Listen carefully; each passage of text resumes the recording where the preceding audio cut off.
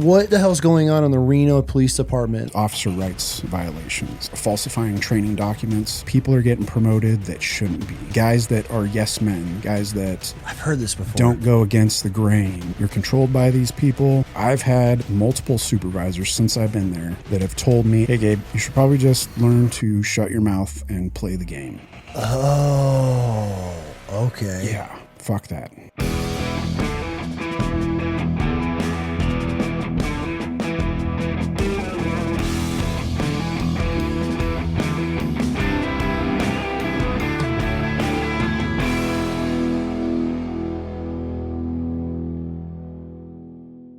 All right, Gabe, we got some conversations to have today. I'm really excited for a lot of reasons. One, you're a U.S. Army veteran. Oh, yeah. Served your country, did 2 deployments overseas, 2003, 2005. Yep. Correct me if I'm wrong on any of this stuff. You got out of the Army. From what I've been able to gather and read about, you kind of lost your way for a little bit. Got into some substance abuse, ended up going down a pretty dark hole, which you tried to take your life. A few years later, you obviously got back on track and you became a cop in Reno, Nevada, where you were from, and which I'm sure that is a very interesting place. So I'm excited to dive into the dark side of Reno, since I, for some reason, always find myself rolling through there.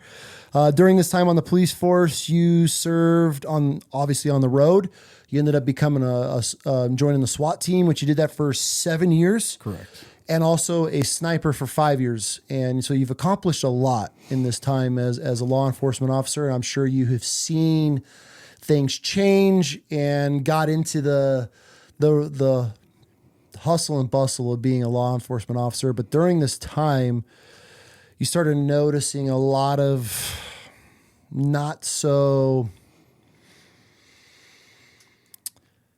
ethical procedures going on inside of the department with the chief, with corruption, with, I read at one point you have a detective that was pulling people over and taking their meth, and he was using it. He was doing it while he was patrol, but yeah. Same. Yeah. So yeah, we got some stuff to cover. And am I wrong, or is today your last day as an official police officer? I am officially done today. Yeah. Thanks for your service, brother. Hey, Thank you for everything I you did. appreciate it. So today's your official last day, which is quite an accomplishment. And now you're moving on. You're actually got some really cool things. You're starting a foundation for law enforcement officers, veterans as well. Veterans and first responders. Veterans and first responders, helping on the mental health side of things. And also at the same time, you're building a training facility for now. You're giving guys to come in, train pistol, carbine, doing a lot of really cool stuff, which I want to dig into out of the Reno area. So yeah, we got some stuff to cover. So before we do, normally we have a fresh baked loaf, but that's going to be ready for you in the morning from the Sour Bee. So we like to let everybody know the Sour Bee Bread and Garden is a really cool homeschool project that we started with our kids. So every guest gets a fresh loaf, which usually will be baked for you first thing in the morning before you take off. Badass. And then I give law enforcement, first responders, military, small businesses an opportunity to send us some gear or swag to be able to give to guests. So I got 2 dudes today. One of them is an active duty law enforcement officer. So he is out of SoCal. He started the God-fearing lifting club. So he's bringing guys together through community and prayer, Bible study, lifting weights, doing the whole banging weights in the gym and being able to share some fellowship. So we got a really cool, he's one of my favorite brands actually, is the God-fearing lifting club. Really cool Christian apparel. And then we have Chris, which he is the founder, operator of Linear. Navy veteran, went out to be a Navy SEAL, ended up getting injured right before he graduated and got dropped, kind of crushed his dreams.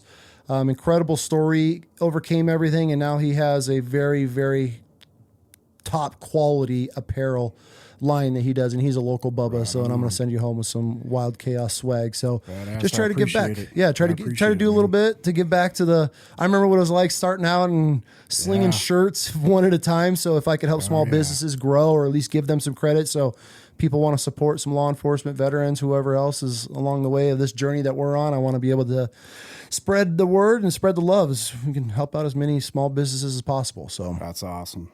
All right, Gabe, we got some shit to cover. So as true fashion of the Wild Chaos podcast, who are you and where are you from? Gabe Smith, born in Reno, Nevada. Not to be confused with the Reno 911. Everybody loves to fucking throw that. New like boot when I goofing? joined the Army, that was like in basic training. Oh, like Reno 911. Bro, it's one of the greatest television shows ever. That and Trailer Park Yeah. Boys are Oh, don't get me wrong. The show's fucking great, but it's nothing like Reno. you probably are so over it. Oh, yeah. The military and then the law enforcement side of things that you just are probably like, oh my Especially God. when our department started doing like similar skits for social media, like Reno 911. That's when I was like, this is fucking dumb. But Did they ask you to dress up in like white cowboy boots and hell come out no, of boot not barn? me. They're not going to come to me. They find the freaking fruity guys that want to do that stuff. yeah. And they found them. The wannabe cop TikTokers that are growing their Yep. social. Yeah, I have a problem with that. me too. I do too. I have a Gives huge the wrong problem. impression of what law enforcement is. I feel like it's being done in the wrong way. It could probably be done a much more efficient way or for the public eye. I want to see cops out there playing pickup ball with a bunch of kids in the streets. Yes. I want to see them Yes. throwing a football, doing a kickflip on a skateboard. That's what I want to see my community servants that are protecting and serving our community. That's what I want to see. I don't need dancing Yeah, TikTok we videos. don't need the That's clown show. Freaking. that's where I'm out on that. But if they were Agreed. whoever their PR reps are in these small departments, or even big departments, that's the stuff, at least for me, and I'm just speaking for me, like that's when I see cops out there helping out some single mom, helping carry, that's the, and especially now with today's image of law enforcement. Yeah. I don't need to see 3 or 4 female officers in a parking lot doing a TikTok dance. Like I want to see them out in the community. Actual community engagement, right? And that's what they say it's for, is the community engagement. No, you're just acting like a bunch of clowns and dancing around like you're saying. Do the pickup ball with the kids. Like actually go out in the community and do things. But Yep. we Well, went cool. off on a So, tangent. yeah, right out the gate. That's Wild Chaos. So we have no direction of anything that we do here. So what was life like growing up in Reno, Nevada? I mean, casino town, 24-hour town. It's a smaller version of Vegas. Okay. Growing up, I wasn't really great with school, hated school. My parents split up pretty early on. I think I was about 5 years old and my parents divorced. Oh, how'd that affect you? I went sideways with it. Like I was the oldest of 2. Okay. And I struggled with it a lot. My dad wasn't around a whole lot. And when he did come to pick us up, like him and my mom, I'd have mom in one ear telling me bad things about dad and then vice versa. Okay. So it was like the kids being trapped in the middle. So I went the route of rebelling and started off doing like the skateboard thing. Okay. Got really into that. And then kind of the skateboard crowd led into the partying and drinking, doing drugs. So started pretty early on, like 12, 13 years old. I was smoking cigarettes and drinking. At 12 or 13 already, huh? Oh, yeah. Okay. Yeah. So Was your dad, were you like a split custody or was your mom main custody and you got to see your dad every now and then? mom was primary. Okay. And then it was every other weekend Okay. with my dad, which didn't happen all the time. And then my mom worked a shit ton. So So you're free to, being home alone a lot. And what can doing my own possibly thing. not go wrong? Yeah. Okay. So, just got kind of sucked into the partying culture. And I have one of those just genetics where, man, once like booze or anything gets in my system and it feels good, I just want more and more and more. And it usually ends up turning out really bad. So I remember being younger, like my mom had got me and my sister into piano lessons. I was probably 12 or 13 and I just started into drinking. And man, after school I'd go with my buddies and we'd drink. They'd drink just enough to get a buzz and I'd be going until like I'm puking. And Damn. yeah, my mom would, all right, going to piano lessons. No, Mom, I'm sick. Like, I don't know how the fuck she never figured it out, but, I just lay in bed, just sick and drunk and At 12 and 13? yeah. So what did that evolve into? Because obviously if you're starting that young, it doesn't just stay alcohol and weed or whatever and cigarettes. Like it evolves pretty quick, at least in my opinion. Yeah. So then I ended up, high school time frame, like ditching school and going to, drug dealers' houses, using everything from cocaine, smoking heroin. Anything I could get my hands on. But usually it was like alcohol was kind of the gateway for me. I never wanted to do the drugs and stuff, but once I got a little bit of booze in me, then that liquid courage kicked in, and I'm like, fuck yeah, let's try, whatever. No shit. How old were you when you tried heroin for the first time? I was 16. I just smoked it. I never injected it or anything like that, thank God, but yeah, smoked black tar heroin. At 16? Yeah. Bro, I try to look back at what I was doing at 16, and black tar heroin was not on my list. No, it was wild. Well, I had a buddy that he had some older brothers, like they were in their mid-20s, and they were both really into drugs. Okay. We would party at their house, and they had the connections for all the drugs, and they'd bring it in, and like, you guys want some? No, of course, shit. I'd be the first to raise my hand. Yeah. You're just down to try it once you had some alcohol in you, huh? Oh yeah. That's terrifying. Like looking back now, yeah, for sure. Yeah. Obviously, like as an adult and processing your childhood, you're probably like, holy shit, how did I even make it through that chapter? Yeah. Damn, dude, that's right out the gate. So was heroin and coke kind of did you like them? Did you enjoy it at that age, or were you just doing it just to fit in? It was a little bit of both, I think, like the socializing aspect, feeling okay, like hanging out with people and feeling like I fit in somewhere. Okay. But I also really enjoyed the high all the time. And that was why I couldn't control any of it, even like the drinking. Like today, I can't even have a beer because it will just send you off. Go downhill. Yeah. End of the night, I'll be running naked through the hills. Cops will be chasing me like. Once it hits like the Will Ferrell, once it hits the lips. Yeah, Frank the Tank. Yeah, Frank the Tank comes out in you. Yeah. I have some buddies, and it's crazy to me. It took me, later into my adult life to realize that some guys people are wired like that. And I'd have buddies that you just, hey, let's go grab dinner and a drink, and it's just full, and there's pounding, and you'd think like being a young Marine or a soldier, it's just the life. You're like, oh, this dude can drink. But then when you get a little bit older, you're like, holy shit, this dude hasn't slowed down in the last 10 years. Yeah, it spins out of control. For sure. How long did that last for? So when I'm 17, I end up, me and my good buddy that he actually just got out of prison last week. He'd done 16 years in prison for some armed robbery stuff. But him and I, we had known each other since kindergarten. Okay. Him and I were really tight, but also had issues with drugs and partying. Okay.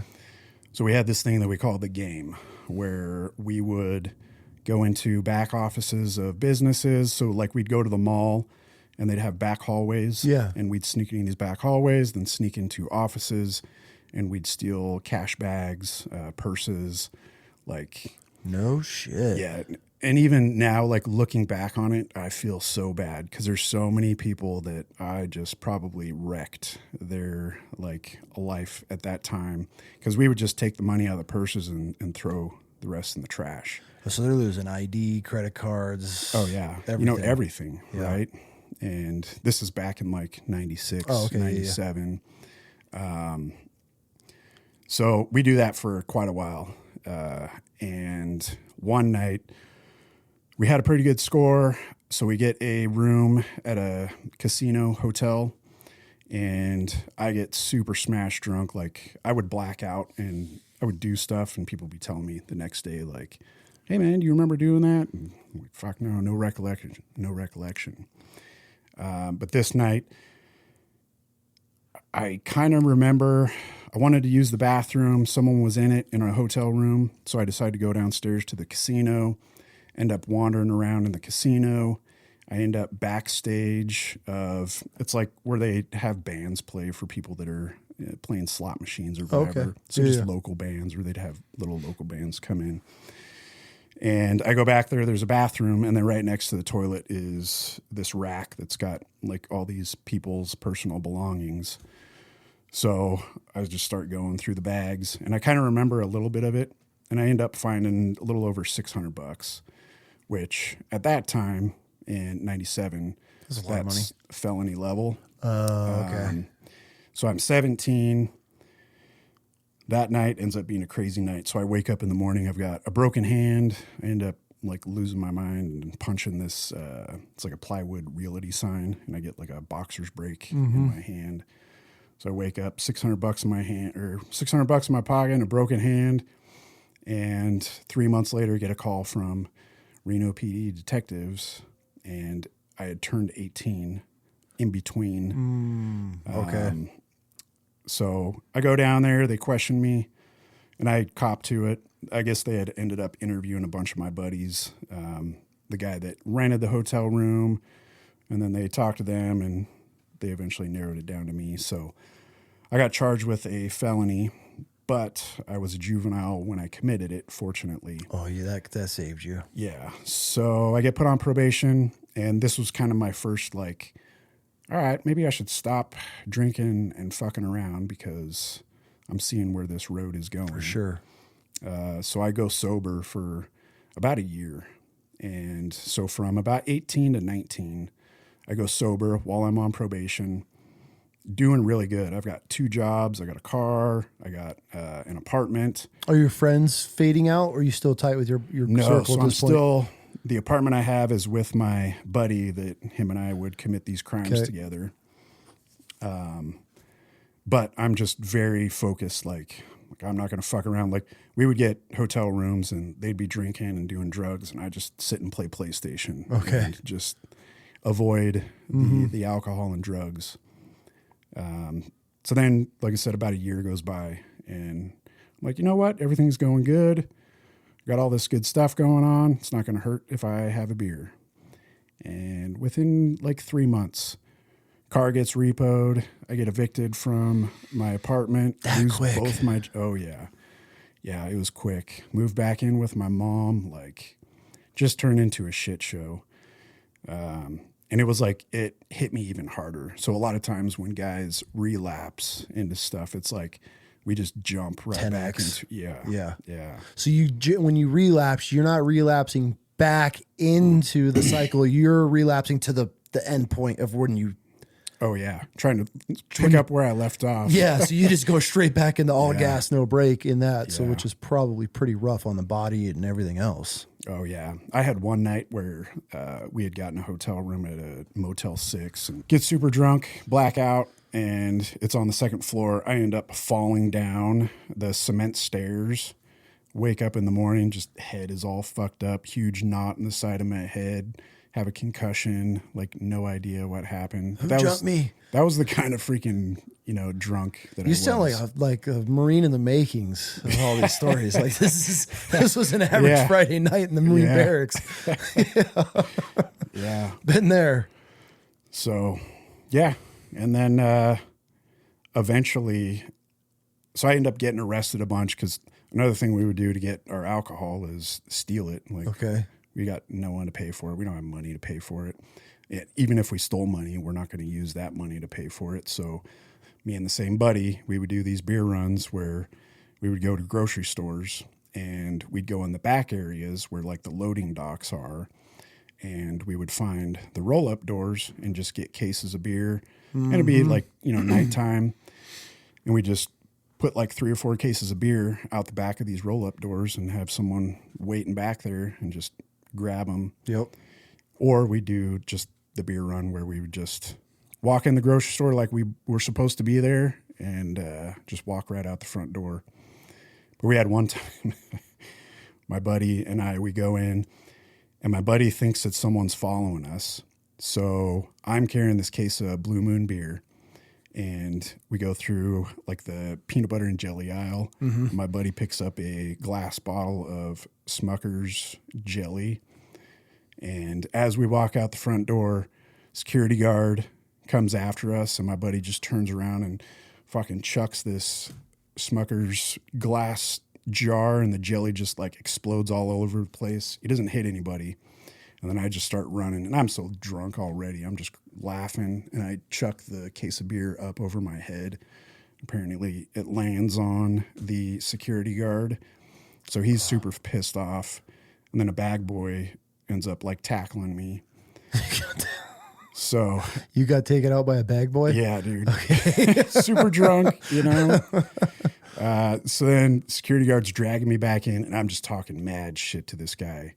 And he throws me on the ground in the grocery store and just pepper sprays me like probably like 3 inches from my face. No, in the grocery store? Yeah. Okay. Yeah. So I'm like right next to the checkout aisles and just getting pepper sprayed by this dude. And still, I just keep running my mouth, talking shit. They take me back to their little holding room, still talking mad shit. He pepper sprays me again, and then like choke holds me up against the wall. Like I was just ruthless when I was drinking, man. Like, is this buddy that you mentioned that just got out of prison after 16 years? Is he this friend that you did all this with? Yeah, yeah. So he stayed on the same path then. There was a few times where he got back on the right path, but then he just strayed back off. Did you ever get a chance to reflect on that this dude just got out of prison after 16 years and this used to be your little mischief buddy? Yeah, so I kept in contact with him. Okay. Him and we talked a lot while he was in prison. Okay. And he's matured so much being in there. Oh, I can imagine. But yeah, we talk about all the shit that we did, and especially the stuff where we were stealing money from, you know, people and causing that like serious hurt to people's lives. Like I'm sure I paid karmic debt for that one for a long time. Yeah. But damn, dude. So what's his mindset now? I mean, how long was he in before he realized? It took him a while, man. Yeah. I know he was using in prison for a while. But now, so once he kind of figured out like he's getting older, he needed to straighten up. Like he got on the right path, started doing the dog program where he was training dogs, and then eventually moved into training horses, and really got a passion for that. And then now he got an early release and he's in a halfway house. So working the program there. Nice. I'm just hoping that he stays on the path.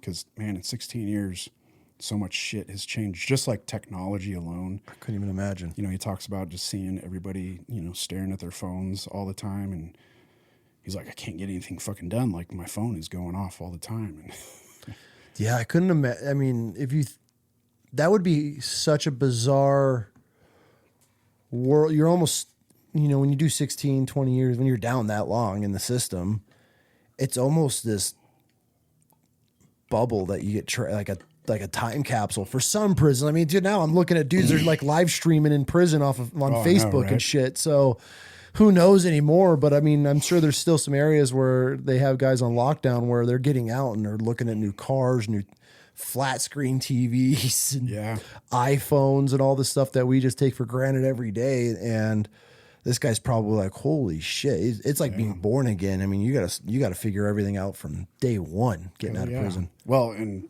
I'm sure, I don't know if you noticed it too, like during your deployments, even only being gone for like a year and then coming back, like 100%. Movies you never heard of that came out and just the different shit going on. New phones, the razors and all that back in the day. Yeah. So imagine just a year and then these guys are 16 years. I mean, the cars alone, how much they change. Right. Every year to year. I mean, they probably look so future. A Tesla truck. Can you imagine getting out and seeing a Tesla truck for the first time after I'd be so disappointed. I'd be like, what the fuck happened?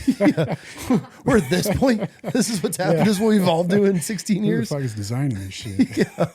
Who's this idiot? Tesla. What the fuck company is this? And you're like, by the way, that guy's flying to Mars. Yeah. But so how long were you running and gunning before you had the aha moment? Like, hey, I need to join the military. Is that what a big reason of joining the military? Okay. Yeah. So until I was 21. So getting in a bunch of trouble, just misdemeanor shit, but usually like alcohol related. I'd gone up to Virginia City one night, got super drunk, did a whole bunch of stupid shit, ended up getting I had a court date I was supposed to go to, never went to it. And then maybe a few months later, I'm driving around drunk, Got a freaking 40 of, was it Mickey's in my lap. The 40, the All my Mickey's. friends had gone to bed. They're all done partying. I'm like, fuck that. I'm staying out. So I'm driving around this $200 freaking Taurus that I had. And of course, drunk, drive to the side of the road while I'm driving, hit the passenger side tires on the curb, blow both of them out. And I'm like miles from town. And it's 2 or 3 o'clock in the morning. So I start calling people like, hey, come pick me up. Everybody's fuck off, man. Like, figure it out. So I finish my beer and go to sleep on the side of the road and wake up with a fireman and cop knocking on my window. Fortunately, I didn't get hit with a DUI. I had a warrant from the deal in Virginia City. So they arrest me on the warrant. I mean, later on, being a cop, I understand why. Like, way less paperwork involved in doing a warrant arrest than a DUI arrest. Okay. Oh, yeah, dude, DUIs are a pain in the ass. So I go up to Virginia City, see the magistrate or the judge, and she's like, you're on the wrong path, so we're going to leave you here for 5 days. So while I'm in jail, sobering up, just reflecting on life and where I'm at, Army commercial comes on, and this is, I want to say it's after 9/11, so shortly after 9/11. Okay.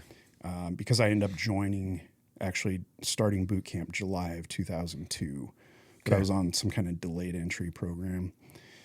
So I see that commercial, I'm like, that's it. That's what I'm going to do. While you're in jail? Oh, yeah, yeah. Talk about a come to Jesus moment. Oh, yeah, for sure.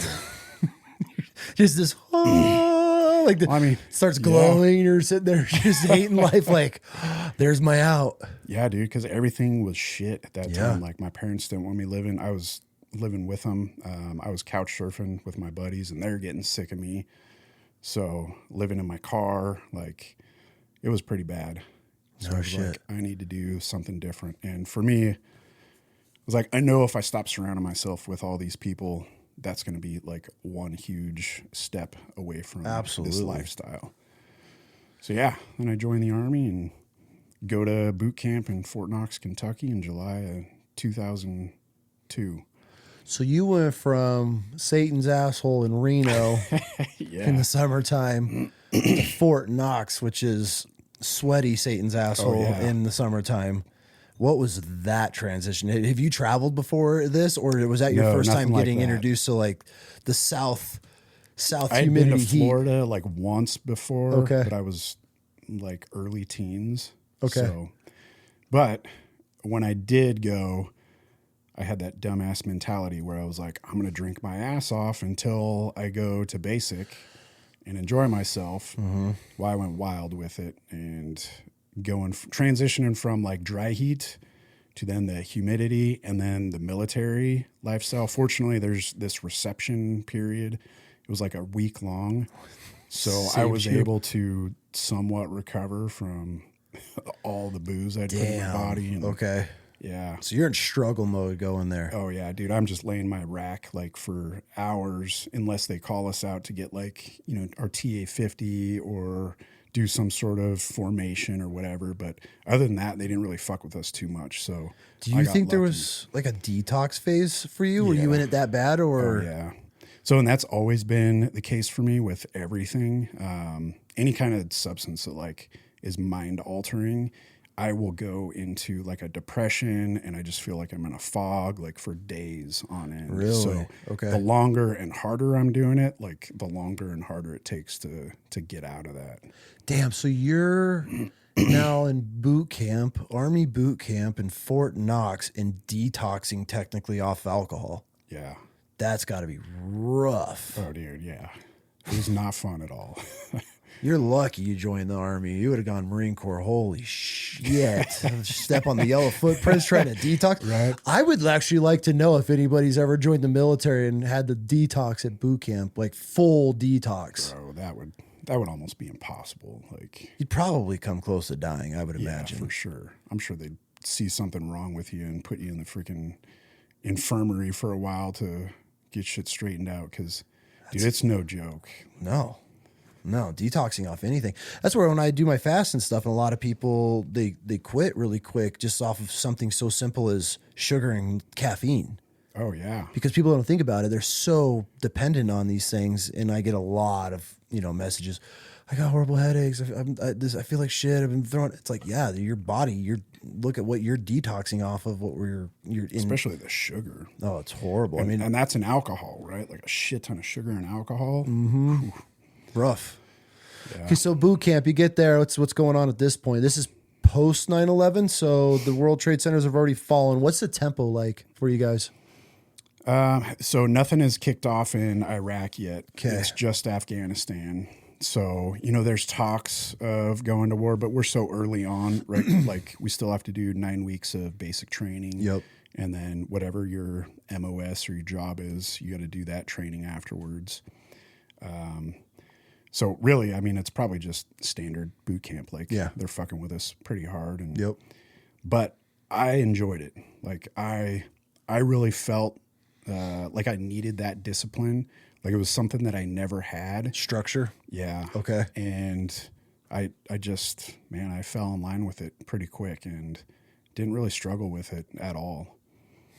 So, the physical aspect, like even though I was partying and doing all that stuff, I tried my best to like go for runs. And it wasn't great, but my physical fitness was okay. So I wasn't too bad, but other than that, I was good. I was that guy, like at the end of basic training, we were getting our Class A's handed out to us, and the drill sergeant's like, "Who the fuck are you? Are you in my company?"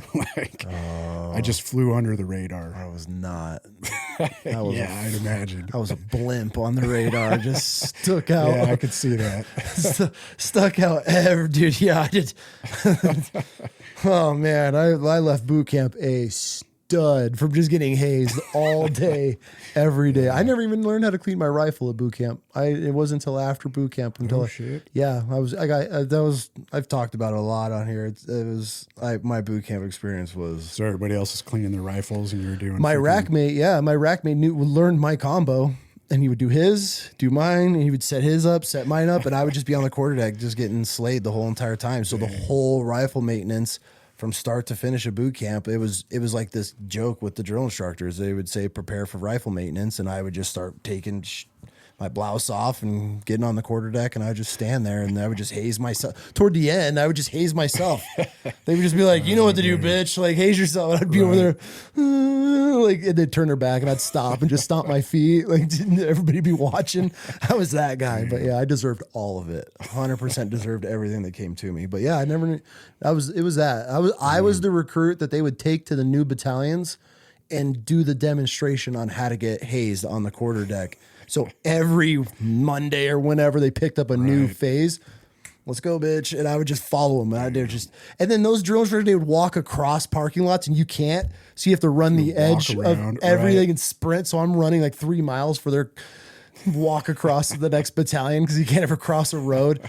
Shit was so dumb. I'd never learned though. There was nothing that was stopping me from being a belligerent. Hard-headed, huh? Oh man, there was no quit. But so you get through boot camp, graduate. What was your MOS in the Army? So I was 63 Mike, which is Bradley mechanic. Got it. Bradley Systems maintainer, I think is what they called it. Okay. Basically diesel mechanic. Yeah. Yeah. So then go to AIT, which also was at Fort Knox. So I basically just moved from one barracks to another. That's nice. Yeah. Okay. And AIT was boring, but pretty easy. What's AIT for you guys? Advanced Individual Training. Okay. So that's your school. Yeah, just the job training. Yeah. Got it. And that one was, I want to say it was like 16 weeks long. But Bradley's a pretty cool vehicle. it is. It's old as fuck though. Like What is it? Everything's outdated in the military. Look at what the fuck the Marines are using. We got Amtracs from that was World War II and shit. That's true. Yeah. Yeah. We get the hand-me-down from once you guys say it's too old, then it goes to the Marine Corps. Then we get it. We're like, yay, it's Army Green. It's new. Exactly. Yeah. But it's a pretty cool gun. It's got a Bushmaster on it. What's a Bradley? So it's a 25 Mike, which it's the Bushmaster. Okay. And then it's got the tow launcher on it, which is the tubular. missile, optically guided. I can't remember exactly what TOW stands for. Yeah. It's been fucking 20 years, but yeah, basically it launches. It's got 2 missiles on the side, which the guy in the turret can control with a joystick. Pretty cool. Yeah. But the 25 Mike, I ended up becoming a master gunner, working on those. But that was like later on, because in Iraq, nobody knew how to work on them or fix them. So I was one of those guys that just open the manual and start figuring shit out. And Oh, shit. yeah. So what were your deployments like? I mean, 2003, shit's popping, right? At this point, I mean, you guys are no rules of engagement. I mean, the 03 to 05 era guys, I mean, you guys had the cream of the crop as far as getting to do whatever you guys wanted. How was that? It was interesting, man. Like going from, so I went to Fort Carson, Colorado, and when I got there, my unit, like all of their vehicles were already on the boats. Initially, they were taking the boats they were going to go through Turkey to invade Iraq. And then Turkey was like, no, fuck off. We're not going to let you in. So then they end up going back around to Kuwait, which gave us another like month in country to be able to, or in the States. So I jumped right back into drinking because that's what everybody's doing, right? They're like, we're going to war, so we're going to party. Let's fucking party. We might not make it back. We might as well live now. Yep. So unfortunately, didn't get any trouble or do anything like that to get in, Article 15 or anything. But then we get deployed over there, go to Kuwait. And in Kuwait, once we get all our vehicles, we've got all the soft skin Humvees. Oh, yeah. So we spend about 2 weeks putting metal plating, like hanging them inside the doors of the Humvees, putting sandbags on the floorboards. The blast mats and all that stupid shit. Yep. That do nothing except for fill your whole Well, entire we didn't unit. even have the blast mats. Like we're just like coming up with shit like A-Team style, trying to like, all right, what'll work to, avoid getting blown the fuck up. So just throwing sandbags in there. Mm-hmm. So then, of course, when you're riding in the Humvee, right, like your knees are in your chest. And then at the time, they were talking about in Baghdad that they were setting up like piano wire across buildings. Yes, I remember this. To decapitate like the 113 drivers or any of the tank drivers. Yep. So we end up welding, what are those, like the fence posts? Yep. Onto the side of them at an angle and then just cutting slits in them so that when they're driving, it'll grab that piano wire. So we spent 2 weeks just doing some hardcore like fabricating of getting these vehicles ready. And then March, I want to say it was like late March, we end up rolling from Kuwait into Iraq, and it's just pretty much convoy straight up to like the Tikrit area, which takes us probably 3 or 4 weeks to get there. Yeah. Yeah, because we're driving like, you got the 88, the M88 Hercules. Those things, top speeds like 32 miles an hour on a good day. Yeah, that's pinned. Yeah. Before it overheats, before it throws track, before all the other issues. What's crazy to me, I don't think people really process the early invasion veterans. We're supposed to be the greatest fighting force in the world, right? This is what we've been told. This is on all the commercials and all this other bullshit. And I talked to a lot of the invasion Marines and soldiers. No armor. Yeah. The equipment that we sent our whole entire best military fighting force in the world to go fight this war, nothing was prepared. I mean, I didn't get to Iraq till 2005, and we were still modifying shit. You'd still see things welded on and the poles and all that crazy stuff. I mean, obviously there's things that you're going to have to adapt to, like the, piano wire getting hung across streets, the decapitate guys like that. I get you have to pivot on, but the fact that we were over there putting sandbags on the floor and soft shell Humvees. Yeah. Dude, I got issued a Vietnam style flak vest because they didn't have enough of the newer style IBAs. So you're in the big one that like folded over? It's just like sand in it. That's all it is. So, I mean, it was way lighter than what the other dudes had, right? They got those plates that are super heavy. They're probably like 8 or 10 pounds for 7.62. And I'm just rocking this freaking Vietnam style freaking flak vest for like probably the first 3 or 4 months. No, that's what I'm talking about. Like, nobody thinks about the shit. We're just going to send all of our military vehicles to a war, and not one general was like, should we prepare for we this? should probably put some armor on these Humvees that have been sitting in the States for the last 10 years. Like, how did this not... We have all the time. We have all the resources. You mean to tell me sending all of our vehicles there with just soft armor or flapping material on the doors was our best option? Look at the guys that are making the decisions to send us over, right? Like, Yeah. they don't give a shit. They got plans to make a fuck ton of money. 100%. And that's about it. I mean, it makes sense now as an adult going through the war, maturing and looking at our government of how it's actually built. And you're like, oh. The only thing that makes sense to me is the government contracts that our politicians are getting into and dipping their hand into. And they're like, war, go, send them. And that's how you end up overseas in a softback Humvee patrolling through Baghdad. Yeah. Yeah. That's the only thing that makes sense to me in that era. Like that whole entire beginning of the war until dudes were getting turned to Swiss cheese and they were like, oh, we should probably get better armor on these vehicles. It's like, yeah. Well, and what changed it was there was Donald Rumsfeld, who was the Secretary of Defense at the time. He goes somewhere overseas. I know he's not in Iraq. He's somewhere in Kuwait, I believe. And they have this big press conference, and he's up there in front of a bunch of soldiers and Marines and asks people if they have any questions. And one soldier gets up and he's like, hey, why did you send us over here with vehicles that have no armor? And this was like on CNN and like all the big freaking channels. So at that point, that's when they're like, oh, fuck. Now the people know that we sent them over there unprepared. And then that's when they started putting out like the M1114s, the upgraded Humvees. yeah. They had us bolting like...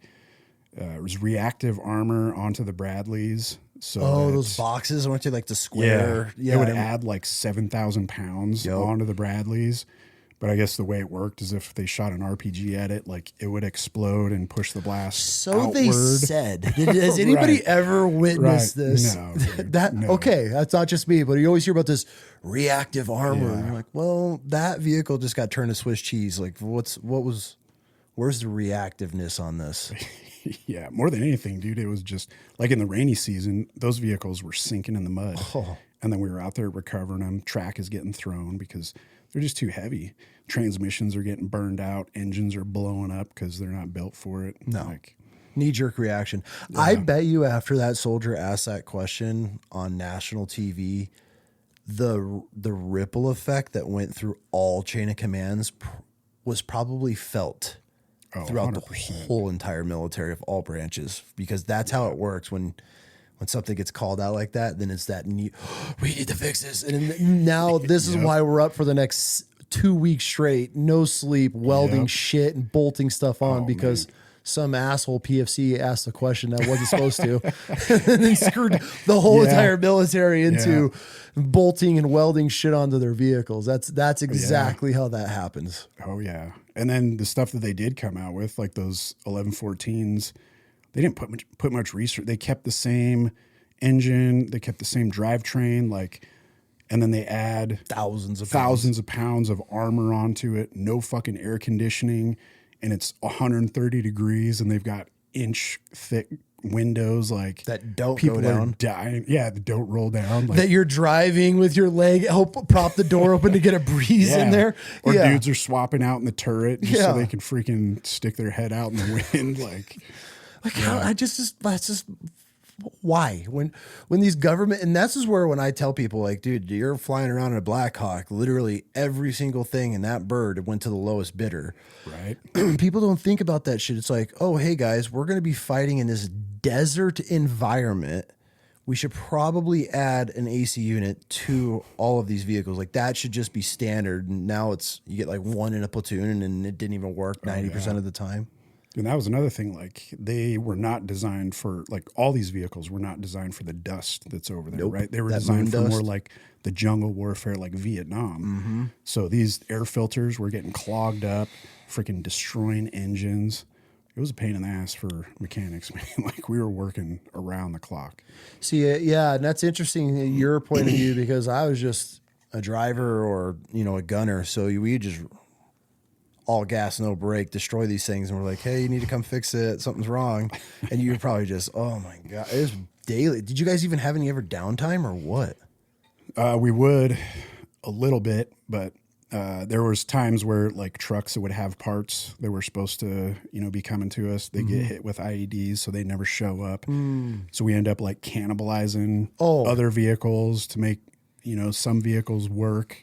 So then we just have like skeletons of Bradleys sitting out there. And cannibalizing vehicles in the military in our era was one of the most, that was like just a normal practice. You'd see a vehicle down, or at least for us, especially in Marines, like we'd see, because the Army, no offense, the Army isn't the best at securing their property and watching their property. You guys just think because you're on an Army base, you'll just... It's good to go. You guys got, and then when the Marines are just, like we're like, oh, there's a fucking Humvee over there. Like, what are we? And we're just scrapping everything we could off Army vehicles and stealing everything, because there was never any watch. Nobody ever watched. Oh yeah. Okay, this is a crazy Army story. I don't even know if I should tell this story. Go for it, dude. Yeah, we can. It's been enough time. So we're on this base. It's an Army base, and it would boggle my lifting partner and I's mind. Every night we'd go work out in this base. All the Army dogs would just set their rifles on the outside of the door. And we would look, and I'm talking full kitted out, like M4s, ACOGs, laser, everything on these things. And we're looking at these things like, what the fuck is, they're just on the outside of the door of the gym, even though they're on the base.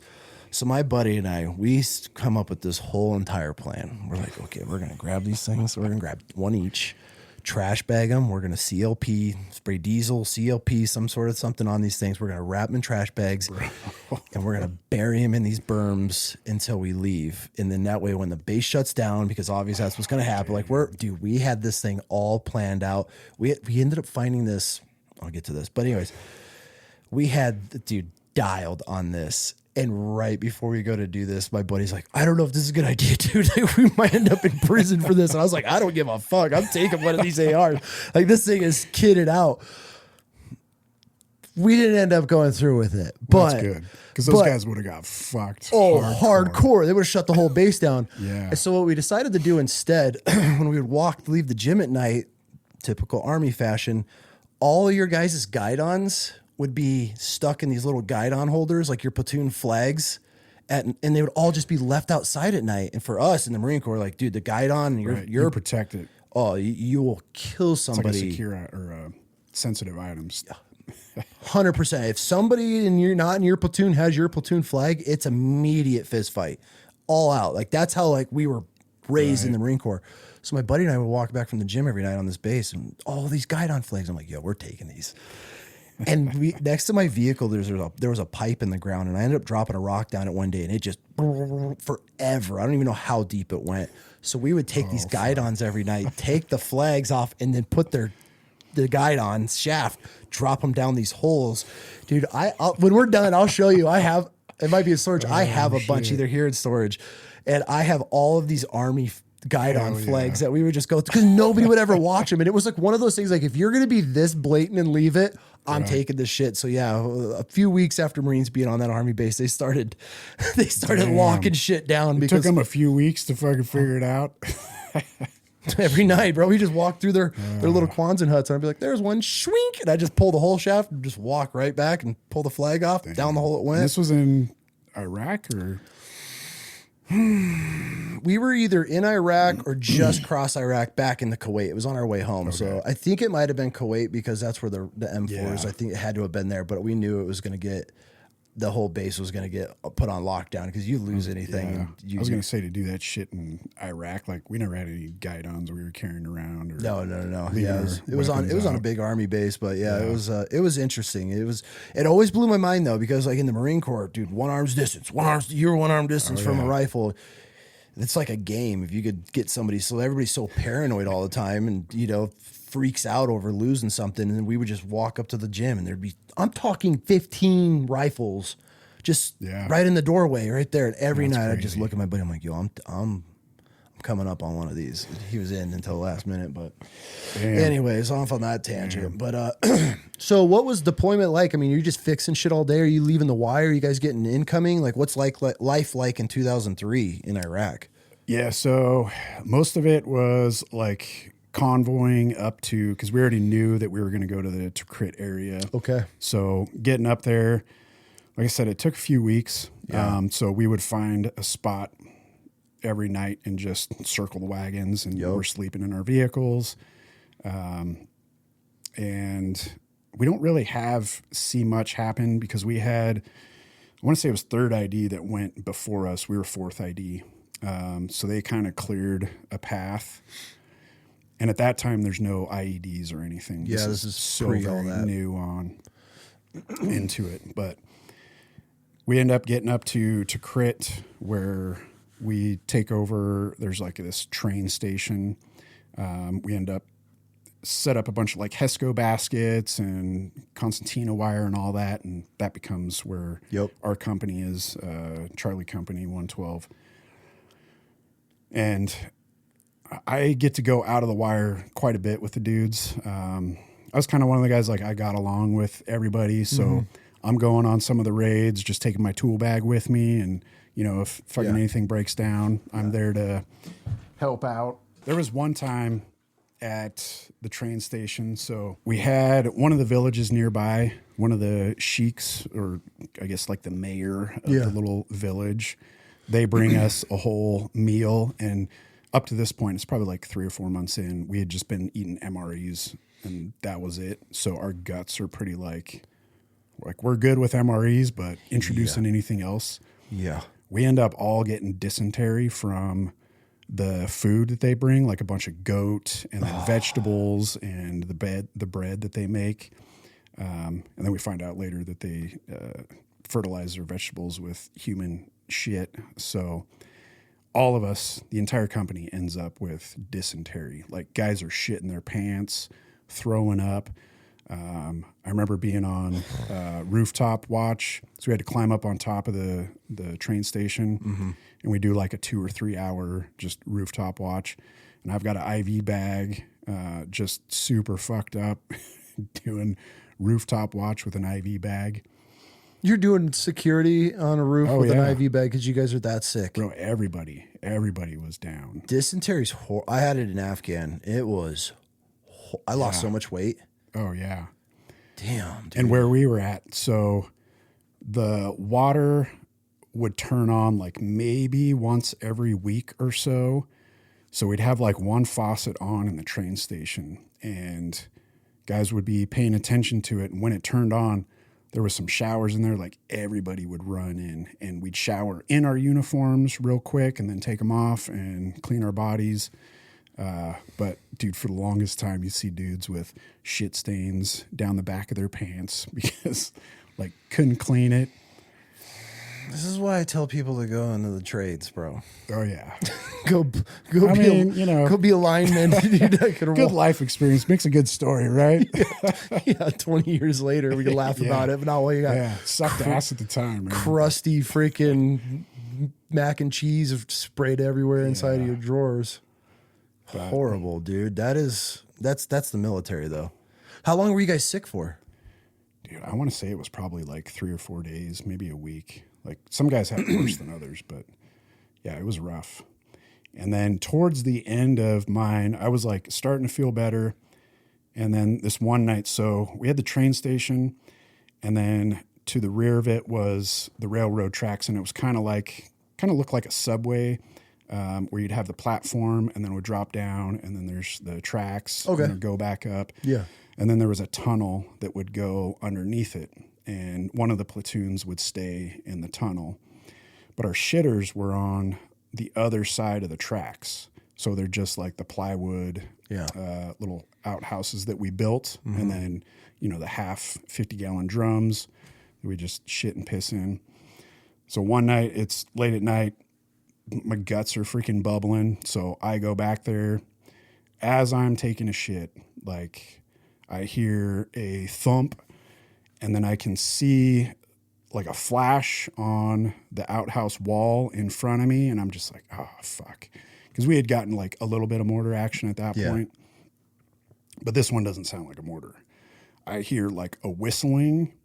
Ends up being a 90 millimeter recoilless rifle that they shoot at us. And I hear it. Man, I'm like mid shit. Just pull my drawers up. And I'm trying to boogie up this hill. It blows up probably like 30, 40 yards away from me. And then as I get to the top of the hill, dudes are on the other side. They start firing at where this rocket came from. So I have to drop down and fucking low crawl to get to this tunnel, and finally get to the tunnel. And I get underneath, go to the other side, and I remember seeing this lieutenant. This was like the real first like action, I guess you want to call it, or firefight that we had seen. And this infantry lieutenant is just like staring at what's happening, and he's just got that like deer in the headlights look. And we've got guys that are on the opposite side of the tracks returning fire, and then you got guys on our side of the tracks that are shooting right over their head. And I'm like, LT, you need to fucking get these guys, like, they're going to shoot one of our own dudes. And he just looks at me like shocked, doesn't know what the fuck to say or do. That's terrifying. Yeah. And I'm like, fuck, man, this is guy, he's an infantry LT. But they end up getting on a Bradley, and they just start firing the 25 Mike. They get everybody to cease fire with their M16s, and then just start lighting up wherever it was coming from with the 25 Mike, which later the next day they just found that they had like blown up a couple donkeys, and that's about it. Oh, because what they would do is just shoot and scoop. Haji would just shoot, and then they're fucking out of there. Usually have it like mounted in the back of a truck or something. Yeah. So they're gone way before we even start returning fire. Oh, they're gone before everybody's out of the rack, and Fire Watch has even called it in. Yeah, they're already out of there, which doesn't stop everybody from shooting in every direction anyways. Fuck yeah, everybody wants to get some trigger time. But so this goes on for a while, like where we just end up being on security, 360 security. Meanwhile, I haven't wiped my ass at all. So it's like several hours. And dude, I end up with the worst freaking like rash in my ass for the next few weeks. Like it was the worst. Oh my God. That's probably one of my funny stories from Iraq. But God, dude, people don't think of that stuff. Yeah. They don't think like it. And then the rash, and then, well, at least kind of fortunately for you, it's not like you're going on a foot patrol every day. So you're just. But it's still hot as fuck. And like, dude, it just sucks to walk. Like, this is '03, right? So you guys don't even have like the baby wipes that ended up coming out eventually. Shit, I can't even remember. I think we did have baby wipes. You have some? Like at that point, we had people sending them to us. Like we were getting care packages occasionally. Okay. And baby wipes was, that gold. was how we would shower. Bathe, everything. That's another thing that people don't really think about is living off of baby wipes and warming them up. And man, I've talked about. I had a buddy on that him and I were deployed together, and we found these baby wipes in front of our chaplain's office. He just he had these cases in front of his on the base. On the little fob they were living at. So when we go back to the fob to resupply, we'd always run to the chaplain's little tent because he had like chapstick. And dude, we found these baby wipes, and they were like big ones, the dude. Big thick ones. Dude, those were gold, man. Those were awesome. We'd fist fight somebody for those. Hell yeah. We'd warm them up, and it's like you're just so bad. It's like a warm bath, dude. Yeah, bro. You could do a whole body with one of those. It was gnarly. But that's the stuff that. It's just part of life. I mean, the fact that you're calling home and what do you need? Baby wipes. Yeah. Baby wipes. Send me baby wipes. Yeah. Life. That and chapstick. Yep. Because you Well, want at that time, dude, we didn't even have like access to phones or anything. So it was just, we're just writing letters and, snail mail, freaking. The good old days. Yeah. So how long was that deployment? That one was a year. Ended up being a year or a little bit longer. Okay. But that was one of those, they told us initially, yeah, we'll probably be there for 6 months. And then 6 months in, they're like, hey, it turns out we're going to be here a little longer. They wouldn't give us like a specific time, but yeah, ended up being a year total. That sucks. Yeah. And how long were you back before you went on your second deployment? So we get back to the States and they're already telling us, hey, we're going to be shipping back like 10 months. Ew. So typical military dudes, we go straight into the partying. I drink pretty heavy for like 3 months. Okay. And I'm getting in fights in bars, getting kicked out of bars. Because now you got a chip on your shoulder. You got that. Well, and I'm just a bad drunk. Okay. All right. Yeah, that helps. Yeah. So driving them back onto base, just blackout drunk, not remembering how the fuck I even got home or how my car got there. I'm like, I don't know how the freaking gate guard let me in because that's terrifying. I had to be hammered. Yeah. So when I had one of those nights where I'm just like, holy shit, that happened. And it was another one of those like wake up, clarity, come to Jesus. Why though? What was different about that night? Because I was on this runner for such a long time that I saw the path that I was going down and I felt it. Like my body was just wrecked. My brain was wrecked. I didn't like it. Mm-hmm.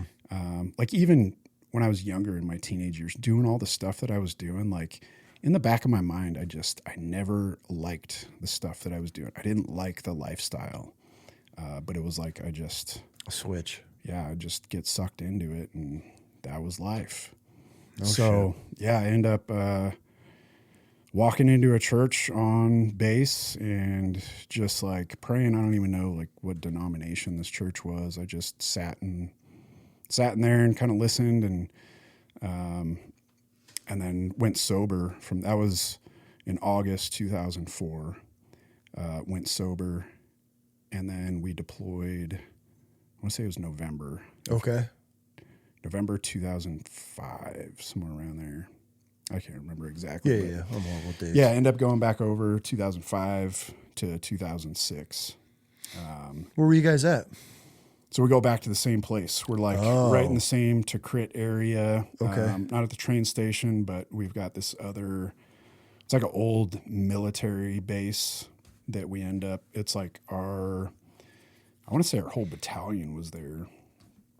So we end up staying there for the whole year. What was that tempo like of that deployment? So that one was a lot more intense as far as the like suicide bombers, IEDs. But I had a sergeant first class at that time that was unwilling to let any of us go outside the wire. So it was very rare that I did get to because he's like, nope, your job as a fucking mechanic. You're going to stay in here and fix vehicles. That's it. So unless we had to go out and do like recoveries on vehicles, like we're staying inside the wire. That sucks. Yeah, dude. That's brutal being trapped on a base for a year like that. And yeah, but so that tour really wasn't nothing compared to, the first one. For sure. So when you get back, now you've done your 2 times. It's 2006-ish. When did you do you remember when you got back in 2000? Actually, I want to say it was around 2000, like November 2006-ish. We'd had to have crossed paths in Iraq. I mean, not literally, but yeah, we were there at the same time. Yeah, because I was 05, 06, 06, 07. Yeah, so we were probably in the same year. What was Tikrit by? What was near there? So Tikrit was Saddam's home city. There was a lot of smaller villages like Riyadh. What else is around? I'm trying to think. Dude, I can't even remember all those freaking. I was looking at Atlas the other day, but all those crazy names. Yeah. So afterward, what was your transition like? Were you ready to get out when you got back from your second deployment? Was your time up, or were you? No, I actually re-enlisted. They were offering up $10,000 bonuses, so I was like, "Fuck yeah!" Mm-hmm. And I kind of went into like I was still sober, But then I started going into like doing extreme sports stuff, like chasing the adrenaline. So riding dirt bikes, riding BMX, snowboarding. And then I was getting to the point where I was doing like really reckless shit and getting injured a bunch. So one point I'm riding BMX, like I'm doing the skate park stuff and do this jump, go over the handlebars, fracture my chin, dislocate my jaw, like chip a couple of my teeth, go into the ER. ER gives me a whole bunch of Percocet. And then I go to see the dentist the next day to get my tooth fixed. That guy gives me a shit ton of Percocet. So I've got like all this Percocet. And like I was telling you earlier, my kind of the way I react to this stuff is like something that feels good, man. I just want to keep going with it. So I started getting hooked on the pain pills. And I continued doing the reckless shit, even more doing like dirt bike stuff, end up like breaking my collarbone, dislocating my shoulder. And then they just start feeding me pain pills. This time I'm in E5. So I've got guys under me and I start like with pain meds, the narcotic pain meds. I have like a roller coaster of emotions, but like my patience is very, like I've got a short fuse. Okay. So I had soldiers that I just didn't get along with, and I would fly off the handle. And so some of my higher ups started noticing. They send me to go see a therapist. And during that meeting with the therapist, I was struggling a lot with finances at the time. So I tell the therapist, like, you know, there's some times where I feel like just driving my car off the side of the road. And that was like, all right, you're going to the freaking nut ward. Like, give us your shoelaces, your belt, all that stuff. They put you in a psych ward? Yeah. And what was crazy, like, it's a civilian psych ward / rehab. Okay. So I'm like the only military dude in there, and it's just a bunch of random civilians that are, you know, trying to get off whatever drugs they're on or have serious like mental health issues. What's that like? Dude, it was insane. It was not enjoyable at all. I was one of those guys, like, even though I was fucked up on pain meds, like I still took a lot of pride in my job. I was the guy that, man, I'm shining my boots every night. I'm pressing my uniform, like trying to do a good job. And I take pride in everything. So once I end up in there, man, it just like totally broke my confidence. Why is that? Why do you think? I was so worried about what everybody else thought. You know, in my mind, I'm like, I'm going to go back and everybody's going to be like, oh, Sergeant Smith was in, you know, fucking psych ward. He's Looney Tunes. Okay. And yeah, my confidence just dropped.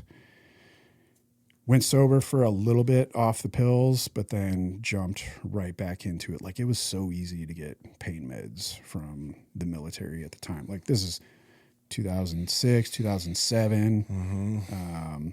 So they're just handing it out like candy. And we're spinning up to go on another deployment. So anybody that's injured, I mean, this is just kind of my perception of it. They were like, we'll avoid surgery with any of these guys and just throw them on pain meds so they can maintain until they get back from the deployment. That sounds healthy. So, right. I don't want to skip over this because I'm just always fascinated by psych wards. Like, what's going on? What was your day like when so you go to this therapist, you tell her that you make a comment how you might want to drive your car off a cliff or whatever, right? And then you find yourself in a psych ward. What's the day-to-day like inside of there? So a lot of it was just being isolated. I didn't really socialize with any of these people. But then we would crazy in there. There was a few, man, that, you know, they're walking around drooling on themselves, freaking just yelling at nobody. I mean, you're just at night just hearing people screaming and stuff. Oh, Is yeah. it just like in the movies? Very similar. This one for sure was, yeah. You're not. You would have thought it it would have like scared me straight. Yeah, you're not freaking out like listening to all this. So younger, being like in my teens, I had been to a lot of rehabs, like inpatient stuff. So reality, like, it wasn't anything new for me. Now it's just like I'm in the military and I'm in one of these. So I had witnessed it before. That's interesting. Okay. But yeah, so then it'd be like group therapy. And you're the only vet. Talking about shit, yeah. And I don't remember there being any like individual therapy. Yeah. From what I remember, it didn't seem like it was real structured. It was more of just here's our meal times, here's some outside time, here's our group time. That's about it. I was reading books. And how long were you in there for? I want to say it was about a week. Okay, that's not. I don't want to say too bad, but a week could be. Yeah, it seems like eternity when you're in there. Yeah. So you get out and go back to your unit. What was the vibe like? For me, like I said, I don't know if everybody knew about it. Yeah. Just Sergeant Smith had been gone. But in my mind, I'm like, everybody fucking knows. For sure. Everybody knows that I had this drug problem. Everybody knows that, that I was suicidal. And like I said, my confidence was just gone. I wasn't the same anymore. And then my way of coping was, let me get back into the pills, because that just numbs everything. And they give them out like freaking Pez in the military. Oh yeah. Okay, so are you a high? You consider yourself like a high functioning addict at this point, or is it just for like recreation? On the pain pills? meds, yeah, I'm like high functioning addict. Where with alcohol, like if I drink that, like I'm just non-functioning. Yep. But yeah, so I was still able to do the job and function for the most part as, an NCO. But it ends up to where I just am so fucked up on the pills, and like it causes a lot of like depression.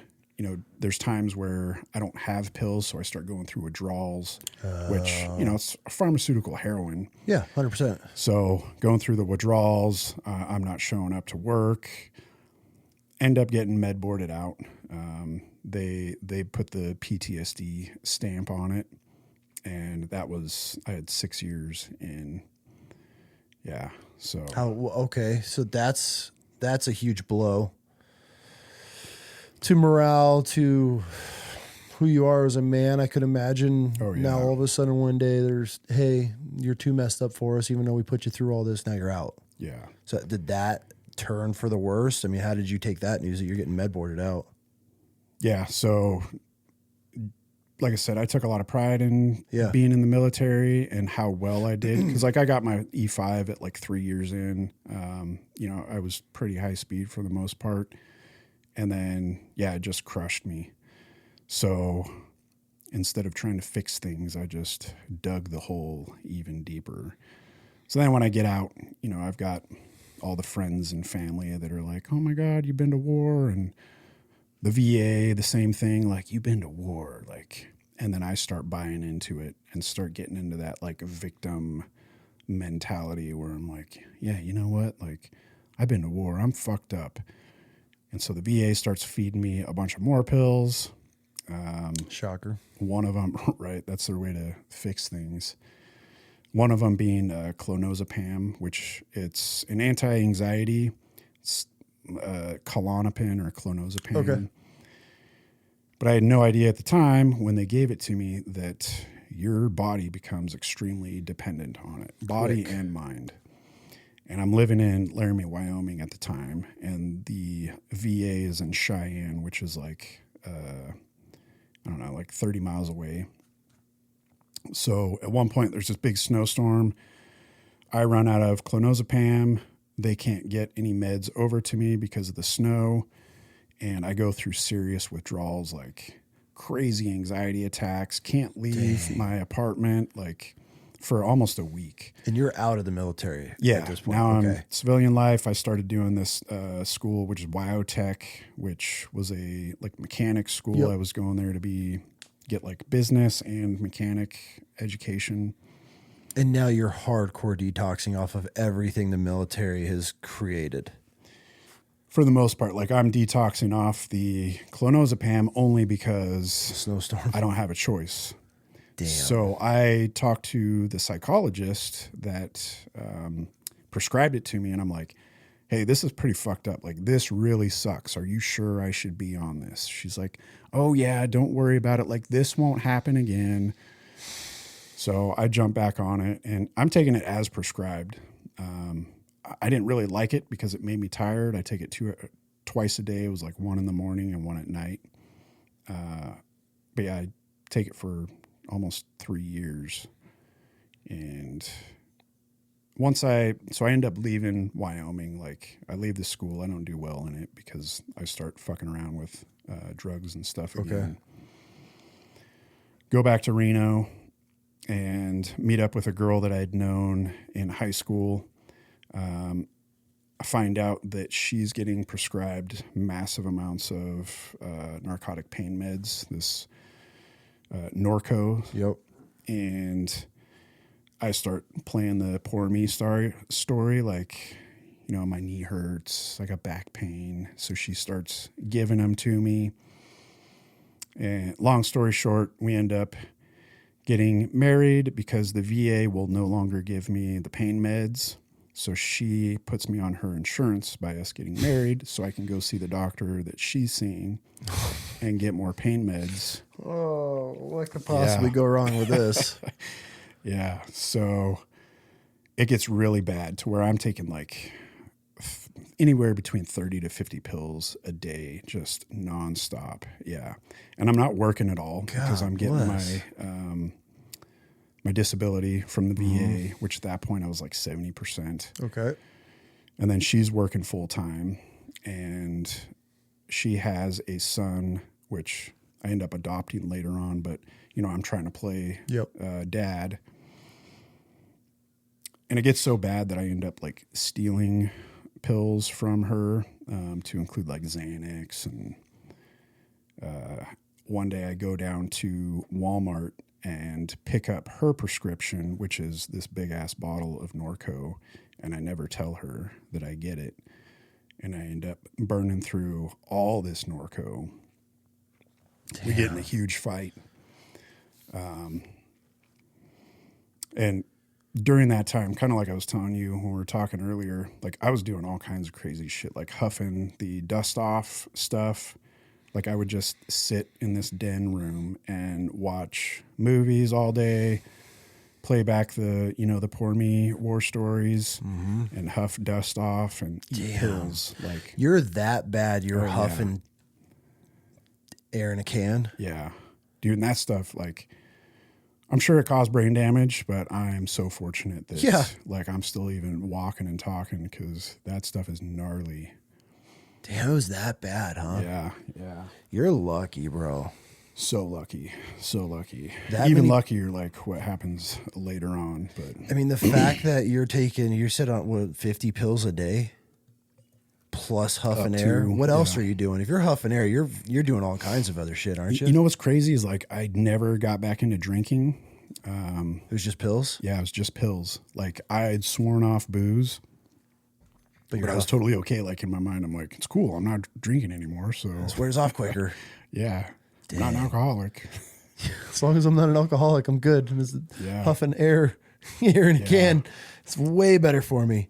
Yeah. Damn, dude. You got in deep then on that. Oh, yeah. It was just, are you just trying to numb? Are you just running? Are you just chasing the... Yeah. Well, so, I mean, it started out as like numbing everything. Okay. And then it turns into just trying to avoid getting sick, getting the withdrawals.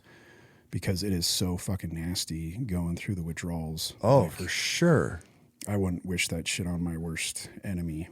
I've had some buddies that I've had some pretty deep conversations about like hardcore withdrawals, and that scared them more than to stop ever getting back into it just from the withdrawals. But then some people, you hear them, they're like, "Oh, I've gone through 20 rounds of withdrawals on hardcore over the years." You're like, "Oh my God!" It's just once. If that's your sin and it's got your hooks in you, I guess it doesn't matter. But so how long did this phase of pills, huffing air, all of this chapter last? This only goes for so long. So it goes from probably like late 2008 until February 2010. Okay. So the wife and I get in a huge fight. At some point, she has a suicide attempt where she takes a bunch of Xanax and goes totally unconscious, which is right in front of her son. And we've got her on the ground, like in front of the driveway, freaking with paramedics over her. She ends up going to the hospital. They never put her on a legal hold or anything, which they typically do for folks that make a suicide attempt. She comes back, and then, of course, the arguing and all that shit starts again. But while she was in the hospital, I started drinking again. I went down to the store, picked up some of the, I think at the time they had the drinks that were like energy and booze mixed together. Sparks. That's it. Yeah. Dude. Was it? It was like the orange and silver can. We used to drink that at work all the time. That was our go-to. We'd go get Sparks and tell all of our NCOs it was an energy drink. Dude. Yeah. And it was like 8% alcohol or something. Dude, you got tore up on a few of them. Yeah. They were god awful throwing those up. But yeah, Sparks was a staple back in the day. Yeah, dude. So God. So I start drinking, and then I'm also using pills and all that shit still. And I remember this just kind of came to me like a few weeks ago, but I remember being up in our bedroom and just being at like the lowest point ever where I just hated life. I had run out of narcotic pain meds. So I was snorting her Xanax in the bathroom. And I remember being so low that like I'd grown up in a family where we were Christian, but I just never gotten into it. And I got down on my knees and, dude, I prayed, like, God, if you get me out of this, like, I swear to God, I will never do any of this again. And at the time, like, meant it from the bottom of my heart, man. Like, I was struggling big time. And a couple days later, we get in a fight. She kicks me out. So I go to a motel room, get a gallon of freaking White Wolf for, like, Albertsons brand vodka. Got all my pills with me, and I'm like, this is it. Fuck it. And I just take all my pills and start drinking. Blackout. I remember trying to call like one of my buddies only because I remembered his phone number from childhood. Like I was calling their home phone. Yeah. Nobody answered there. And then I don't remember doing it, but I called my mom. And somehow they were able to figure out where I was at. Got into the hotel room, and I just remember a glimpse, just a moment in time, laying on the floor. I think the paramedics were giving me a sternum rub, and I opened my eyes and kind of came out of it for a little bit, and then it goes black. Then I end up waking up like 3 days later in the hospital. Man, got so lucky. So fucking lucky that I survived it because I'd taken a fuck ton of the clonazepam, Xanax. Damn. And then I don't know how much I drank. Enough. Yeah. So you're randomly calling your mom saved your life, and you never asked her how they tracked you down? No idea. The only thing I can think is somehow they transferred the fucking, because it was on a cell phone. And they were able to ping it, or somehow I was able to tell her. I don't know. Damn. But yeah. Okay, so now that was this rock bottom for you? Oh, fuck yeah. Yeah, that was. Because rock bottom always has a basement. Yeah. So once they stabilized me in the hospital, I'm at a civilian hospital. Then they transfer me to the VA, where they throw me on the 5th floor psych ward. And spend like 5 or 6 days there just detoxing from all the pills. They don't really give you anything or do anything to help you. They give you this pill hydroxyzine, which is basically Benadryl, and that's about it. And you got to ride it. Dude, it was the worst, like 5 or 6 days of my life, just going through those withdrawals. I just remember sweating through my sheets, like stomach cramps like crazy, throwing up, like shitting, like it's just so bad. Hell. But it was enough that like, dude, to this day, fuck that. I am never putting any of that shit in my body again. Damn. So since that suicide attempt, I've been clean and sober. And what year was that? 2010. Good for you. So 16 years. It Good was for 16 you. years in February. Yeah. Good for you, man. But it took like 90 days, probably like 3 or 4 months for that clonazepam to like clear my system. So you didn't have an urge for it anymore? I didn't have an urge for it, but my brain, I felt like I was living in a dream. Like I couldn't go outside my house because I would just have these extreme anxiety attacks. No shit. Yeah. And here the VA, bro. This is... I don't even know if I want to get started on that, but like they just force all this shit on us. And then what happened, Gabe? Right. Where did it all go wrong? Instead, nobody's ever sat down. Nobody's ever talked to you. No one's ever just got to the root of anything, taken the time to just listen and said, here's your prescription. I talk about it all the time, dude. I went to here in Boise, I went to the VA to do like my initial check-in years ago and saw the doctors, got poked and prodded, all that shit. And the last doctor was like, all right, here's your scripts. Go to the desk and pull a number and they'll give you what you need. And I'm like, what do you need? I'm like, I thought this was just I'm like, okay, whatever. I don't think anything of it. I go pull a little number and they call my name and I go up there and dude, this pharmacist Bags. 2, not full grocery, like a grocery bag, but paper bags, like a big lunch sack paper bag, 2 of them full. And they're stapled shut and they got the little thing on it. And I'm looking at these things and I'm like, I literally go, this is for me? Right. She's like, yeah, this is what the doctor's prescribed. And I was confused. I'm like, what the fuck? Like, okay. And I get in my truck, I throw him in my passenger seat. I walk in the house and the wife is like, give me him. Dude rips those bags open and she's like, nope. And we went through and started looking at the side effects and shit on that. She's like, oh, mace causes suicidal thoughts and tendencies. This one counters that one. This one causes gut issue. And we were just, I'm like, I'm better off taking this than I am now. Like there is no way, but a lot of guys just don't think. And there's like, oh, this is the VA. This is what they prescribe me. This is what I need to be taking because they say this is what I have to be on. And nobody's doing any evaluations on these guys. They don't even know what dosage they give us half the time. And you hear about these guys that are, it's just experimenting. It's all experimenting. And these guys go on these huge episodes, end up arrested in different states. We hear all the stories and then all come to find out like, oh, I should have been on 10 milligrams instead of 30. It took me 3 years to figure this out.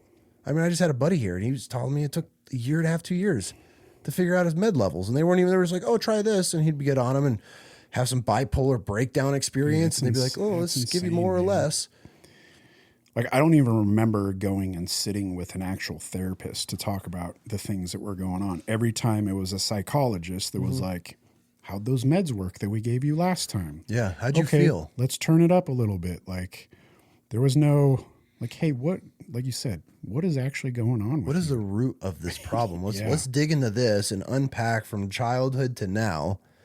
Oh, cool. Hey, here's some really cool programs that we can get you. And instead here's dude, I'll never forget my buddy. He got blown up, broke almost every body or every bone in his body. He's a paraplegic, Yeah. Severed his spine, but like the fluid didn't drain all the way. So he was paralyzed from, I think, belly button down, but he could still have feeling and some, anyways, I'll never forget going to his house and I needed something. I was like, dude, my back's sore. He's like, oh, I got something. He comes out in his wheelchair with a literally like a tote, a plastic bin, pops a lid on it. Dude, some of these pill bottles of like Narcos was like this. There's 200 pills in a bottle. He's like, what do you need? And he just poured them. He doesn't take any of them. He's 100%, but he keeps them. He's like, oh, I'm going to take all of them that they're going to give me. He's like, maybe one day I'll become a drug dealer, but he's like, I don't take this shit. But the amount that they would just send him, I'm like, who needs 200 narco pills in a month? But meanwhile, the VA can't send me some freaking pre-rolled joints or some edibles or give me a prescription that I can go over there and, oh, you have sleeping problems? Here's 6 different pills, but instead you can't just give me some sativa or some indica to go to bed at night. Yeah. Like, what's worse for these guys? I'm sure there's something going on with pharmaceutical companies and, there's no, I think that's 1,000,000,000%, dude. Yeah. That's why. I mean, imagine I've watched so many vets, especially being in the charity world, having our own organization for 12 years, watching how guys have gone through these recovery stages and getting involved deep into some of these guys' lives and watching them get on the more herbal side of medicine versus the pills. And It's night and day difference, man. It's You can't even compare the two. It's like, okay, if I'm just this retarded ass Marine and I can notice these veterans and how they're going from Ozzy Osbourne, pretty much drooling on themselves, can't even talk, all pilled out, long blinking. That's the healthy way from the VA. But this guy gets a weed pen and now he hits it every time his back flares up and he's like, I'm good, let's keep rolling. right. You're telling me that's a healthier benefit of giving these guys hundreds of pills, and not even a couple of pills. I mean, I've walked in guys' rooms in the morning and wake up on some of our trips. Same guy, the partial paraplegic, right. Jared. I want him on the show. He's an incredible story. I'll never forget the first time I ever went on a trip with him. I walked in his room in the morning, knocked the door, go in, see if he's up and moving, see if he needs help with anything. Dude, he's got 14 or 15 pill bottles all lined out with the caps all in front of him. And each cap had 2+ pills in it, 2, 3, 4 pills. Daily dose. He's like, oh, this is my breakfast. Bro. And I'm sitting there going, oh my.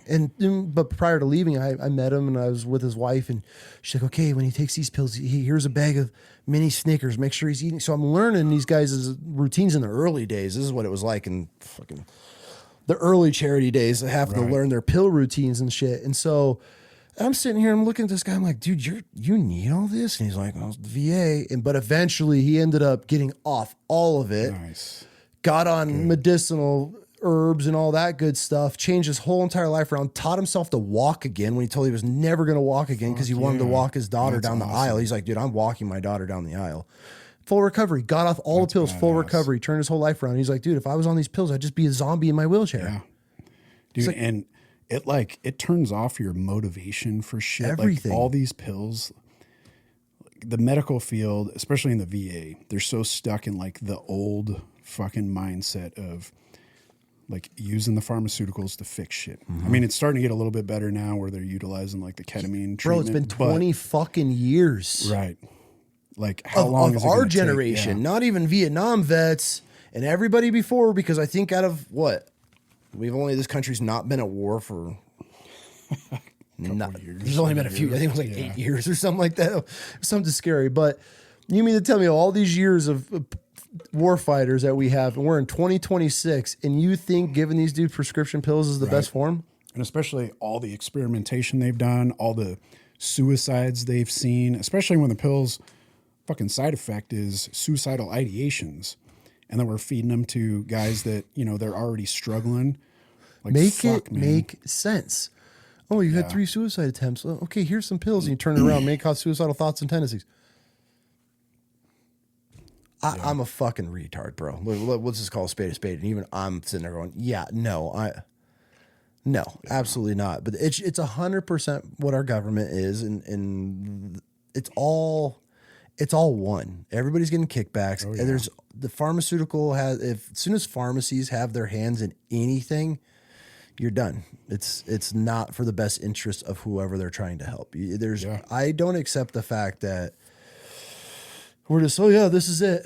Not all the years that we have and all the study and the case studies and the charities that are out doing the ketamine stuff now and the ayahuasca trips and getting guys into the mountains and all the other stuff that we have tons of case studies and research on and how it's changing lives. But meanwhile, here's 2 paper bags full of pills because the government says this is going to help you. And then now you wonder why there's more vets killing themselves. We've lost more vets. We had a guy on, his episode's going to come live. He mentioned, I wish I knew this. I haven't rewatched the episode yet, but he was stating the fact that the amount of suicides have overcome. He was showing me a chart. Like all the deaths in Iraq and Afghanistan now aren't even close to the suicide rates of so the suicide rates have surpassed what everything that we've lost. And I think it was like all the wars he was showing me. He showed me these bar charts and it was like deaths in wars and it was like suicide. Boom, just blew by it. It's like, insane, you mean to tell me as the government has our best interest, they're looking at that chart going, yeah, that makes sense. Yeah, we're losing more now. I don't know, man. I get so frustrated. That's why it's so hard for me to want to support and encourage young kids to get into the military. It's just because they truly, if you're a patriot, and I wouldn't even get deep into this, but like if you're a patriot and you truly feel when you want to defend and serve your country, dude, the military changed my life. probably set you on some paths and learned a lot from it. Oh, for sure. But it's like, know what you're getting yourself into. Know that they do not care. You are a number in the system, and when you get out, fuck, good luck. Yeah. They don't care. That's why there's so many charities having to pop up, because if our government truly gave a shit about the war fighters that are defending it. Oh yeah. That's where it's like, to me, it's like, we want to fight in the VA. We don't know what to do with the VA. We don't know how to take care of all these guys. Why isn't it if you just serve a certain amount of time, you automatically 100%? I don't care if you deployed or not. You serve your country for 8 years, cool. You get 100% rating the rest of your life. You get medical, dental. Everything's taken care of. Cool. You can go to any doctor with a VA card. That's your insurance card. Right. Taken care of. Yeah. So you can walk in any doctor at any point. Here's my VA card. Get seen, get taken care of. That way you're not waiting, making appointments. Dude, I remember I had buddies that were amputees and they're 6 months out to getting fitted on their prosthetics. Oh, yeah, just to see, like, I don't know what your experience was with the VA, but just to see a primary care doctor was like 90 days out. So if you want to see him because you got the fucking flu or something, like, all right, 90 days. Like, fuck, well, that's helpless. That doesn't help shit. But think about if you had a VA card, even rewind even more. Imagine if the military, you knew you served 4 or 8 years, whatever, you're going to have 100% retirement, or not retirement, but VA, served your company. That's your, hey, thank you for your service, right? Your pat on your back. Yeah. Imagine how many people would be signing up for the military just to have that benefit the rest of your life. Tax-free money, the rest of you're making almost $5,000 a month the rest of your life for just serving your country.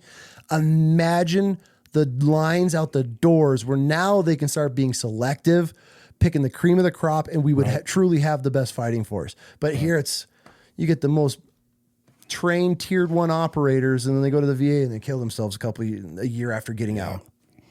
Well, and like the doctors, I don't know if you remember or had this experience, but all the doctors that I would see at the VA were like foreigners.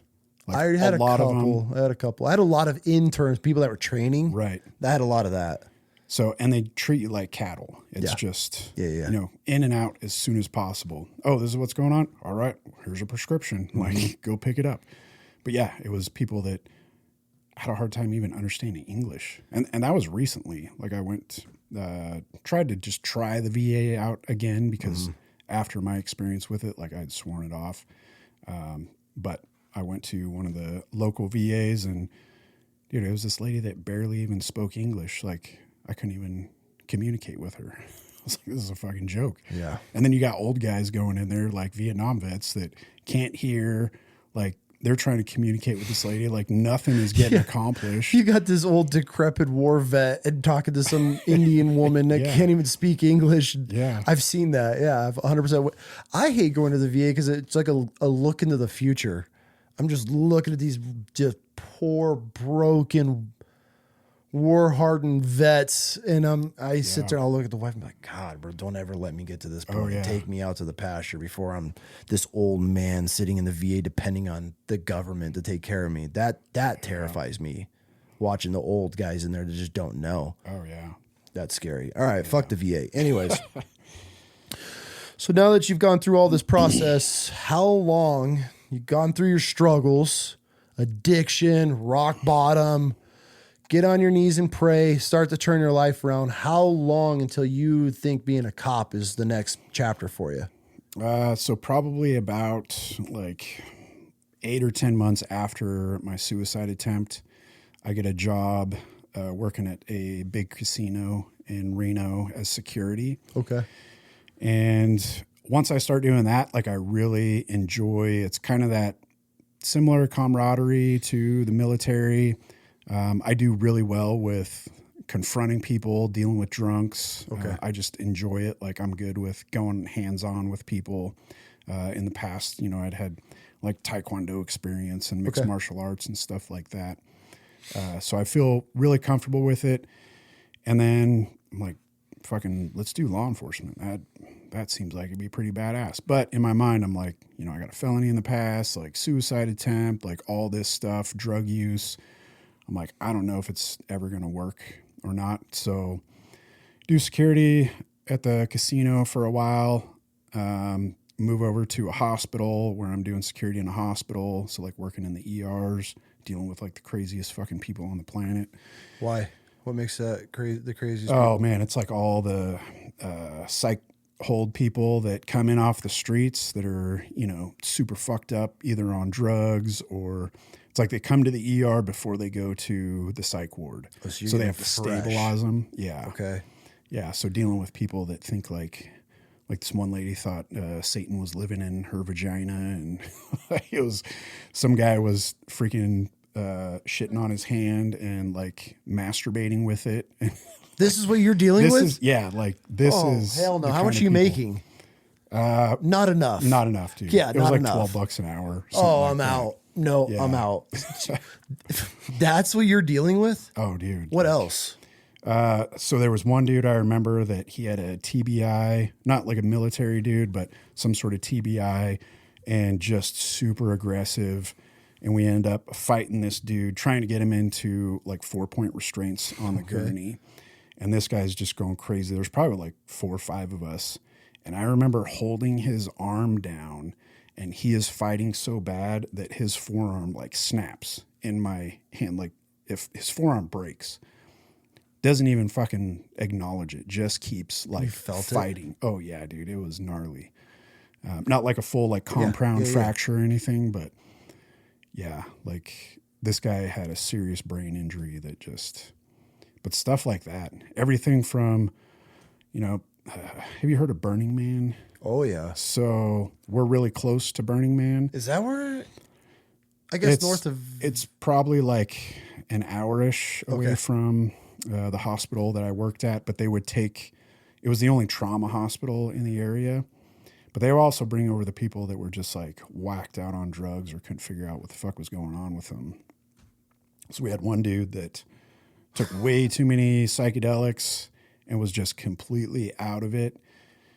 And the rooms that they have there they're like cement walls, and then they just have a gurney in the middle. And then there's, doors where they can come out, but we're sitting, we have to like watch, like keep them in the rooms. There's a lady in the room next to him that she's like, hey, I need to use the bathroom. And she's freaking out of her mind. So as she's walking to the bathroom, she's like dropping little turds, like she's shitting while she's walking. And the dude that they had brought in from Burning Man, he was from like Europe or something, like, had a European accent, runs out and picks up one of her turds and just throws it in his mouth and starts eating it. No. So they give him a toothbrush and he starts blowing on it like it's a harmonica, like just the craziest shit, man. No, dude. There's no money in the world. No, dude. Nurses. Oh, I felt bad for clearly nurses. Now security guards that work at hospitals. Saints. Dude, for what they have to deal with. Way worse, right? Like, I just need to get these people in restraints and get them controlled where, like the guy that's rubbing shit all over his body, the nurse has to take him to the shower and fucking clean him off. Like, fuck that. Catheters, that type of shit, no way. Yeah. So, yeah, end up doing that for a while. Do pretty good at, like, end up being a supervisor there. But meanwhile, I'm testing for every agency in the area. Okay. And end up testing for like 5 years because they had, I think it was after 2008 or 2009, kind of like the market crash. A lot of the departments had hiring freezes. Okay. So then they were only hiring like 1s and 2s. So you had like 500 to 1,000 people applying, and they're just looking for 1 or 2 to put in the academy. So then finally in 2016, I get picked up by the Reno Police Department. And it was like one of those, hey, man, we need you to come in and do all the psych tests, freaking go through the backgrounds. You got 2 weeks, and then we're throwing you in the academy. If you can't pull it off, like, then. Next. Yeah. Okay. So within 2 weeks, like, I was in the academy, and yeah, it was freaking surreal to me because I was like, how's this fucking happening? Like, I'm had a felony when I was a juvenile, been a drug addict, an alcoholic, like, and then to be sitting in the academy, I was always waiting for someone to come in and like snatch me out and be like, oh, sorry, we made a mistake. Like, yes. Didn't know how you slipped through the cracks. Here, man. Yeah. No. Never happened though. And academies are usually pretty lengthy, right? 18, 20 weeks or something like that? It was about 5 months. Okay. Yeah. So the whole entire time were you just stressed out thinking that they're going to find out who you're past and kick you out of the academy? Because I had seen them come in and grab people and then they just never show back up. Never find out why. Okay. But I was like, fuck, man, I'm going to be one. Like, there's no way. But. So you make it through the academy. Now you're a police officer after all these years. Do you remember your first day on the job? I don't remember the first day of like training. I remember the first day on my own once I got out of, because we had a 16-week, ours was like a PTO, patrol training officer or something like that. Okay. But yeah, first day I get called. I'm supposed to go in at, I want to say it was like 2 p.m. I was on a swing shift and they call me in the morning. They're like, hey, we need you to come in early. So started at like 10 o'clock in the morning and like nothing crazy that day. My first call was some homeless dude that was sitting outside of a shopping center that someone just wanted him gone. That was it. You're like, here I am. This is it. Yeah. And of course he's crazy. So having a conversation with him was pointless, but yeah, you just end up shooing him off and go on to the next call. As a cop, how hard is it dealing with the homeless? That's one of the most difficult part. Like for me, I would always try to talk to them, like ones that seemed like they were somewhat sane and had, at least some competence about them. I would always try to talk to them and be like, why are you in this position? Like, do you want to change? A lot of them just get comfortable in that lifestyle and they're okay with it. And a lot of it due to like drugs, mental issues, just being addicts. And then, the other part of it is the mental health, right? A lot of them have schizophrenia or bipolar and they just won't stay on their meds. And then they use like meth to self-medicate or alcohol to self-medicate.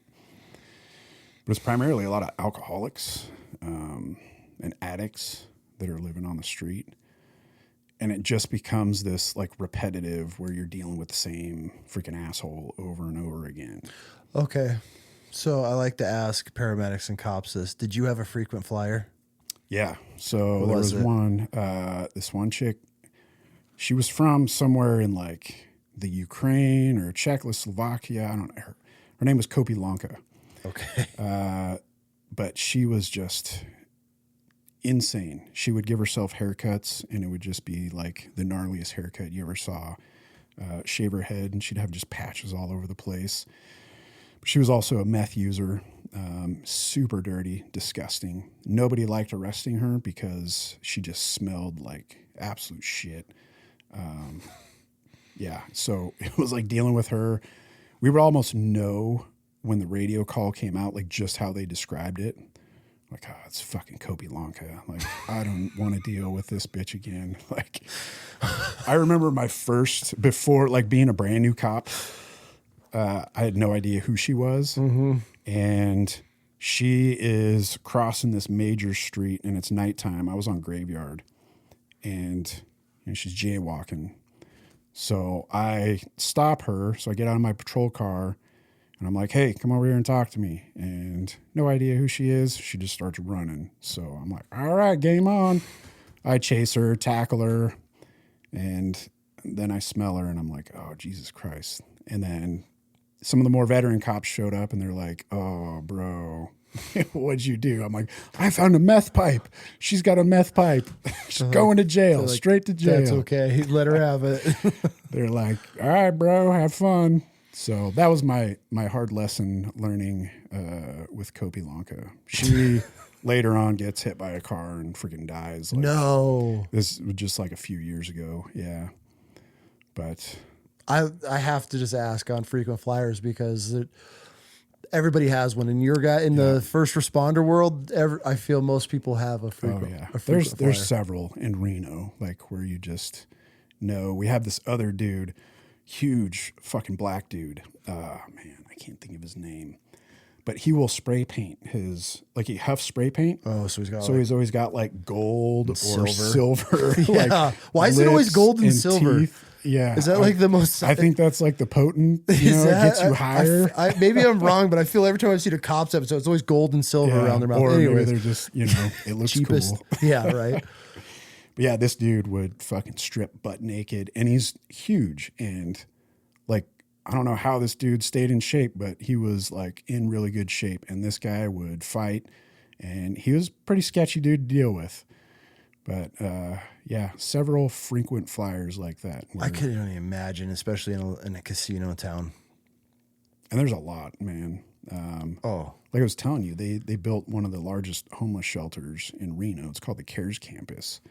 And my wife, who's a mental health professional, had done a tour of the CARES Campus.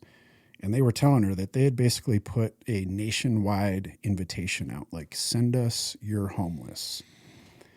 And I imagine there's some sort of federal funding that the city gets, right? 100%. Like the more homeless they have that sign their name to the freaking book, they're getting more money. But nobody wants to stay in these shelters because people are getting robbed, sexually assaulted, beat up. So they all come to live in the shelter, but then they end up on the street, just living all over the place. So the streets are safer than the shelters for these homeless people? Oh, yeah, 100%. How does that make sense? It's like this Nick Shirley shit where he's like outing these daycare centers. They just slap a name on it and get federal funding, and they do not care if there's bodies in the seats or not. Like, doesn't matter. Like, who's getting that money and where the fuck is it going? Because someone is, pocketing that shit. They're making a fuck ton of money off it. And then they're just enabling, and then now you guys as a cop are just having to come in here and clean it up. Oh, yeah. Like, they would set up these huge tent cities along the railroad tracks, and then we'd have these ops where we would just have to go in and clear all these people out. And we would get, like, all the homeless now, they've got, cell phones. So we get calls on 911, like, hey, the blue tent, like 3 doors down, there's a domestic going on. Like, the homeless people are calling you on other homeless people? Oh, yeah. Yeah. Wait. All the time. Have their Obama phones or whatever it is. Like, yeah. That's hilarious. But they were very like innovative too with their tents. Like some of these people would have like doors, like actual doors set up on their shelters that they build. Run to them from somewhere. Yeah. And then you'd have other times where they're running like, propane burners or whatever, and their freaking shit burns down with them inside of it. Like, it's gnarly, man. That lifestyle is just, I'll never understand it. The homeless lifestyle? The homeless lifestyle, yeah. Yeah, I watched a documentary with this young guy, and he was trying to help these teenagers like in Long Beach and Cali somewhere try to get off the streets. And he was doing everything for them. He even invited them into his home, a couple of them, just to get them clean. Wow. And every single time, man, straight back to the streets. Yeah. Straight. And he was doing everything in his power. He documented this whole entire journey of getting in with this group of these young, I don't want to say young teenagers, but late teens, early 20s that were all, using and living that life. And he built this relationship with them. He's like, just come in and get clean, and one of them was pregnant at one point. And they all end up right back on the streets. He'd disappear for a month and he'd find them back down Skid Row again. Yeah. It's a mindset, but at the same time, what chemical imbalance is off in this person to where they think, okay, yeah, the streets that's where they want. That's a better option. Right. I'd rather be on the streets. I'm more comfortable there. Like clearly, there's a chemical imbalance that's off. Well, I think for a lot of them, like that's the place that they can do their fucking drugs or drink and be free. It's okay. Yeah, like nobody's messing with them. All you got to do is worry about the next fix. Yeah. God, dude, what a life. But then others, like, I think that becomes their lifestyle. Like, they're just comfortable in it. Mm-hmm. Like, the idea of living in a structured world and, like, having a job and doing all that, like, terrifies them. They just don't want to do it. I don't know if it's laziness or they just they would rather be on fucking drugs. I don't know. That's okay. So as a cop, in dealing with the homeless, did you ever come across somebody that legitimately wanted to get help and change their life? Do you ever deal with that? I had like ones that would talk about it. But I don't, there's none that I can really think of that. No, that's not so as far sad. as like homeless and like turning it around and making a better life. No. And part of it, like after a while, you start to get so jaded with dealing with the homeless that it just, you stop caring. And that's the shitty part about it, right? Like it's just hard to care about all the people that you're dealing with because it's exhausting. Oh, I could imagine. You know, kind of like you were talking about with your charity, man. Like taking after everybody's a while, burdens on. especially when you're seeing the same people over and over again, it just gets frustrating. You're like, fuck, man. Like, what's it going to take to get you to straighten up? But and so as a cop, I mean, it's probably hard for somebody to hear you say, you just get over the homeless. Like they're just a problem, but you're living in it all day, every day. It's just like these paramedics that are dealing with these fentanyl overdoses in the streets. They're literally Narcaning people 2 or 3 times in a day, the same person. And I've talked to these, I've had them on the show and they're like, yeah, but it's just part of the job and you become numb to it. So then you're kind of taking a different approach in the not so, I don't want to say inhumane way, but I would look at somebody, a bunch of cops coming in and tearing out these homeless camps and be like, damn, bro, that person's already at rock bottom. Like, do we got to fuck with them? But here you are, you're like, bro, we've dealt with this dude for the last 3 years straight. And he's caught this guy on fire, burglarized this car. You got a rap sheet of these individuals, but we look at it from, you know, the human compassion side of things. But here you are living in the trenches with it. And it's a completely different world for you. You just get numb to it, man. Like, because it becomes the norm. It's hard to, or I wouldn't say it's hard to have the compassion. You just kind of lose that compassion for them. Because you dealt with it so much that it's just like the frustration. Probably like a nurse dealing with a child coming into the ER. I mean, I'd lose my shit over watching some innocent child, and they're just like, another day in the office. Yeah, it's the same concept in a way where you still care for the human, but it's just, you know, the outcome and that they're not going to change no matter what, and how much you sit and talk to them and give them resources, and then if the resources are even working, because we're just providing needles and everything else for them now to keep them in this state. So, and then it just becomes the job, you know, this is what we do. And it's, you know, okay, arrest this guy. Is there even a point of arresting homeless people? So the homeless, like, I would try to avoid arresting them because a lot of them, they'll try to get arrested just to go to jail for you know, 3 hots and a cot. Like, especially when it's cold. Reno, it gets really cold in the wintertime. So they will intentionally go into like casinos or different places to get trespassed and then refuse to leave so that they get arrested. You know, it's a whole little cycle they have little going dog and on. pony that they do. Yep. Okay. And if you don't arrest them at one casino and you try to cite them and send them on their way, like, they're just going to the next casino, wait until security calls on and gets arrested. So it's like one of those, like, you end up arresting them anyways. Yeah. And it just becomes frustrating. You're just like, damn. But I will say, so I hated working downtown because that's a lot of what you work with or deal with downtown is like the homeless. Yeah. But then when I would work like the north or the south, then you're dealing with more like the family stuff. Okay, domestic stuff. Yeah, domestic stuff or burglaries, stuff like that. Got it. And for me, like with my background, like from where I'd come from, I was 36 years old when I got hired on. So I had a little bit of life experience and I'd been in a lot of these people's shoes. So like I was able to have that compassion for them and be able to like talk to these people. And like one of the most fulfilling part of the jobs for me was sometimes the folks that I would arrest and they would legitimately want to change their lives. Like it was one of those I didn't have a choice to arrest or not. And having those talks on the ride up to jail, you know, just telling my story a little bit and being like, listen, if I can do this, if I can pull myself out, like you can do this. And some of those were, like I said, some of the best times I had in law enforcement, because there were success stories that I saw come out of those. So you take a guy like you've been through the trenches, from addiction, losing it all, suicide attempt.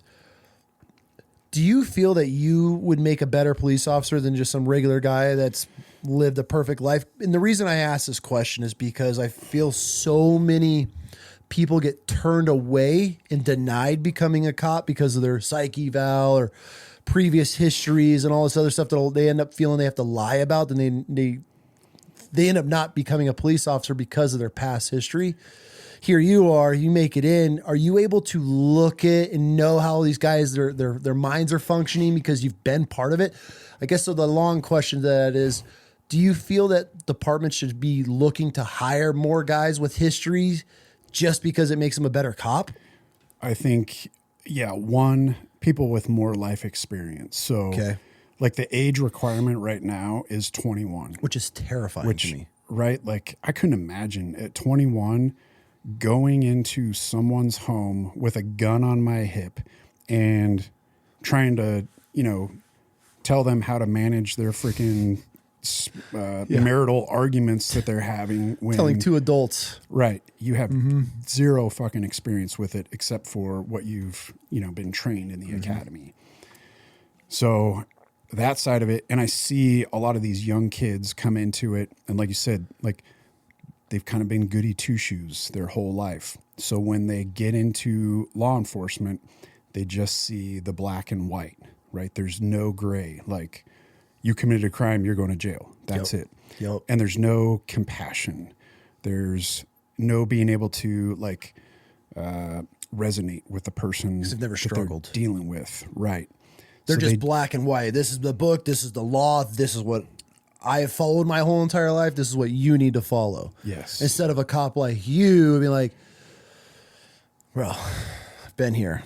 How are we going to get through this? And that's why I wanted to ask that question, is because I look at a fish and game officer. If you took here's a perfect example. You look at these poachers that they're catching in Africa, then they're turning them into fish and game or wardens.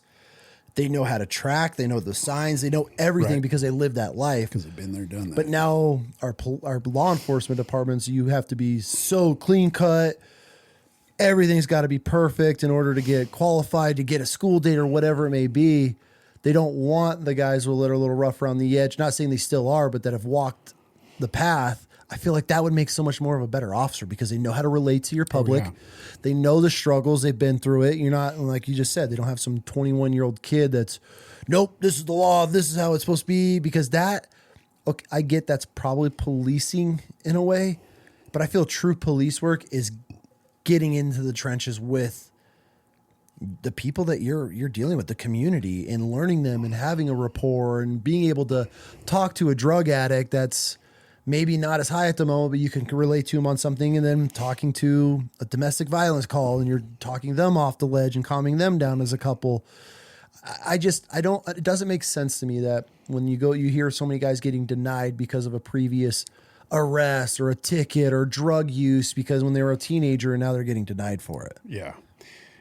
So for me, I know that all those things that I did made me way better at my job, not only with just the compassion side and being able to kind of put myself in their shoes, but also like the criminal side of things. Like I was really good at catching stolen cars. I was really good at finding guns and drugs. Because you know where people are hiding it. You know how I know mind the way is thinking. people think, right? Because I've been there, done that. Yeah. So, and I've also, had all the excuses that they use and the Tell different somebody's things lying that they to say. you. Right. Okay. So I can pick up on those things. Yeah. Where, these 21-year-old kids, like they don't get it. Eventually, with enough time on the job, they're going to figure it out. For sure. But the downside I see also to these kids getting into law enforcement super early, never really had any life experience or been in any kind of like hard times in their life. Those are the ones that later on down the road, they start kind of getting that like complex, that authority complex. They get promoted. And then these are the guys that are doing the naughty shit. Like the sexual harassment stuff, or doing stuff. They've never experienced like getting into drinking, right? So that's just like the military. Alcohol is very predominant in first responder, law enforcement community. And then these guys find out later on in their law enforcement career that they end up becoming alcoholics, the domestic stuff. But it's tough, man. I would say upping the age to at least 25, to where these guys are getting a little bit more life experience, because it's really tough to just say like we can only pick up people with, some sort of. But upping the age so that there's more life experience. It's 25 or 28, because 21, man. You're a child. Yeah. I mean, then just look at us, though. We were 18 years old and getting our asses shipped all over the world to go fight a war. But still, even at 21, like... Ain't no shit. Especially for us dudes, like... You look at a 21-year-old, though, in the military, that's a crusty son of a bitch right there. A couple deployments back in our day. When I was a salt dog. And you look at a 21-year-old... They're still not making good decisions most of the time, like in their life outside the military. Yeah, 21-year-old war veteran versus a 21-year-old cop is night and day difference. Yeah. I would probably go to guess. I have a question for you. Tasing. I watch all these videos and these cops, get on the ground, get on the ground, get on the ground. Why are cops just not tasing every son of a bitch after they tell them once or twice? Like, it's a standoff. Like, you have your taser out. What is there repercussions? Why do cops not just tase everybody? So I would guess for those guys, it's fear. So one, they've never been in any kind of physical altercation in their life. And then the tool comes out that they see as, a way to avoid that physical altercation. But then they're scared of, if it doesn't work, I'm going to have to fight this guy. Like in my 9 years, I pulled my taser twice. I shot it once. And after I shot it and it didn't work, I was like, fuck this. I'm not even going to waste my time pulling it out. Like, I'm going hands on. I'm taking these guys to the ground. But guys are not getting enough training just in the academy and like our in-service training to know how to go hands-on. And a lot of guys get into the job, guys and gals get into the job. And once they have passed their 1 year like probation period, they just kind of settle in and they're like, I don't need to do anything else. No more training, no more, like learning jujitsu, or just like, it's not going to happen to me mentality. How is that not a standard across our nation, that all of these departments have some sort of weekly training rolling? Why not an hour after work, hour before work? I know that sucks. So the last thing you want to do is come in an hour early or stay an hour later, especially being a cop. Maybe it's part of the shift, and we're putting, especially women to me on the streets by themselves, I think is the most asinine thing ever that you can ever ask anybody to do. And I'd love to get your opinion. If I'm an asshole, I'm an asshole. It is what it is. But I just look at this woman. I'm like, what are you going to do against a guy that truly is not going to go back to prison? Twice her size and freaking high on drugs. And you've never been in a fist fight. You don't know basic jujitsu, ground disarmament, any of this stuff that just basic skills that I feel every cop should have. And then you watch these videos, it's like one guy beating up on like 4 cops. Yeah. I'm sitting here going, what is going on? How is this even a thing? And it's embarrassing. So, and I would say it comes down to the staffing levels. They are avoiding pulling people off the street to get them that extra training because they need people on the street. I 100% believe that it needs to be mandatory. The defensive tactics stuff, it should be at least every week or every other week, because at this point, like my department, we do it once every quarter and it's 2 hours, and you are with a training partner that's another cop, and you just go through the motions. And the stuff that I have trained in defensive tactics for law enforcement, I have never once used on the street. Absolutely. I have used the stuff that I have learned in jiu-jitsu. I've used the stuff in mixed martial arts, like wrestling, all that stuff. The stuff, well, they're starting to get more into the jiu-jitsu style training now, which is good. But doing 2 hours of it every 3 months, 8 hours a year. you're not going to get that to where it becomes muscle memory or just you're able to do it, in those high stress intensity moments. Yeah, when your life depends on it and you're in an alleyway by yourself and you got a dude that's on top of you beating the shit out of you, like, Yeah. you're going to think, oh, break the wrist, I'm going to control the arm. No, you're fighting for your life at that point. If you don't have the skills to fall back on, you go straight panic mode. I mean, there's 100%. thousands of hours of footage. Oh yeah. Showing and all this. Man, if that's not like enough right there to watch all those videos of, like you said, multiple cops on one dude that just clearly, these fucking cops don't know what they're doing. They're scared and they don't want to go hands on with people and they're getting their ass beat by one person. Yeah. That should be enough when you go home at night to be like, I need to start fucking training and learning to, one, like defend myself, to be able to detain someone and be able to handle them appropriately. It's just crazy to me to think, okay, you're a cop.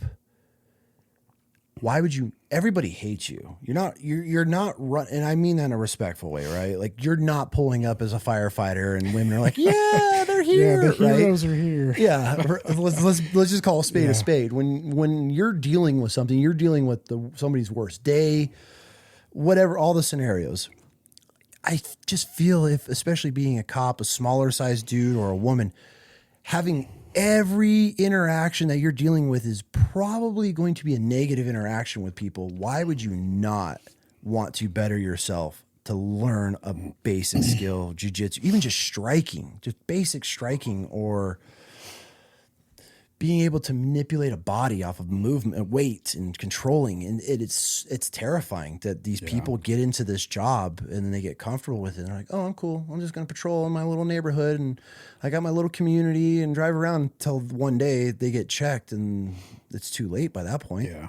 And the only thing I can think that, is in their mind is that it's not going to happen to me mindset, or just the laziness of, I'm too tired after work. Yeah. I don't want to do this. I don't want to train, or, days off. I don't want to be doing something related to work. But I think really more it's that mindset of like, it's not going to happen to me. Yeah. Now, I will say with the females, like, there are some females that I work with that are legit when it comes to jujitsu and like handling people. Okay. My business partner, Amanda, she's freaking amazing with the firearm side of things. Always in the gym, does jujitsu. Good. Like, very small female, but she can handle someone if she needs to. Good. I would say a majority, they don't do the things that they need to be doing.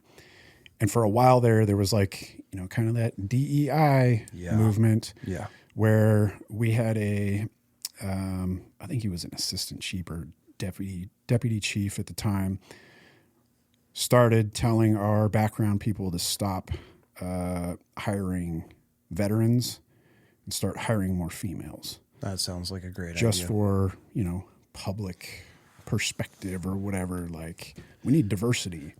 And the idea too about the veterans was we were coming in with this like militaristic mindset and we're too rough on people. And I'm like, bro, that's what I want. This is fucking law enforcement. Like, we're dealing with the worst of the fucking worst. If I am a civilian in this community, I would want a bunch of war vets. Fuck yeah. Patrolling my streets and being able to snatch dudes up when they need to. Granted, are they being tyrants and shit? Yeah, anybody can be that, veteran or not. Yeah. If you're an asshole, you're an asshole. But I would want my kids out on that road knowing that if a cop rolls up, he has life experience. That would make more sense to me than some DEI hire, that we need more women in the streets because it makes us feel safer. Well, do a better job. It's the perception, right? Not even like that it makes us feel safer. It's just the perception of looking like we have women out there. These guys are so cool. They hire, a majority of them are women. That's great. But the reality, like, law enforcement is such a fascinating world, and we haven't even gotten into like the corruption of side yet, and then the admin, because I get crucified on this. I've gotten roasted from law enforcement and civilians. The civilians is just meh to me because they don't know when it comes to this. And I've stated this before and be talking to a lot of talking to a lot of law enforcement officers, how they feel that their admin is more dangerous than being out on the streets. And cops, they lose their shit when I say that. But I'll have we have hundreds and hundreds of applications of law enforcement officers because they agreed. Like, dude, my department turned on me. There's so many of these stories, and it's like, well, how are we to that point that cops are now more scared of their admin and the repercussions of doing their job, which is causing them to hesitate, which is causing lives to be lost because of their admin. They don't trust their admin and getting turned on. And that, to me, how do we have a society where we trust and depend on our law enforcement, but our law enforcement is too scared to react, to go hands-on, to draw a weapon because of the repercussions due to the administrative side of things, when the corruption and the kickbacks and whoever's leading and pushing their agenda onto chiefs that trickles down to you guys. Like that to me we're never going to get anywhere and fix any problems as long as this is happening. No, and what's insane is like it is departments nationwide, that it's the same culture everywhere. Where, I put that post out, and what 200 post? plus. The post. So when there was the stuff that happened with Reno Police Department. Let's just dive into it then. Okay, so that way everybody knows. Yeah. I guess we'll just hard right here. What the hell's going on in the Reno Police Department? Like, the chief just got let go along with 5 other her staff. There's all kinds of corruption coming out. Today's your last day of being a cop, so that's why you're here, because we're going to talk all about it. What the fuck is going on in Reno? So basically what happens is the chief and 5 of her command staff, which is like the main high-level folks. Lieutenants and stuff? Running all captains, assistant chiefs. Got it. 5 of them, so 6 total. All get put on administrative leave or suspended. So none of them are actually fired at this point because there is a union, and the union is pretty strong.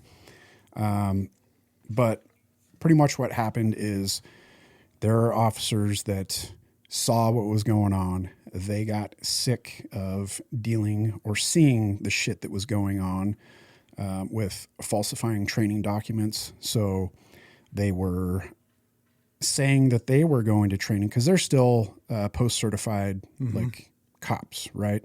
So they still need to go do their firearms training, their defensive tactics, all this stuff. Apparently they thought they were too good for that, and they just falsified their own documents saying that they were going and doing these trainings. Okay. And like, how fucking lazy is that, right? We only do it once every 3 months, and it's, maybe 2 hours of range time, 2 hours of defensive tactics. Like, the reality is there's still a cop, and if shit hits the fan, like, they should be out there on the front lines with the guys. They're forging their own certifications is what they're doing. Yes. Okay. Saying that they're completing these trainings so that they can remain post-certified. Got it. And I don't know all the specifics behind it, but I imagine because of the way that trainings had been recently, before I had left, there was way less training for the officers, like patrol officers, than there had been like a couple years ago. So I'm curious if they were actually falsifying documents also saying that officers were doing the standard training that they should have been, but instead they're just keeping these guys on the street so that we've got more cops on the street. Oh, because I'm sitting here thinking, I'm like, okay, they falsified their range time. Is that big of a deal to get relieved of command or put on investigation? So that's right just now? one part of it. Okay. Right? This is why I'm asking, because you say that, I'm like, okay, that's some grimy shit, but I probably would have done that in the Marine Corps to get off and go into the range and being gone for a couple weeks. But is that worth being relieved as a captain? I mean, I guess you there's got to be more to that. So, and I would say on that point, like in this job, the way that I look at it, right? Like being a police officer, we have to have that integrity. Like Military, yeah, we're going to fuck around and do stuff. But as law enforcement, like the public depends on us to have integrity, to do the right thing. For sure. So they should be doing the shit regardless. Oh, yeah. I agree with you. The other part of it is officer rights violations. So kind of what I've seen in my time is it starts with supervisors seeing officers that they can start grooming into being in the supervisor roles, guys that are yes men, guys that I've heard this before. don't go against the grain, Okay. guys that won't cause problems. So then the higher ups can continue doing the bullshit that they're doing with no pushback. So they're grooming these guys that are, you know, for lack of a better term, they're just weak when it comes to, For sure. you know, having their moral values and standing up for them. And on the other side of that is you've got the guys like myself, some of my coworkers that we voice our opinion. We talk about, you know, we call out the shit that we see that's wrong. I don't have a problem calling out a supervisor when shit is done incorrectly. For sure. You shouldn't. But then what happens to guys like us is we get a target on our back, to where it's harder for us to get into special assignments. It's harder for us to get promoted. I've had multiple supervisors since I've been there that have told me after interviews for assignments I was trying to get into, hey, Gabe, you should probably just learn to shut your mouth and play the game. Oh, okay. Yeah. And that, when I heard that more than one, like the first time I heard it, I was like, what the fuck? And the game is being a yes, sir. The game is being the yes man. Okay. Freaking doing what you're told without having any talk back, without going against the grain.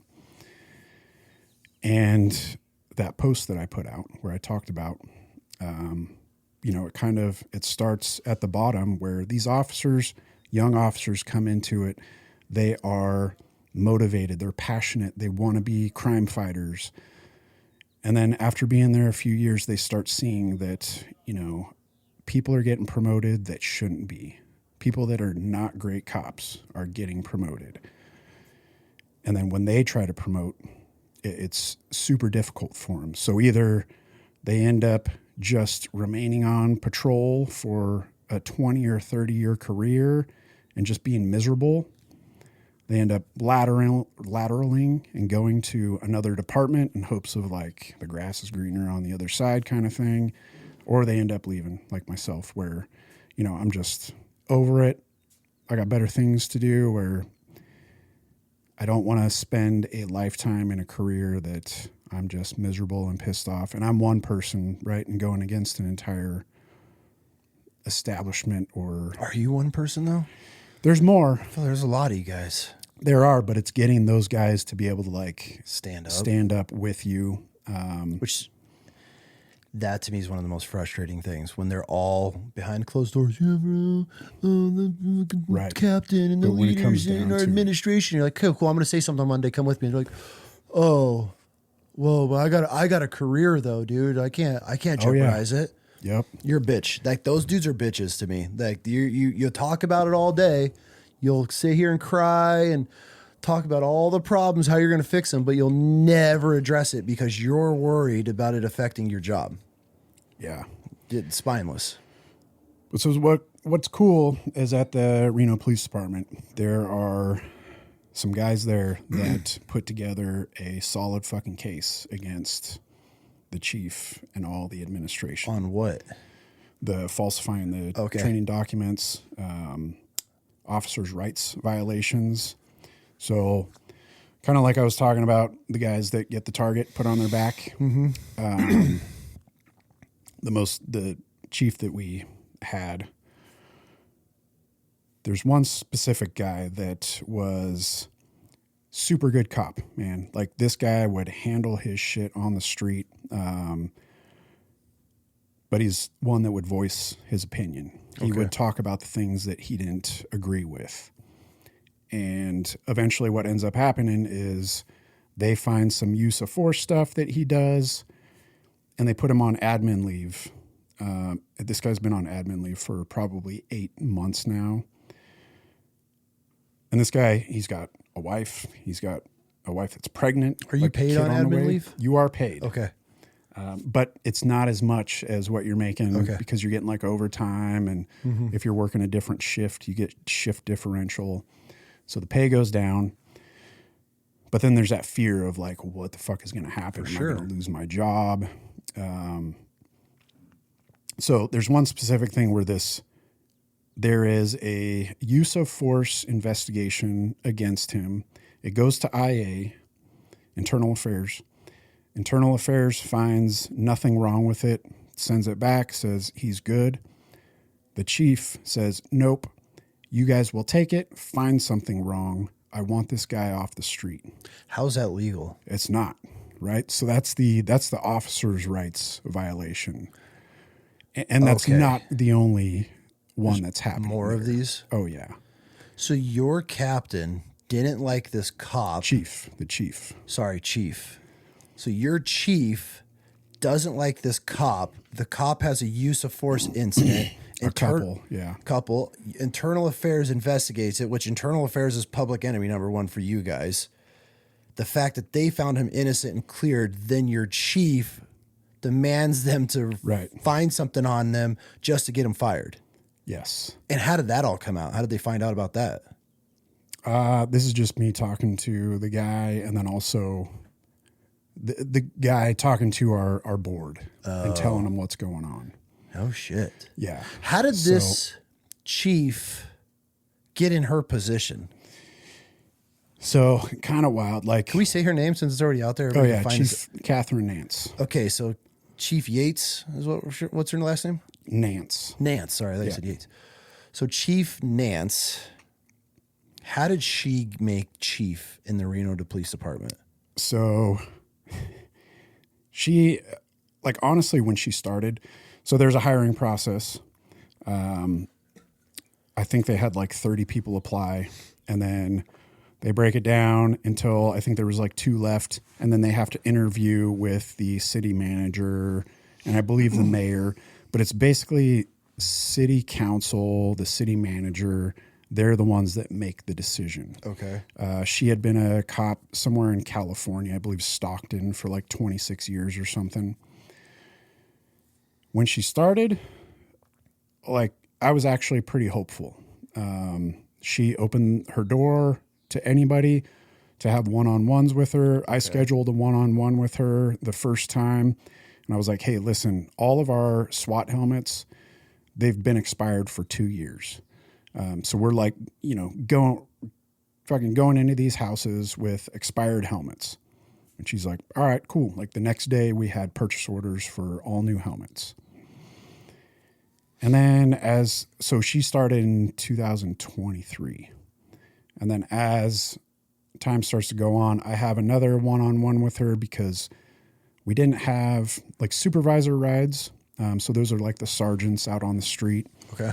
We should have what we call EAT gear. So emergency action teams, where we have a ballistic shield, a ram, maybe a Halligan, something to get in a door, 40 millimeter launcher for like less lethal rounds. For gas and stuff. More for batons, rubber batons, the and sponge bullets? rounds. Okay. Yeah. Bean bags and stuff.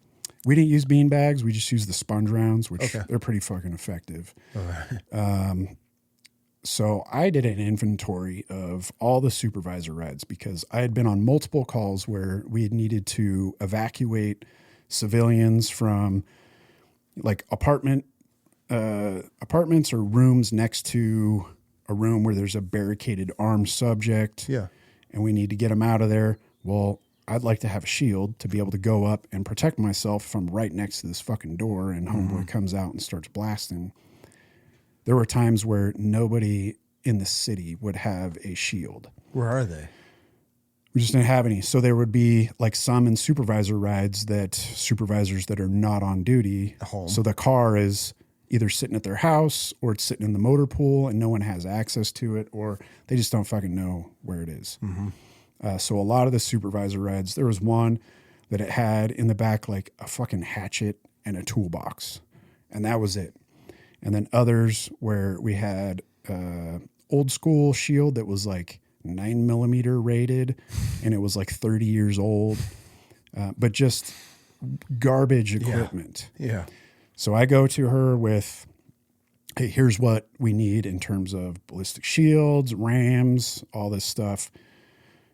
And we need them like ASAP because we are evacuating people. Like we get critical incidents in Reno regularly, barricaded armed subjects where it's in an apartment complex or a hotel and we have to evacuate people. And yeah, we can use our body as a shield for these civilians, but I want to fucking go home at night. And I don't want to put my body in between a civilian and a fucking armed suspect if I don't have to. If I can have a ballistic shield, I want it. So I gave her a list of all the shit and nothing happens. Maybe a year later, we ended up getting Rams for all of the vehicles, but that was it. How long into her term as chief when you started seeing things start turning? It was probably like a year. That quick, huh? Into it. Yeah. Damn. Yeah.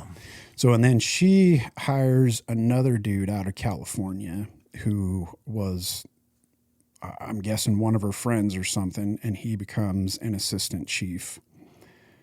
This guy, you know, he's claims to have been SWAT and all this stuff. He starts getting his hands in the canine side of things. He has a buddy that he knows that trains canine units.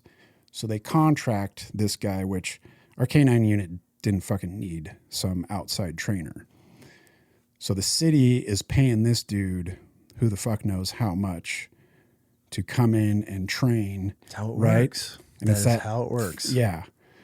So, and there was huge issues with the canine unit. Like these guys absolutely hated these fucking trainers that were coming in. Like some of the stuff was crazy to hear, but this guy had to have been like pocketing some of the fucking funds. Oh, he's getting a kickback for sure. Yeah. Yeah. Okay. So as a law enforcement officer, if our biggest problem is the administrative side of law enforcement, the chiefs and captains and everything else, how do we ever make a difference and make our actual street cops better if whoever's in charge of them is corrupt? There's too much politics involved in policing. Like the mayor and the city manager, they have too much influence on what happens in police departments. So, example, the previous chief, the chief that was there when I first got hired, this guy was a detective and had ties to the mayor, rumors of him sleeping with her. So he's a detective. The chief spot becomes available. Just like in the military, there's a structure of rank. Okay, detective is basically the same as patrol officer in our department. Okay. So has no leadership experience. The mayor and the city manager promote this guy from detective straight to chief of police, even though he doesn't have any of the qualifications. In order to be a chief of police, you need to have a bachelor's degree. So they just called him the interim chief. But is he getting paid as one? Oh, yeah. Shocker. Until he completes his bachelor's degree, which he does at the same time. And then finally, I think in 2018, they're like, oh, now he's the actual chief of police. So going back to it, like the politics, city council, these mayors, they don't know what the fuck goes on in policing, but yet they have their hands in everything, all the stuff that's going on, and they're influencing policy. They're influencing the things that, you know, the street level guys, it's impacting them, the way that they handle stuff on the street. So, yeah. And that chief of police that I'm talking about, like this dude, I remember it was when they had hired Nance, but she hadn't started yet. And he was still the chief.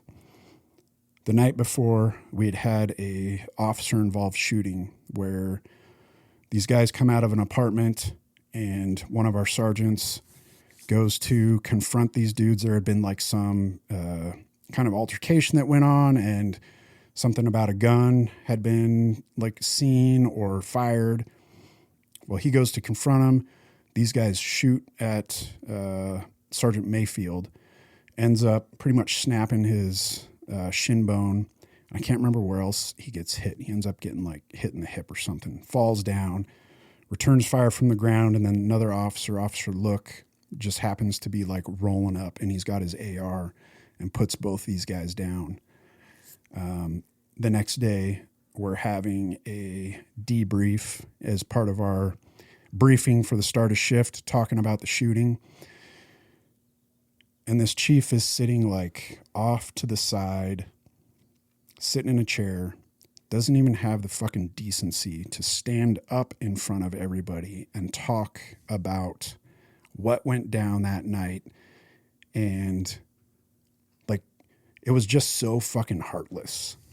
And when that's supposed to be your leader, a guy that will not even show the respect to get up out of his seat and talk about, like, we just had an officer seriously fucking injured. Yeah. Like, we don't know if this guy's going to be able to use his leg again. And he just sits in the chair, you know, kind of cross-legged like a woman would. Like, I was just so disheartened. Why would you want to keep being a cop? And why would anybody want to be a cop after seeing that or experiencing that? Bro, a lot of it is just the money. Like, so the Reno Police Department, they do pay very well. But I think a lot of us get into it, and it's that mindset of, all right, this is my career. I need to finish out my 20 years to get my pension. Yeah. Like, so as somebody that's thought that, is that something that you would encourage? Is that the right choice for these guys? Fuck no. If you're miserable and, you know, you see this leadership and you're just pissed off all the time because of the decisions that are being made, the policies that are put in place, like, it's not worth it to spend 20, like when I got in, it's a 30-year contract. The idea of spending 30 years in that, just either being miserable because you're controlled by these people or sacrificing your own morals and standards just to move up in the ranks and become one of them, like, fuck that. Not worth it. It's just, you hear all of this, and then we sit here and talk in this country, and we need more cops. We need more good cops. How? How do we hire more cops? How do we find good cops? Wing out the bad ones when the thin blue line does not exist. That's one of the biggest lies I think that they tell us as civilians. A thin blue line where cops all support each other. I feel cops hate each other more than anybody. You have your yes sir cops. You have the guys that challenge the system cops. Then you have your about 5-year in cops that really start realizing that they need to choose a new path because they're starting to hate their life or they're committed to it because that's their career. And that's when they start tapering and getting miserable and just becoming that cop. Yeah. You have all of this and you see it all. It's like, how do we recruit better cops? How do we rewrite the system on law enforcement? Because we're doing the same shit. Obviously there's new tactics and things that are evolved with the times, but I feel we're so primitive still when it comes to policing in our departments and how they're structured and how they're run and who's even able to look into them. It's all like mafiosa style. Oh yeah. 100%. Brotherhood is all cops are. And people lose their shit. They lose their shit every time that I say that our law enforcement is no different than a modern mafia. And how could you even, I'll get it on that right there. People will lose their shit by me saying that I truly feel that our admin of the law enforcement is run like the mafia. The corruption, the drugs that they're able to let in and out of these areas, the money that's being laundered, just the corruption alone as far as detaining people, arresting people, the kickbacks. If you took what is happening with the chiefs and captains and lieutenants and all this other shit across the country and you took out what they were doing and put it on a piece of paper, you'd be like, that's the mafia. Oh yeah, dude, 100%. Like, I don't know the full extent of what these people are getting at the top, but I know that there has to be, like you said, the kickbacks where they're making choices that affect the public, that they're getting some sort of kickback from, especially in Reno, like casinos, the government side of things, like, the city council and all that stuff. But it is a culture right now where we eat our own. For sure. I've only been at the lower levels, but it's very cannibalistic. And I would say, so there's two types of like mental health injuries that we get in the law enforcement and like first responder community. Okay. One is, so the trauma that we get from the things that we see on the street, the stuff that we deal with. The other is the moral injury side of it, to where the feeling of being betrayed by your own team, by your own department. And it's so prevalent, like, and it's in all the ranks, from the patrol guys, the sergeants, all the way up to the top. I have no idea why we are so against each other on everything, but that's the culture has been created, and it's like nationwide. Because like I said, that post that I put out, like 200 plus people commented, like, same in my department. Like, it's insane. Right? It is. It's the wrong people getting promoted. Yep. And it's a continuing cycle of they're hiring or promoting these weak leaders, the ones that are willing to compromise their morals and their ethics and their values to get that better paycheck, to put on the freaking stripes or pin on the bars. Like, it's fucking disgusting. And that's how it is across the board. And then that's how you get this weak ass captain, weak ass leadership in a department, because they've been groomed since they were this young cop and never went against the system and never bucked up against it and never questioned anything. And now you're 10 years in. Hey, we're going to say Officer Tyler Geiger. We'll use him. We'll give a shout out to old Knock Performance. Yeah. But, but they take these young, he was obviously not that guy. He spoke up. Oh yeah. That's why he didn't last long. Yeah, exactly. But you see these young cops coming up in the ranks, and they're goody two shoes. And then all of a sudden they're rubbing elbows with the captain. They're rubbing elbows with the chief and everybody else. And wow, this is really cool. Hey, this is how it is. This is how we're going to need you to start thinking. And then there's your next lieutenant, whatever, their position is, chief, captain, whatever. But, and you're seeing guys like that getting, shoulder tapped for different assignments. Like, hey, let me pull you off patrol and put you on this nice, comfy job over here. And then, the grooming process starts. But don't get me wrong. Like, there are some legit fucking good supervisors. Oh, for sure. So right as I was getting ready to leave, after the chief got put on administrative leave, one of the leaders that I respected most in the world, he was a former Marine, so you probably like that. Mm-hmm. Makes sense. His name is Sean Garlock, but he was our SWAT commander when I was on the SWAT team. Just great leader. One of those guys that would speak his fucking mind. Yep. And he clawed his way into getting into the position that he was in. Like, he was one of those that just wouldn't fucking take no for an answer. Great leader. They pulled him back in out of retirement. He chose to come back out of retirement. And I considered for a brief moment, like, maybe I will stay, because I could see a guy like that making a change. Yeah. And there's departments in the country that have leaders like that, because there are good departments. Yeah, but how many of the good ones? It's an overwhelming majority, unfortunately, that are just shit. How many of the shit departments are throwing shade on these little small good departments that are? Because I have a lot of cops that reach out and be like, bro, I've never experienced anything like this. And then you ask, and they're in some little town, and they got like 5 cops, which I feel that could probably be even easier to be corrupt in these small towns. And you see these, my wife's always watching those crime shows and shit, and then talking about the corruption and what law enforcement are able to get away with in these small communities. And it happens in the big cities. But yeah, I guess it just comes down to leadership. But that's where it's bred from the start. Yeah. Is to just be a kiss ass, get to the top ranks, do whatever you got to do to get promoted, to get into that position. And then you have the rest of your street cops that are just out here running their beat, trying to make a difference and make their community safe. And then you got the guys that are playing the game to get promoted and then get in charge. And that's when the politics step in. You said earlier that you always worried about a target getting put on your back. Did you ever have a target put on your back from your department? So being on the SWAT team, I felt like there was some, I don't feel like, I know that there was some leadership on the SWAT team that definitely did not like that I was the way that I was, that I voiced my opinion on things. What did you voice your opinion on to make them not like you? So the training, I was going outside of SWAT and I was doing a bunch of training because reality, like the SWAT team, we are expected to perform at the highest level in some of the most critical incidents, like a hostage rescue, right? Our SWAT team is a part-time SWAT team. So 20 hours a month is what we get. It's 2 days of training.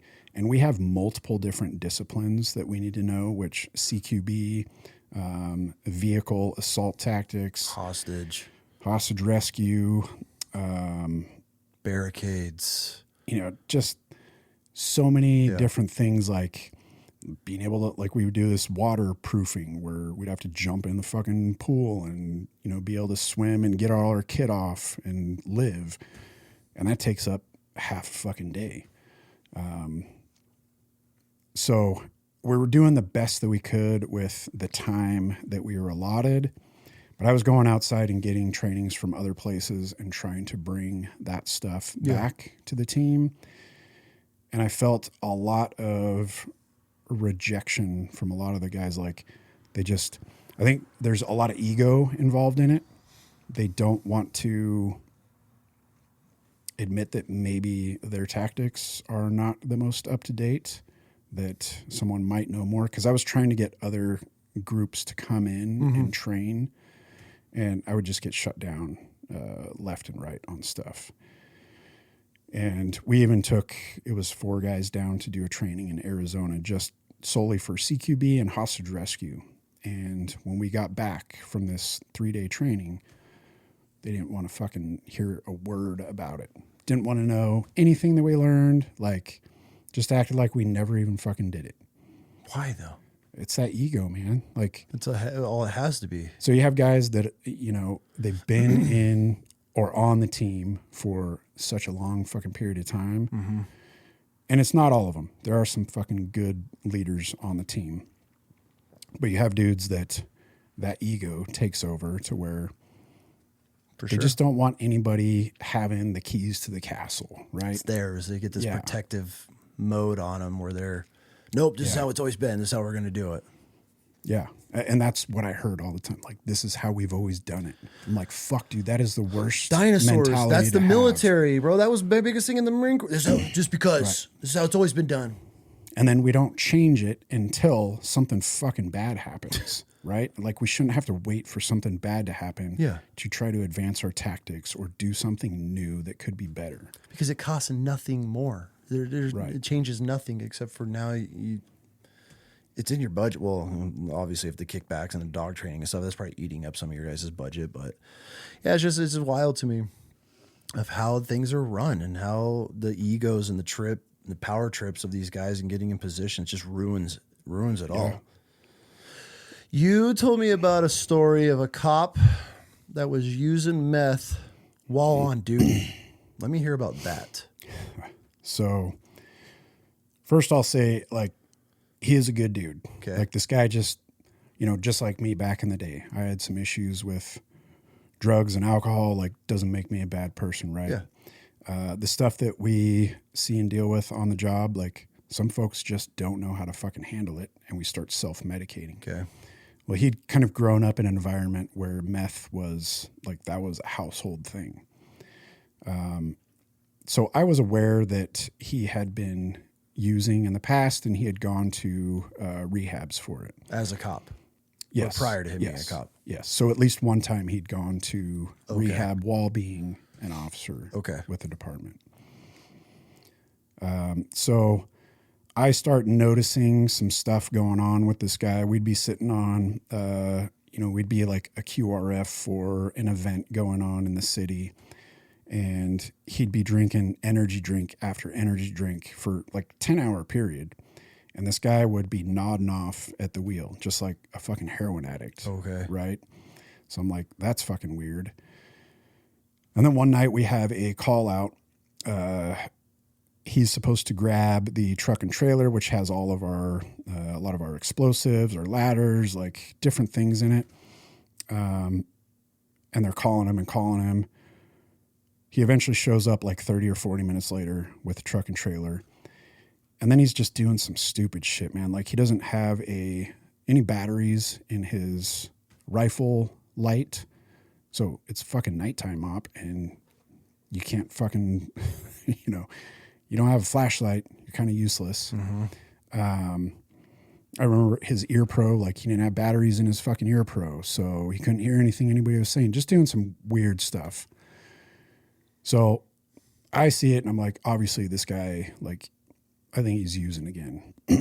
So I go to my leadership on the team, it's like a TL run or a team leader run team. So I go to his TL and I'm like, hey man, I think that this guy is using again. So they're like, all right, what do you think? I tell them why I think that. So they confront him. He admits to them that he is using. Then this other TL, which him and I just never saw eye to eye with. Like him and I would get in like these long ass freaking arguments, just yelling back and forth at each other and just nothing would ever get accomplished.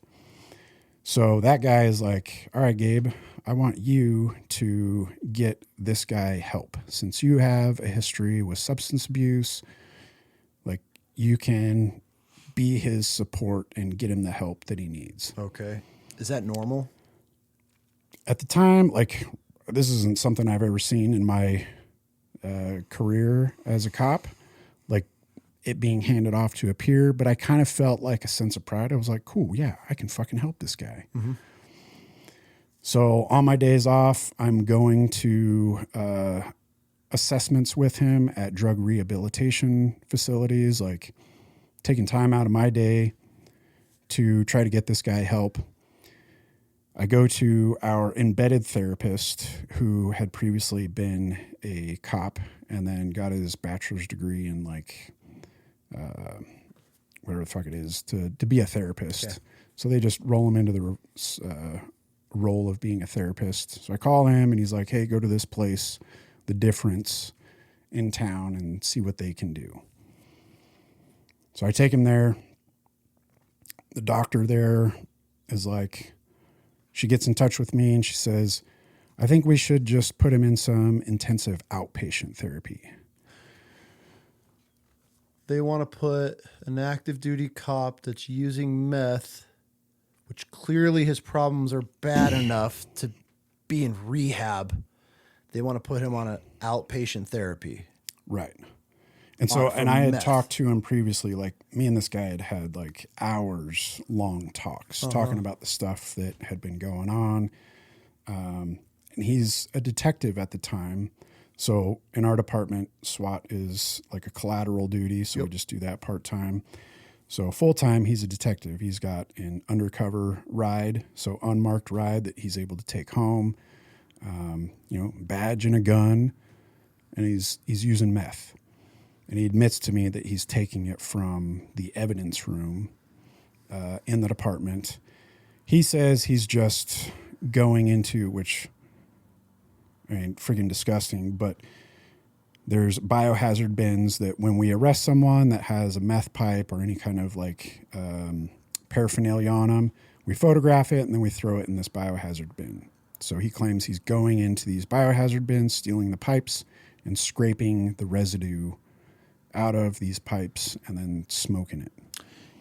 He's pretty deep at that point. Oh, you gotta be if you're doing that kind of shit. Like, is this dude snatching people off the streets and confiscating their drugs? So he had admitted to me that while he was on patrol before he got the detective spot, he had done traffic stops where he finds drugs on people, kicks him loose, keeps the drugs. So, yeah, he's stopping people and taking... Is that common practice for law enforcement? Or God, I fucking hope not. Like, well, because the only reason I ask, because if somebody ever gets caught with drugs, maybe weed, I could see getting let go of weed. Most cops don't give a shit about that. But like, if you get caught with a little meth or something like that, the cop's like, all right, I'm gonna cut your break, get out of here. It's probably safe to say that cop is either using that for something else, because what cop's gonna let somebody go with meth? yeah, no, that's... Right? That's Or am I overthinking typical, this? No. Okay. That's not... Because meth's a pretty it's a gnarly felony drug. level, right? So like even... we would arrest people for even having just residue of meth, and it's a felony in Nevada. Okay. So... And he's kicking people loose. Taking their meth and saying, like, don't do it again, right? There's policing, and then there's getting your next fix policing, on confiscating the drugs. So this dude that's got the drug problem, he's very good friends with the TL that I do not see eye to eye with. Okay. They're, like, very good buddies. They go drinking all the time. So when it comes down to it, they say, hey, let's do intensive outpatient therapy. I'm like, fuck no, this guy needs to be inpatient. Like, this is an issue. He's been to rehab before. He's a fucking cop. He's on the SWAT team. Like, let's get him squared away so that he's not a liability and he's not putting other people in jeopardy, to include cops and civilians. Mm-hmm. So I go to this TL who's supposed to be, the one like backing me. I get no backing at all from TLs or supervisors to push him into being inpatient. What are they pushing for? The outpatient? They don't even care? They don't even care. So I would go talk to this TL and be like, hey man, here's what's going on. And he would just stare at his computer and type and just not even be paying attention. He'd just walk away from me when I'm talking to him. Like, I'd have to follow him and try to tell him this shit. Just didn't give a fuck at all. It was one of the most frustrating things because, like I said, these guys are supposed to be good friends, and it seemed to me like he didn't even give a shit. About a fellow officer using meth while on duty. Yeah.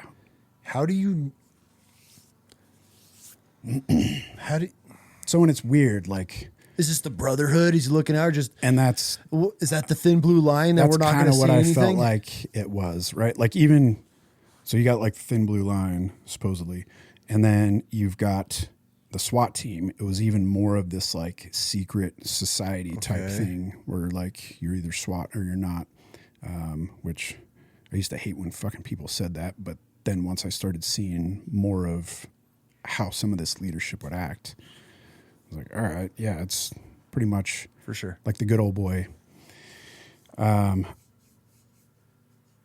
So he ends up doing the outpatient rehab. So he's doing like 3 hours a day, like 4 times a week. So he's going to work during the day and then going to rehab like towards the end of his shift for 3 or 4 hours. How does this work? This is so bizarre to me. It blew me away too. So supposedly he ends up going clean. Okay. I believe that he probably did for a short period of time. And then we get myself and another TL get a text from his girlfriend with a picture of a meth pipe and saying, he's doing it again. I need you to call. So she kind of gives me the details. The other TL, he's got other stuff going on, which, I know he had some stuff going on with like his mom being sick and she ended up passing away. Okay. But, so I'm like, all right, I'll fucking handle this situation since they put it in my hands. Yeah. Anyways. So it's a Friday when we get this text message. I talked to the TL and I also talked to the guy that has been using. He admits to it. Yeah, man, I fucking relapsed. And I'm like, all right, man, like be prepared to be put on administrative leave or a union leave. Like, I don't know what it's going to be. Like, I'm just a low level fucking cop, but this is what I'm assuming. And in my mind, I'm like, all right, this guy, he's a detective, undercover ride, like, bare minimum, like he's a fucking cop. We shouldn't have anyone working that is using meth, right? He needs serious treatment. Yes, I could agree with you on that. So I'm like, I don't want to see this guy coming back to work on Monday. Like, this needs to be handled. So time goes by where I'm not getting any straight answers from the TL or even the supervisor that we have at the time on the SWAT team, which is a sergeant. So eventually Sunday night at probably like 10 or 11 o'clock at night, my buddy that's been using, he's texting me like, hey man, what's happening? What am I supposed to do tomorrow? So I'm like, stand by. So I'm like, fuck it. So I call our lieutenant and I'm like, hey man, you know what's going on with this guy, right? And he's like, yep. I'm like, all right, something needs to be done. We can't have him coming to work tomorrow and just acting like this is fucking no big deal and we're just going to continue on. He's like, agreed. Let me talk to his lieutenant. So they end up putting him on admin leave the following day. So I'm texting my buddy because at that time, like him and I are still in good, we're talking, we're communicating, things are good. And I'm not hearing anything back when I'm texting him on Monday. So I text his girlfriend and she's like, oh, this other guy, the TL that I don't get along with, is over at the house right now. So I put 2 and 2 together. This TL is basically putting it in my buddy's head that this is all my fault. Like, I'm the reason that he's getting put on administrative leave and these things are happening. And this is a team leader in a SWAT team telling a cop that's on meth while on active duty that you're the bad guy for bringing this up. Am I tracking this? Yeah. How does that make any sense? The TL texted me and he's like, hey, did you talk to the lieutenant last night? I'm like, yep. Why? What happened? And then no response, dude. He just ghosts me for like a day. So then the following day we're working and I just call him and he answers and he goes into a whole thing about how I have jumped chain of command and that the thing that I did was the wrong thing to do. I should have just let it play out. Let it play out with this cop that's on meth. That needs fucking help, man. Like, I would rather help my brother by getting him into rehab, getting him clean, than just, hey man, let's just pretend like nothing happened. Let's back to work. Let's see how this rides out. Let's roll the dice on this. Like, that's not a liability for the department. No. How is your department not shitting bricks at this point? Like, why is this? It's never gotten outside the fucking SWAT team at that point. Oh. So like I said, it's like this. Oh, okay. Community. Now that makes sense. So that team leader on the SWAT team is trying to hide that his boy's on meth on the SWAT team, so it doesn't make it to the chief or anybody else. Right. It hasn't made it there yet, right. And you're the problem for bringing this up exactly to the team lead, which that's his responsibility. So during that SWAT school, we get a call out, but they just call one cell. Because it's a small structure, just one guy barricaded. Yeah. And my buddy that's been using is on that cell. So your boy that's using meth that shows up on a SWAT call, is he geared up? Is he ready to rock and roll? So he shows up like everything's normal, good to go. And the TL that is aware of his condition just asks, are you okay? Are you good to do this? Yep, good to go. And they throw him in the fucking stack. Do the other members of the SWAT team realize they are not aware? They are not aware at this time. Okay. He ends up telling everybody later on during the SWAT school. But yeah, none of them have any idea. So I find out that he goes on a SWAT call. And I go to these TLs and I'm like, what the fuck are you guys thinking, dude? Like, so if this guy gets in an officer involved shooting, one, he's getting drug tested. First and thing then you're it's fucking like, it's out in the open. He's getting fucking sued. Like, life is going to be over for And the that department's dude. not going to have his back. No, fuck no.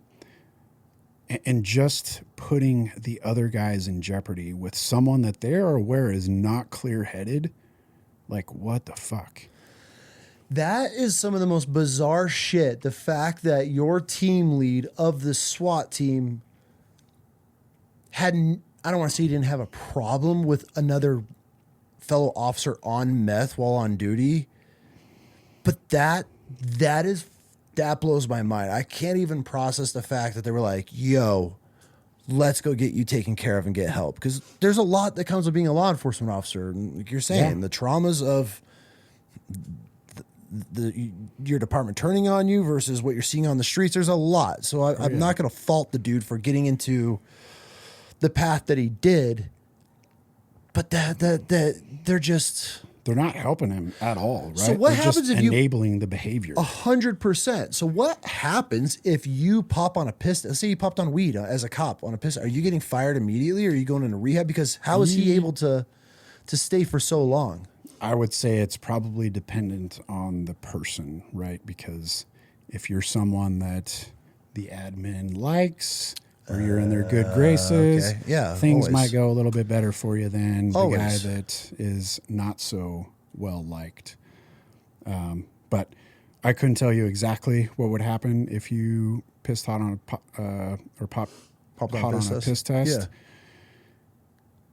But if it's during like an OIS, that shit's going to come out, right? And then the civil suit that would happen with the family finding out, like, hey, this guy that shot my fucking son or my brother was high on fucking meth. Dude, that guy's going to lose his entire fucking livelihood. And just that's going nationwide. Oh yeah. You'd go globally as that cop that was in an officer involved shooting high on meth, and your department's just like, Right. Okay, well, just let's get him some outpatient. The fact that anybody on meth, heroin, did I say heroin really weird? I felt like that came out weird. Meth or heroin. There's no outpatient treatment, especially as a law enforcement officer. You need to go inpatient, get all the help you can get, then some time off with some major therapy, because obviously your mind isn't processing. Your mind's not firing on all cylinders. If you're a cop using meth, there needs to be some major intervention happening in that department. Not, hey, yeah, cool, we're just going to go ahead and we're going to keep this between us and the SWAT team because we're brothers and this is what we do. Yeah. So, and it was just fucking insane to me the way that things were handled. So then go back to after he gets put on administrative leave, then we have a SWAT training. And this TL gets everybody together, all the team, and is like, hey, guys, just so you know, this guy got put on admin leave. He's having some problems with his girlfriend and, obviously the drug use, because he had addressed the entire team later on in the SWAT school that he was using. So this TL during this like team brief says that there are people on this team that will say that they care about this guy, but the reality is they don't give a shit. And that was specifically targeted at me. So I pulled him aside after that he was on his fucking soapbox, basically just talking about how he gives a shit about this guy, but there's this other person, which was me, doesn't. A fellow peer that's doing everything you can to get him help, going to his treatments, everything else, but you're the bad guy now. Yeah. So then I pull him aside after that. I'm like, bro, what the fuck is that? Like, are you saying I don't give a shit about this guy? Are you saying that, like, I have no respect and I haven't tried to help this guy throughout the entire fucking process? And it just became this back and forth, man, where it turned into him just like name calling. He was just like, no real good argument. Yeah. It was just, he didn't fucking like me. And I had his friend put on administrative leave. At least that was the vibe I got. And I know that I'm going to get a lot of hate from this, but this is the reality. Like, that fucked me up more than anything any like death that I had seen, any, fucked up scene that I had been to, because I could not process, like, how the fuck am I the bad guy in this? What did I do? Like, I only tried to help this guy.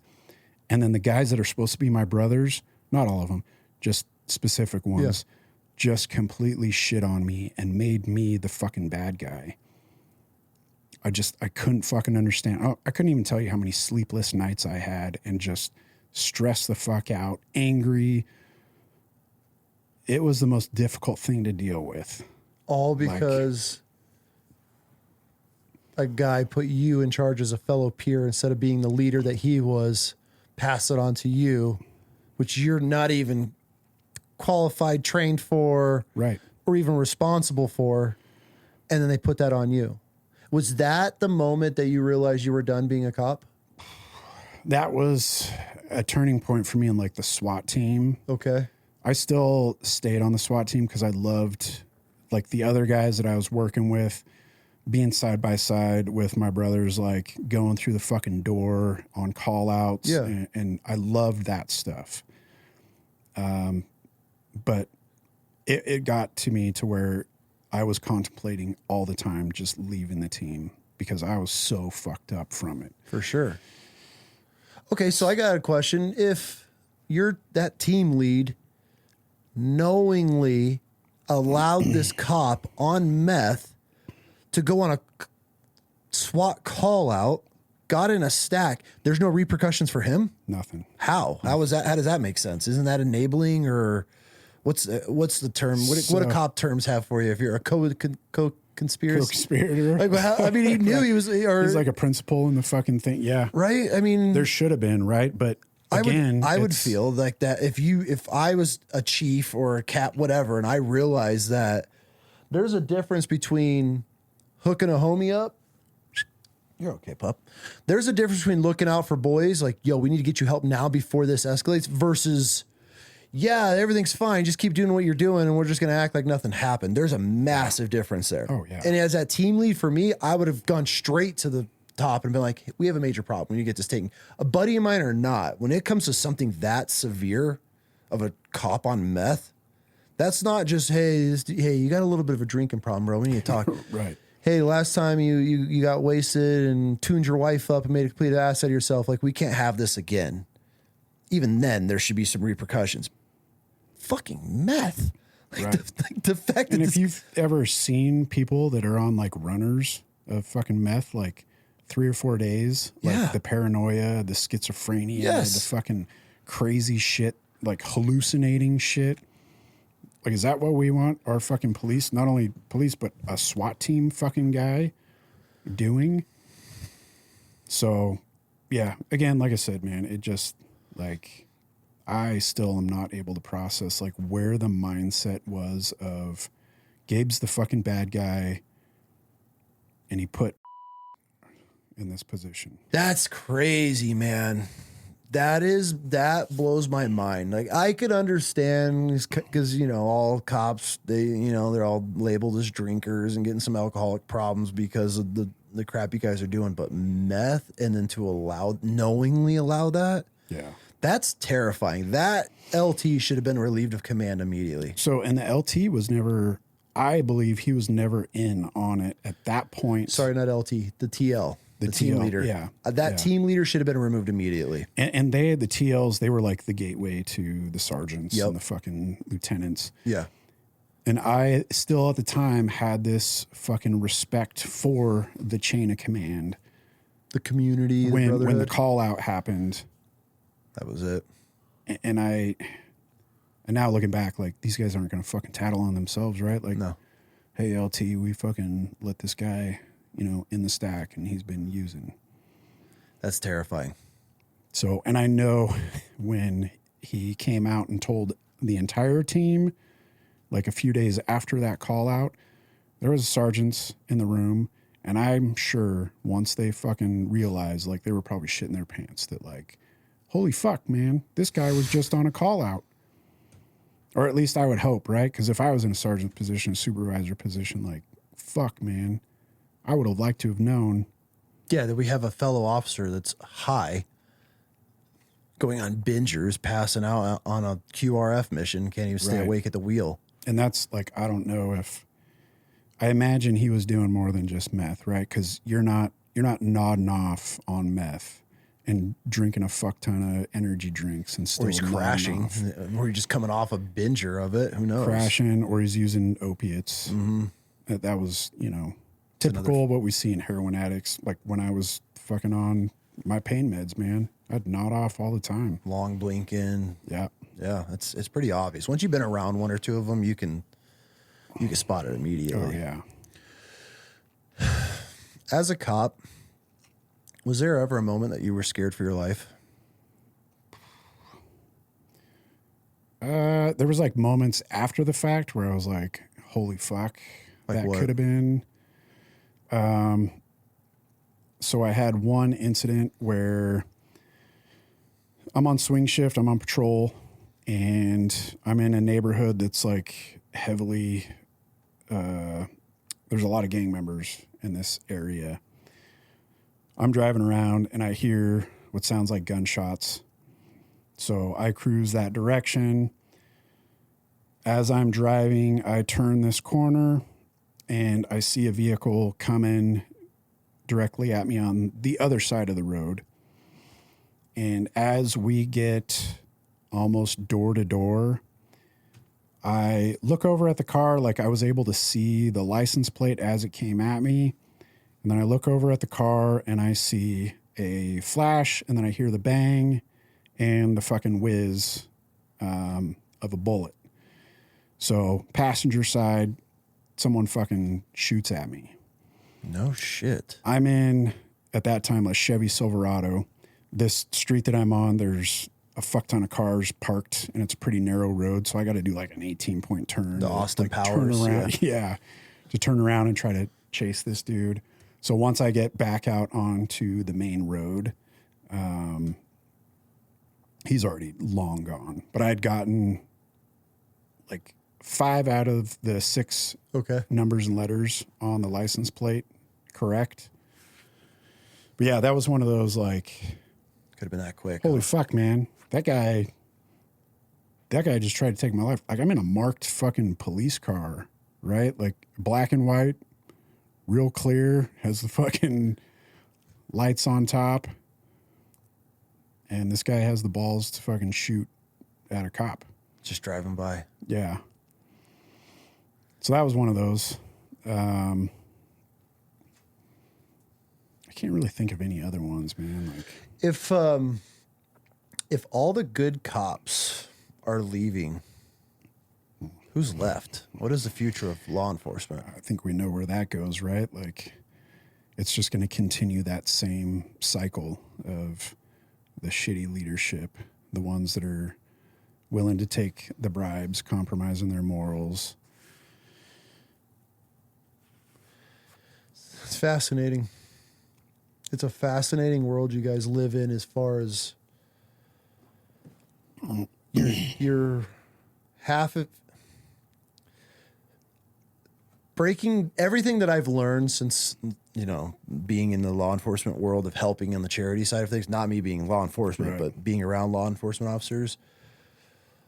Law enforcement have so many things to deal with. They're dealing with everyday shit on the streets, domestic violence, you have the corruption inside the departments, you have the backstabbing, you're dealing with death in the most negative, worst day of someone's life every single day. And then you have this moment of weakness where you have this moment of weakness, right? But then you can't even go and ask for help because then you're labeled as a risk. And then these guys have to keep it a secret, and then it bottles up, and then they're either drinking, beating their wives, whatever it is, cheating, gambling, and all the other problems that these law enforcement officers are having. I just don't understand why anybody would ever want to be a cop unless it's just some admirable thing that they feel that they want to help their community, because everything's against you. It has got to be one of the toughest jobs in our country is to be a law enforcement officer in today's day and age, because everything's stacked against you. And then if you go to get help and say that you're struggling mentally, now you're flagged as the department. Now you're a risk for the department.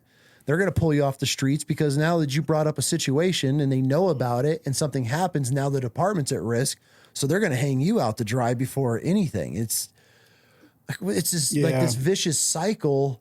So I wouldn't say that's necessarily true where you get labeled. I would say more than anything, it's the worry of judgment from your peers.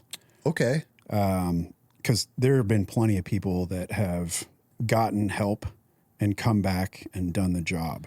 Okay. Like had the courage to say, you know, I have a problem, got the help, and then came back and were just fine.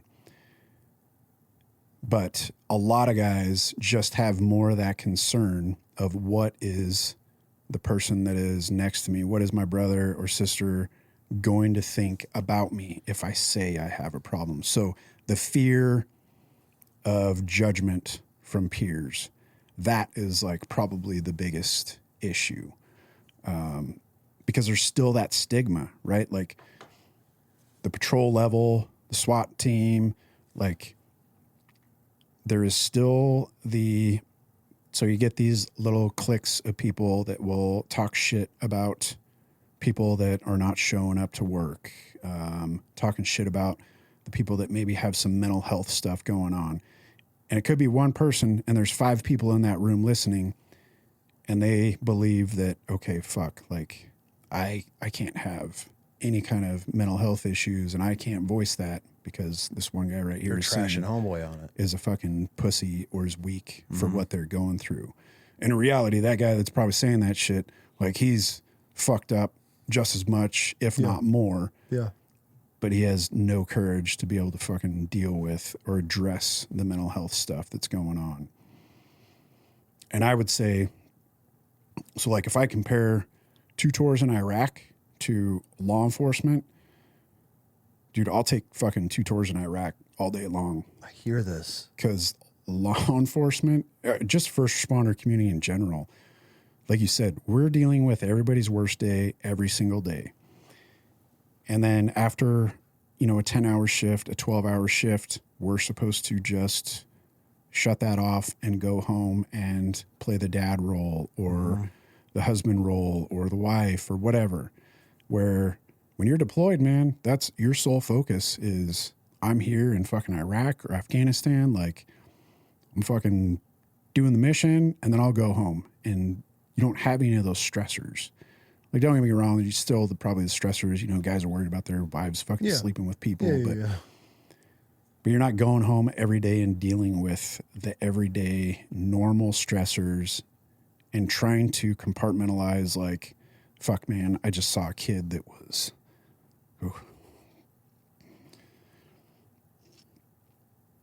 smashed by a fucking car in the road. Like, sorry, I just got an image of this girl that I saw. But trying to shut that off and go home and act like nothing happened and just playing like it was a normal fucking day. Like, put a smile you on know, your the face wife as is you're like, how was your day at work? You know, it was good. Scoop the kid off the highway. But you don't talk about that, right? Like, you don't Should you though? I don't know, man. Should you be able to go home with your wife and tell her it was a horrible day? I peeled a kid off the road. I had to zipped up 3 body bags, whatever it may be. Looking back, yeah, that is probably. So then they have an understanding of, oh fuck, like he had a bad fucking day. I need to back off of whatever other shit I was going to talk about with the finances or how bad things were at work for her or him, you know, whatever.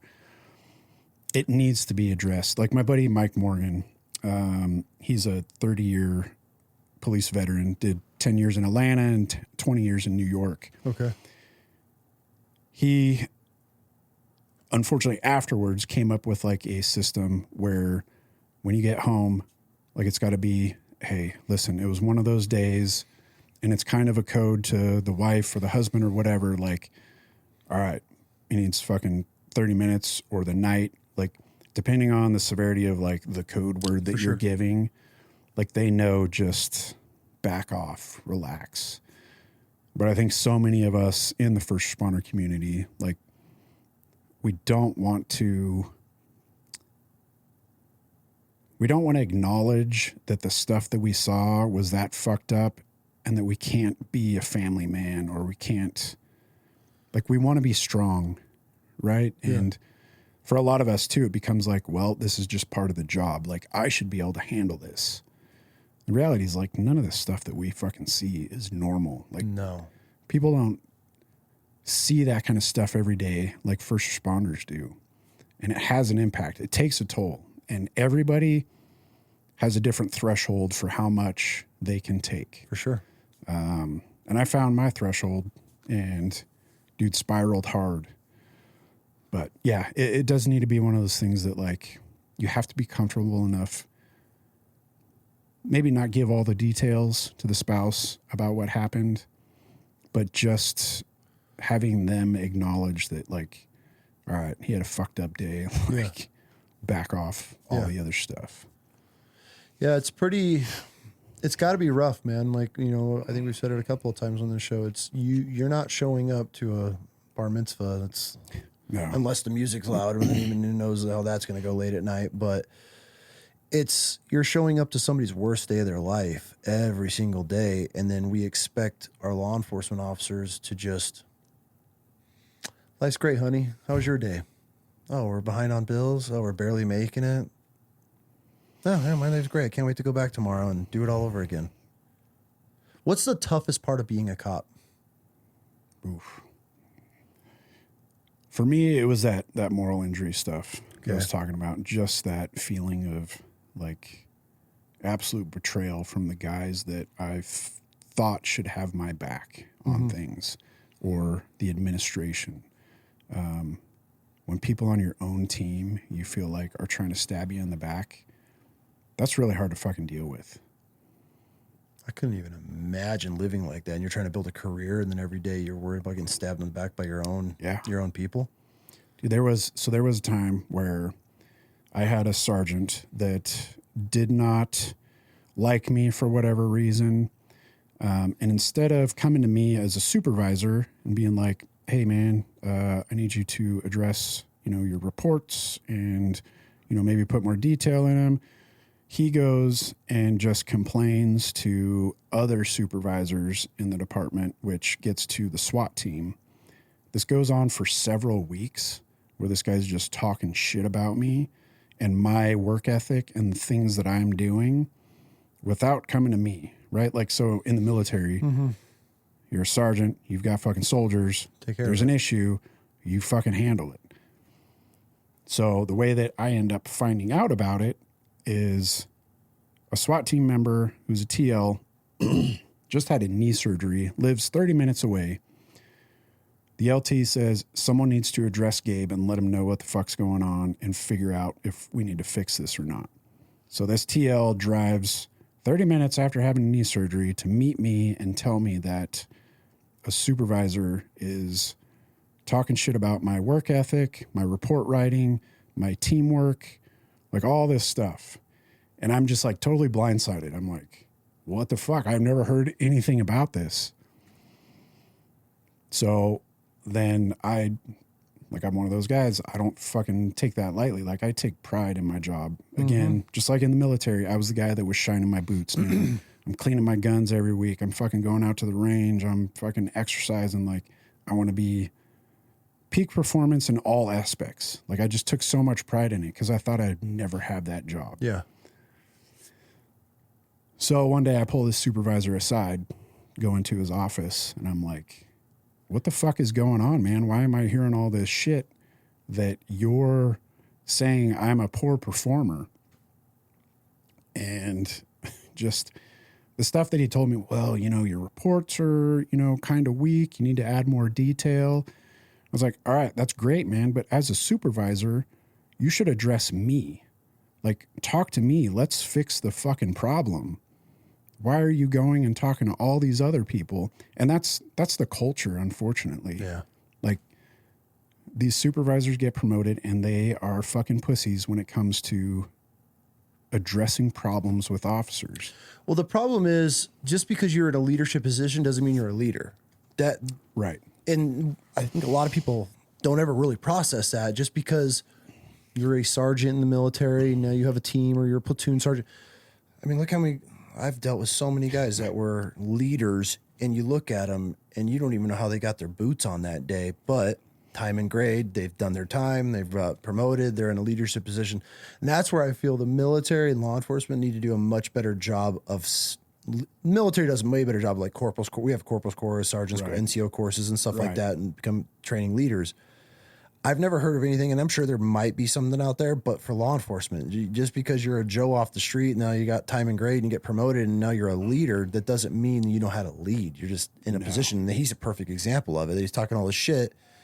If I'm reading your report, first thing I'm doing, I'm like, yo, come in here. Hey, I need more of this. Take care of this. Correct this moving forward. Right. Because he's the guy that's approving these fucking reports. So he's approving them, but then he's talking shit about like the quality of them. For sure. And so there's no real leadership training. No. When you get promoted, none. Basically, I want to say it's like an 8-week program where you just ride with another sergeant and you're taught how to do like time cards, handle complaint calls, like policy shit, but there's no leadership training. What was your favorite part about being a cop? What are you going to miss the most? Man. I love the hot calls, man. Like being on patrol and you hear the tones, which the tones are like, everybody pay attention because this is a serious fucking call. Like the radio's just like beep, beep, beep. Showing up to those hot calls, like I felt like those were the moments that I like really excelled. Like I was able to keep a level head and kind of think through the problems. And I just enjoyed that, man. I enjoyed the adrenaline of it. I'm going to miss, the SWAT team, the stuff that we did on the team. And a lot of those guys, I love the job, man, but it's just the other side of that moral injury side of it. Yeah. It sucks from my point of view watching you because it always goes back to that. From somebody that's talked to a lot and gone through my process out of the military, because I hated the Marine Corps when I got out. It took me a long time to get over it, and it was the leadership is what ruined it for me. Sucks hearing that because it always goes back to that moral justice of your own people ruined a really good thing for you. Well, it's hard. Like when I went into the department, I was like, fuck yeah, man, I'm going to be working with like the best of the best. And then, you just find out like it's just like the military, if not worse. Like, the backstabbing and all that shit. That sucks. It takes such a toll. I hear it. Every cop I talk to, I think almost every single, there's been a couple of cops who are active duty guys that came on and I didn't push it because obviously there's, how it is, it's still in the department, but the guys, all the cops that have gotten out and come on or I've talked to or in their applications, every one of them, admin, corruption, chief is crooked, chief is doing this. It sucks. Because all the good ones leave, and then you're stuck with a bunch of tyrants that are. And that's where I voice all the time, like, I do not have the best rapport. I love law enforcement for what they do because it's the shittiest job, but I fucking hate cops. Like, I can't stand most of them.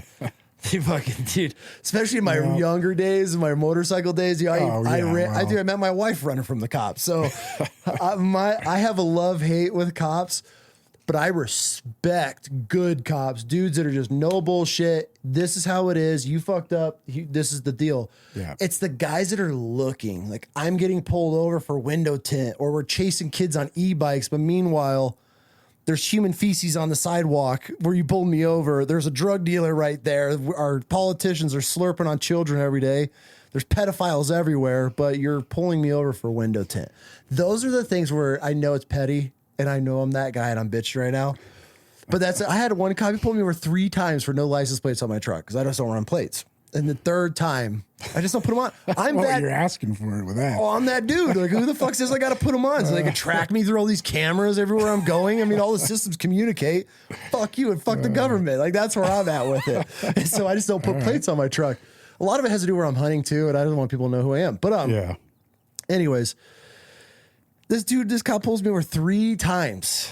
3 times. The same cop. The final time he pulled me over, he walks up to my window. I go, dude, write me a fucking ticket or leave me alone. I'm not putting plates on my truck. And he just looks, he just turned around and walked away. I'm registered. I'm insured. It's not like I'm doing anything illegal. Right. I'm just not putting them on my truck. Was he a dick about it? Or? No, super cool. But he just kept pulling me over. I'm like, dude, just you're out here pulling dudes over for no license plate. I'm like, I could, but then again, this is fucking Boise, Idaho. What else are they got going on? So I get it, but it's just like that type of shit where I'm like, there's so much gnarly stuff going on out there. And that's just me bitching. I mean, I had a charity. We helped thousands of cops. So I can't say, don't come at me in the comments.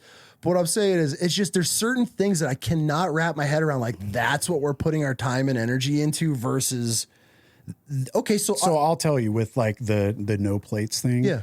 So maybe it's the same cop, like just fucking messing with you. But dude, a car with no plates, one, could end up being stolen. You got drugs in it. You got guns in it. Like, those are the ones, those are fucking like gold. Really? Yeah. Pulling those over.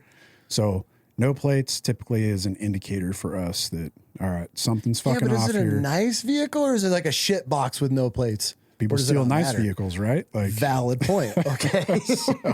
yeah. Fucking Teslas get stolen. Like, you just never know. No shit. So if you're a good cop, yeah, you're going to fucking like, all right, let me check this out because not right. Everybody else running around with plates.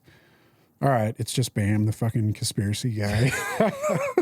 Well, I hear these cops are like, yeah, I could pull anything up in the system, and all the systems are connected. We could find anywhere you're at in the city if you're driving around. I'm like, oh yeah, they have all those interconnected cameras here. My buddy's telling me he could pull up in a system and they could put a bolo out, and if it hits on any camera at any intersection, it'll ping them where they're at. Oh shit, we just got more advanced technology than we got in Reno. Yeah, and I'm like, dude, get bent. I'm not putting plates on. Oh, actually, yeah, we have plate readers in Reno, so yeah. Yeah, see? That was how we caught the guy that fucking shot at me. Oh, really? Gang member, yeah. I wanted to circle back on that. You guys ended up catching him? So that was another thing that the fucking moral injury comes to. Damn, dude, you just got dished it out. So I get shot at. End up not finding the guy that night. Go back, find the fucking casings on the side of the road. The wall that was behind me that the bullet would have struck, or probably did strike, it's a giant brick wall that is covered in vines. Oh, of course. Right? So finding a fucking bullet strike in that is impossible. My sergeant at the time is a very new sergeant. I hear him get on the phone with the lieutenant, and he's like, no, we don't think he shot at Gabe. It was just, coincidence. And I was like, whoa, no, that motherfucker shot at me. So I thought I got it squared away there. And then the next day in briefing, same sergeant is like, yeah, so we had a discharge of a firearm in the area of a police officer last night. And I'm like, are you fucking serious? So they downplayed it? Yeah. So then I pull that sergeant aside, dude, and I just fucking lit him up in the office. I was so pissed. So then he's like, all right, well, go do the report. And I spend a whole fucking day looking at surveillance footage. Yeah. Well, I spent several days doing it. But reality was I was a victim in it. I shouldn't be writing the report. For sure. I was also a fairly new cop at that time, so I didn't know. I was like, all right, this is fucking my deal. Plus, I was like motivated. Like, this motherfucker shot at me. Mm-hmm. I had another officer that was on the gang unit that was super high speed with that license plate reader system that told you about. He figures out the fucking car, who the owner is, and puts out an email to all of our sworn officers like, hey, be on the lookout for this guy, officer safety. He shot at an officer. This guy gets a call from a supervisor and says, we did not authorize you to help this officer with his investigation. He gets shit for helping me figure out who the fuck shot at me. Why is that a problem? I have no fucking idea. No idea. So the only thing I could think is like, they don't want other officers being scared that, because it's You're like in that time frame that George Floyd and all that shit was going on, and we're doing the DEI thing. Like, let's not have all these police. This is, again, just my thoughts. Like, let's not have them all be, scared that there's people out there shooting at cops. So detectives end up taking over this deal. Yep.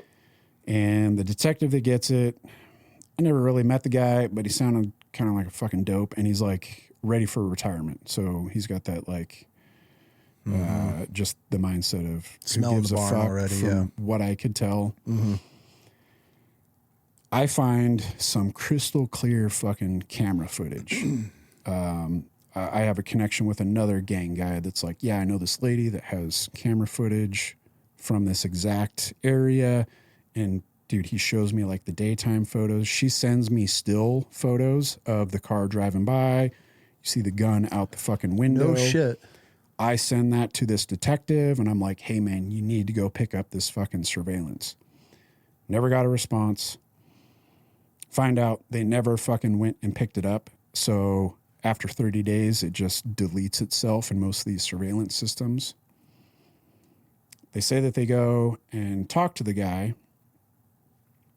And the detective calls me and he's like, yeah, you know, he's actually a really nice guy. He says he didn't know that you were a cop and That makes a difference. they weren't shooting at you. Wait, there's no way this is what the detectives are saying. This is what this detective tells me on the phone. Bro, this is Reno So- 911. Bro, you Right. you were living in Reno 911. This is the craziest shit to me. So then I proceed to email his supervisor, and I'm not fucking like holding anything back. I'm like, Yeah. hey man, your detective did a fucking shitty job. Like, you guys need to look back into this. So I get a call from the sergeant, and he's like, you need to come up and fucking talk to me in my office. Like, so I'm like, all right, fuck yeah. So I drive up to where his office is at, and just tries to pull this whole tough guy attitude. Like, first of all, Officer Smith, you shouldn't have even been writing the fucking report. Second of all, the way that you talk to me is the most fucking disrespectful thing. And I'm like, all right, cool. That's disrespectful, but I get shot at, and your detective says, this guy's a nice guy. We talked to him. He says he didn't mean to shoot in the area of you, and he didn't shoot at you. I'm like, so you guys believe this fucking dude over one of your own? And it just ends up like going fucking nowhere. And again, one of these things that I just spend fucking nights like not sleeping because I'm like, why the fuck? I don't understand it. Like, this is fucking like easy case. Yeah, that would be frustrating. That would be frustrating. That would be a tough one to want to still be a cop after Yeah. they're citing, oh, he wasn't shooting at you, or he didn't know you were a cop. What if it was a mother with a car full of kids? Right. And I don't know what it is. Like, if it was just fucking laziness, or again, maybe I'm that guy that got the target put on my back and they're just like, fuck this guy. Yeah, you made the right choice. Oh man. I couldn't imagine if I had to do another 20 years. I'd probably end up fucking suck starting my gun. Like, For sure. That's a lot of seriously. cops are doing it. Seriously. Yeah. That's why I'm such a big advocate. If you are miserable in your job, leave, get out of there. Like which is what you're doing. Let's jump into that. Now that you're transitioning off of out of law enforcement, Yeah. started a training program, started an organization. Let's touch on that. Yeah. So kind of start with like how it began. So December 3rd, 2024, Okay. I'm on duty. Kind of one of those days, like nothing's going on. I'm sitting on the street watching this car that has fictitious plates. So plates that, it's a Toyota and it's got like Nissan plates on it. So I'm waiting to see if someone will jump in it. Well, I hear one of the traffic guys come on the radio, and he's like, hey, all traffic units switch over to the Mortars channel, which that's their like specific channel for the traffic stuff. Any other day, I couldn't have given a shit. Like, Yeah. I don't care what traffic has going on. It's usually boring shit. So I switch over just for the hell of it. And he's like, hey, do you guys know if there's any SWAT guys on duty? So my ears perk up. I'm like, all right, maybe it's a fucking SWAT call. Something's going to happen. Another guy comes back. He's like, yeah, there's a couple on patrol. He's like, all right, well, we just found the Thames medic, is taking his own life. And I almost like immediately knew who it was. This is my good buddy Patrick, that so passionate about his job. He is our SWAT medic. One of those guys that would like give you the shirt off his back. Sure. He absolutely loved being a medic for the SWAT team. He would come out to our SWAT schools all the time. Like, he would run and gun with us. He had a freaking bolt gun that he would use for doing the sniper stuff. Just the best fucking guy ever. Always had a smile.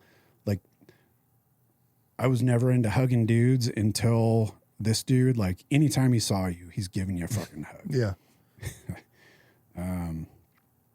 So I knew he was kind of going through some shit. Like, he had just gotten a divorce. So then I hear them come over to the radio and say, yeah, the registration belongs to Patrick Daugherty. And dude, I just like fucking lost it. Like, I'm sitting in my patrol uniform in a marked car on the fucking street during the daytime, and I just fucking lose it. Like, never cried like that in my life before. So then I call my buddy that I'd heard on the radio, one of the traffic guys, and I was like, hey, man, are you sure this is who it is? And he can hear that I'm all fucked up and crying. It's like, yeah, man, this is who it is. And he comes and finds me because he can hear that I'm fucked up. And he sits with me for a little bit. And then they call all the SWAT guys down to the scene to escort his body to the morgue. But that day was by far like one of the hardest fucking days ever on that job. I got really close with his mother. Just an incredible lady. So we escort his body to the morgue. And we're all sitting at the mortuary. And like, one of the most incredible things I've ever seen, like, this mother just lost her son. And she gets up in front of everybody. Like, there's probably 50 to 100 of us just sitting in there, like cops, paramedics. The street is just totally lined, like completely blocked off with cop cars, ambulances, because this dude was so loved in the community. And she gets up in front of everybody, and like the strength that took to talk to all of us on the worst day of her life and saying how much she knew he appreciated all of us and the time that he got with us. Like, fuck, man, that was impressive. So after that day, I end up going home early that day. But then it's like, all right, got to go back to work the next day and just act like nothing happened. Well, and this is in December. So November, December, January, like holiday time frame. Which is usually a rough time for tons of people that are struggling. A lot of fucking suicides. Dude, it just ends up being like suicide call after suicide call for me. And oh, God. The floodgates just open on all the shit I'd been compartmentalizing for like 8 years. So over the next like couple months, dude, I'm calling in sick a bunch because I just don't want to deal with people's shit on the street. And I'm just going down this dark hole of fucking depression. When I am coming into work, like, I am just an angry motherfucker, and I'm looking to take my anger out on anybody. So I'm antagonizing people on scenes, like looking to get in fights, trying to get in fights. And that was never me. I was always the guy that was able to like de-escalate stuff and calm people down. So that goes on for probably like until February. And I reach out to very good, close person in my life who I tell that I'm thinking about doing like psychedelics to try to heal some of this shit that I got going on. And he's like, well, crazy that you mentioned that because I'm actually a DMT like guide. And I was like, oh, fuck, okay. So we set up this thing. I take some time off from work and we do like a microdose of psilocybin. Okay. So we take just some pills, a small amount psilocybin, so you kind of barely feel it, and then set up in my room to where, I don't know if you're familiar with DMT, but there's a couple different forms of it. This one, it's in like a vape pen. So DMT is a chemical that's already in our body. Like we see it at birth, death, and something else. And there's like 3 times that we get DMT dump or something. The guy last night was talking about it. I can't remember exactly what it is. I don't know the specifics behind it, but I was super nervous, right? I've been clean at that point for like 15 years. Haven't used any drugs. So I'm like, fuck, man, is this the right thing to do? For sure. But what it kind of led to that is I had talked to DJ Shipley. I'd gone and done a couple trainings with GBRS group, and we talked a little bit about his psychedelic stuff and how it helped him. So I end up doing the first, like he shows me how to inhale it, and I'm just super nervous. And I kind of go into it a little bit, like you have headphones on, some cool music playing, then you put an eye mask on. And he can tell that I didn't really do it, like inhale it enough to get the impact. So it lasts like 15 and 20 minutes. The whole high or just this one with you? The whole high. Okay, should last 15, 20 minutes. So this, for me, it probably lasted like 10 minutes because I didn't put like full effort into it. Yeah. Right? Because I was just nervous. So as soon as I pull the blindfold off, he's standing there and he's like, all right, dude, you need to fucking go for it this time. What did you feel the first time? So the first time, I kind of started to see like some geometric patterns, like a lot of like demon shit. It was weird. And my whole body just tenses up. Like I just feel all this anger and rage. Like, I don't know, like before you're about to get in a fight where everything just fucking tenses up, like your extremities just get rushed with blood. But then I kind of relax after that. And then the second time, dude, I go all in on it and I see all the geometric patterns, like my body just totally stiffens up. Like I just feel so fucking angry. And I'm seeing all these like demon faces. It's pretty fucking terrifying, actually. What type of demon faces? So it's like kind of like if you're looking through a kaleidoscope. Yeah. But it's like demon faces, like tongues hanging out, like horns, like just crazy shit. So they say a lot of people will see like either elves or demons, kind of depending, I guess, the state that you're in. All right. So I'm seeing all these demons. And then once that fades, then I see my buddy Patrick. And he's wearing his SWAT uniform. Oh, fuck. This one's always hard for me to talk about.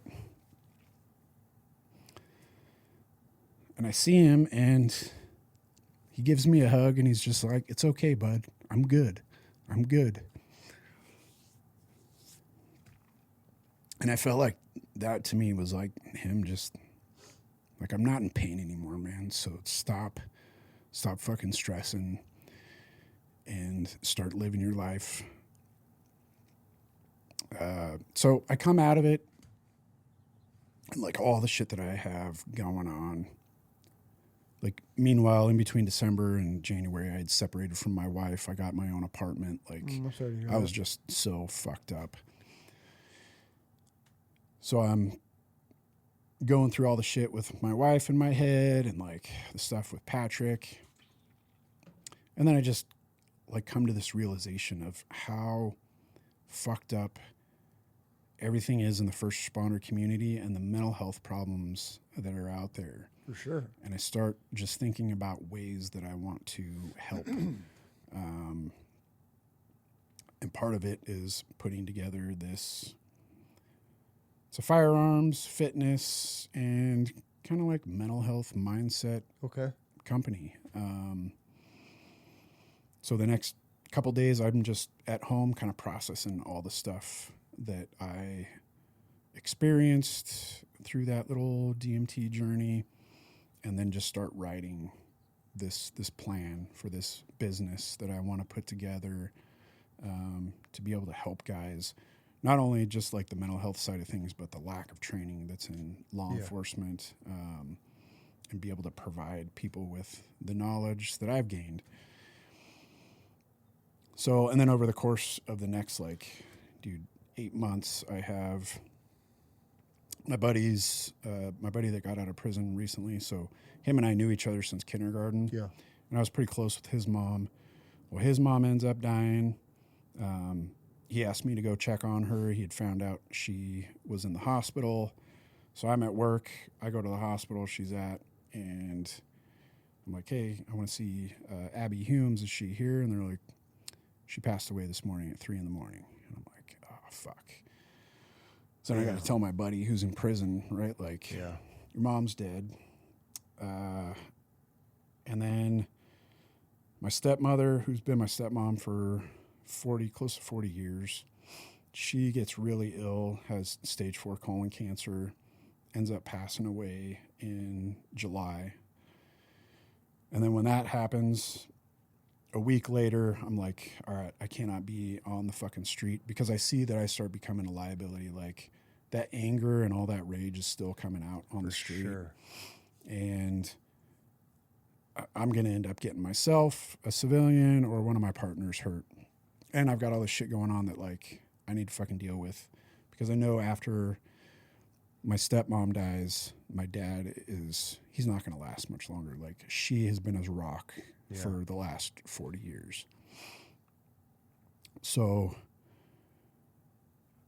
later on, like maybe 4 weeks after stepmom dies, another coworker at the department takes his own life. God, overdoses on pills. I wasn't really close with him, but I'd work with him quite a bit, and like, I knew the guy. He's like a good dude. Never would have thought anything was going on. And that's what I see a lot in the first responder community is fucking, we're all good at putting that facade on that everything's okay, but really behind closed doors, absolutely, like, shit is fucked up. You're human. Yeah. You're human. So that one is another blow. And then my dad dies August 31st, which is like just a couple weeks after my buddy Ernie Kazmar takes his own life. And then 4 days later, after my dad dies, my dog dies. And it's like, dude, just this God bless, man, fucking avalanche of shit that happens. And this was all after you did your trip, your journey? That was after the DMT. So the DMT was in February. Okay. And then all this stuff just continues to go downhill. So then I'm dealing with, funerals and probate court and all this shit. Fortunately, like, I have a very good union president, freaking badass dude. Like, unfortunately, this guy he's diagnosed with brain cancer now. And like, damn, he's got a freaking, I want to say she's probably 6 or 7 months old now. Like, first kid ever. And he gets diagnosed with brain cancer, which, anyways, like, I'm spiraling like big time, and thoughts of suicide are like coming through my head again. And then I find this group in Reno, the Sierra Psychedelics, and it's a first responder and veteran. They have integration groups where you go and just fucking sit and talk about the shit that we see and deal with as first responders and veterans. And then every few months they have a psychedelic journey. So it's MDMA and psilocybin. Okay. I had been looking for a while to try to find like an ayahuasca retreat, but everything was like thousands of dollars and like hundreds of miles away. Mm-hmm. And I got really lucky and found these dudes.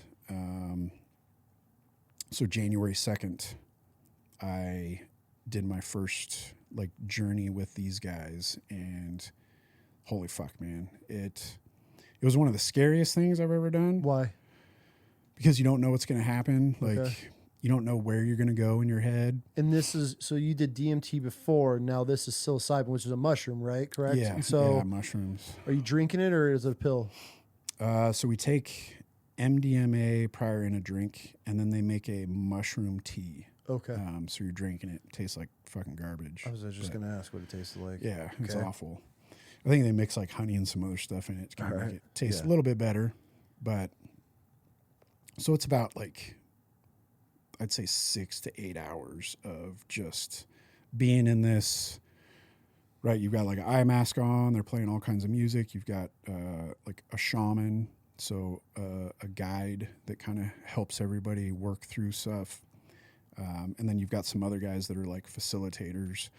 And it's everything from, there's some Navy SEAL dudes in there, like DevGru, and then you got firefighters. There was a smoke jumper in there, so like one of the most hardcore fucking firefighters. Like, Yeah. you know, you're side by side with all these other warriors and badasses that, you know, all of us are just fucking broken and hurting. But it was one of the most healing things. Like, not... So the trip itself is, like, I reflected a lot on the decisions that I had made during all these deaths that had happened throughout the year. Like, I was so lost. I stepped out on my wife. I was, you know, seeing another woman, just to be able to cope with the things sure. that I had going on. Right? It's no excuse. No, but I was in that like pleasure seeking mindset where sure. I was like, everything fucking sucks right now. I just want to find something that makes me feel good for 20 or 30 minutes. it's a high. Just takes your Yeah, attention off of something. It's the same as getting a fix or going getting drunk. There's no different. Exactly. I'm with you. So, and me being like sober, right? Which makes it almost worse because like it's not like I can be like, I was fucking drunk and I made this mistake, right? Yeah. I was fucking sober and I made this choice. But going back to it, like I reflected on a lot of the things that happened throughout the year and decisions I made. And I mean, really what it came down to was looking at the job and the impact that it was having on me as an individual, but then also on my family and those like close to me. Because my anger was coming out on my wife, my daughter, who's 4 years old now. Like, you know, I'm hearing them say, like, I'm hearing like she was 3 years old at the time, like, Dad, why are you so mean? I'm like, holy fuck. Yeah, that'll check that shit hurts. Yeah. And you want to be that dad. Nobody does. No. And how do you explain to your 3-year-old precious daughter that, hey, sorry, honey, Dad just lost 6 people in his life within the last 6 months or however long that span was, and you don't explain it to her, and then you try to hide it, and that bottles, and you bury it, and it's the full bucket effect. And eventually it just starts spilling over, and that's when it affects the wife and the kids. And so after this trip, you're reflecting. Okay, I guess once you drink the potion, are you seeing everything there, or is it everything hitting you afterward? And I'm asking for my knowledge because I've really, and we talked about it a little last night with Vic, and so for everybody, it's past guest Vic, and he's big into it, but I'm not 100% sold on it, but at the same time, I hear so many of these stories. And so what is it? The journey yourself, you're in there, you're blindfolded, you're seeing all the, oh my God, your dog scared the shit out of me. Bless you, pups. Are you experiencing, because you saw your buddy on the DMT, came to you, said he's good. Did you have that same experience now with the psilocybin, or was this afterward? How does it work? So like during, I'm not having visuals of stuff that's going on, but it's like being inside your own head and just like really analyzing all the fucking things that have been going on. Okay. So for a lot of guys, like sometimes it'll go back to like childhood trauma shit. For me, like that last year was just so fucked that was everything that was in my mind. Yep. And it's just, man, it's almost like overanalyzing shit and just overanalyzing. Okay. Like constantly going through like, where did I fucking go wrong? What led up to where I ended up? And you don't like figure it out during the fucking journey. Afterwards, the next day, you all sit and everybody gets a chance to talk about the things that they reflected on, the things that they, saw or learned. And then you can kind of get input from other guys. And that part is super beneficial.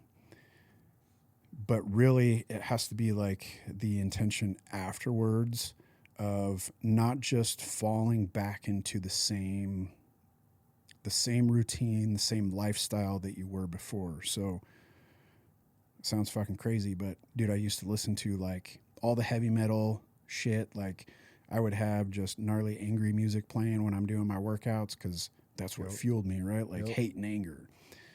And now I'm listening to like this crazy hippie stuff when I'm working out, which, dude, if I would have told myself a year ago that I'd be doing this shit, I'd be like, you're fucking insane, man. Like, get the fuck out of here. Story of my life. Story of my life, bro. Yeah, I'm with you. So, yeah, now I'm like in the gym working out to, dude, this just super peaceful, like I listen to worship music. hippie music.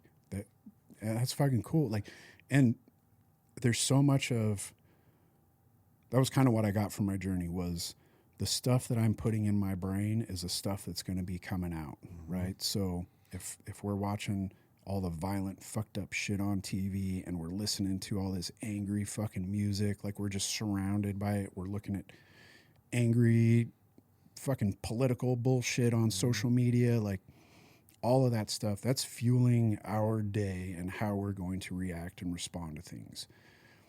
100%. And for me, that was like the biggest takeaway is just changing the way that I handle each and every day. So Taylor Kavanaugh, I've been working with him. He's been a huge help. Just like my morning routine now is I don't touch my phone, look at any of that shit for the first hour of the day, man. I am doing some mobility stuff. Now I'm praying, like I found my faith again. And a big part of it was like looking back at that time that I almost took my own life and praying beforehand. Like that was God helping me. Like I didn't fucking know it at the time, right? But that was how he helped me. I gave myself the credit for, like I went sober and I did all this stuff. But dude, reality, like he put me through all those fucking adversities to bring me to where I am today, right? And have to give all the credit to him. Every time. So again, that just intention of starting every day with a purpose. A purpose, yeah. I love TCAV. He's actually coming here next soon. Fuck yeah. He's rolling through town, man. But yeah, he's an incredible guy. He's gonna be on the show. He's already been on the show. He's on the wall, yeah. Oh, no shit. TCAV's up there. Nice. No, he's just coming back, rolled through town. He's helping. Actually, Vic and Michael, the one that we were with last night, the RISE program with the prisons and stuff. So, because TCAV was in prison here. Oh, fuck. So this is where he was locked up. Wild. Was in Boise. Nice. So he's coming back to help and do the program. Yeah. But we're going to link up. And we might run an episode. I want to talk fatherhood and all that stuff with him now. But because it's the same Navy SEAL stories and all that shit. Yeah. We've all heard a million times from him. But anyways, back to you. Dude, all the glory to God, huh? How's that changed your life? I know you're new into it. How's it been so far? It's still challenging, like every day. Sure. Like I really have to think about like trying to implement God and Jesus in every part of my day. And I've gone so long with not having that as a part of my life. Yeah. So it's really something I have to be consciously aware of. But it's absolutely changed my perspective on things. Like, I feel like this calling that I have now with, so the business that I started that I was talking about, that's my for-profit. Yeah. And then I have the nonprofit that we're putting together, which It's a combination first responders and veterans.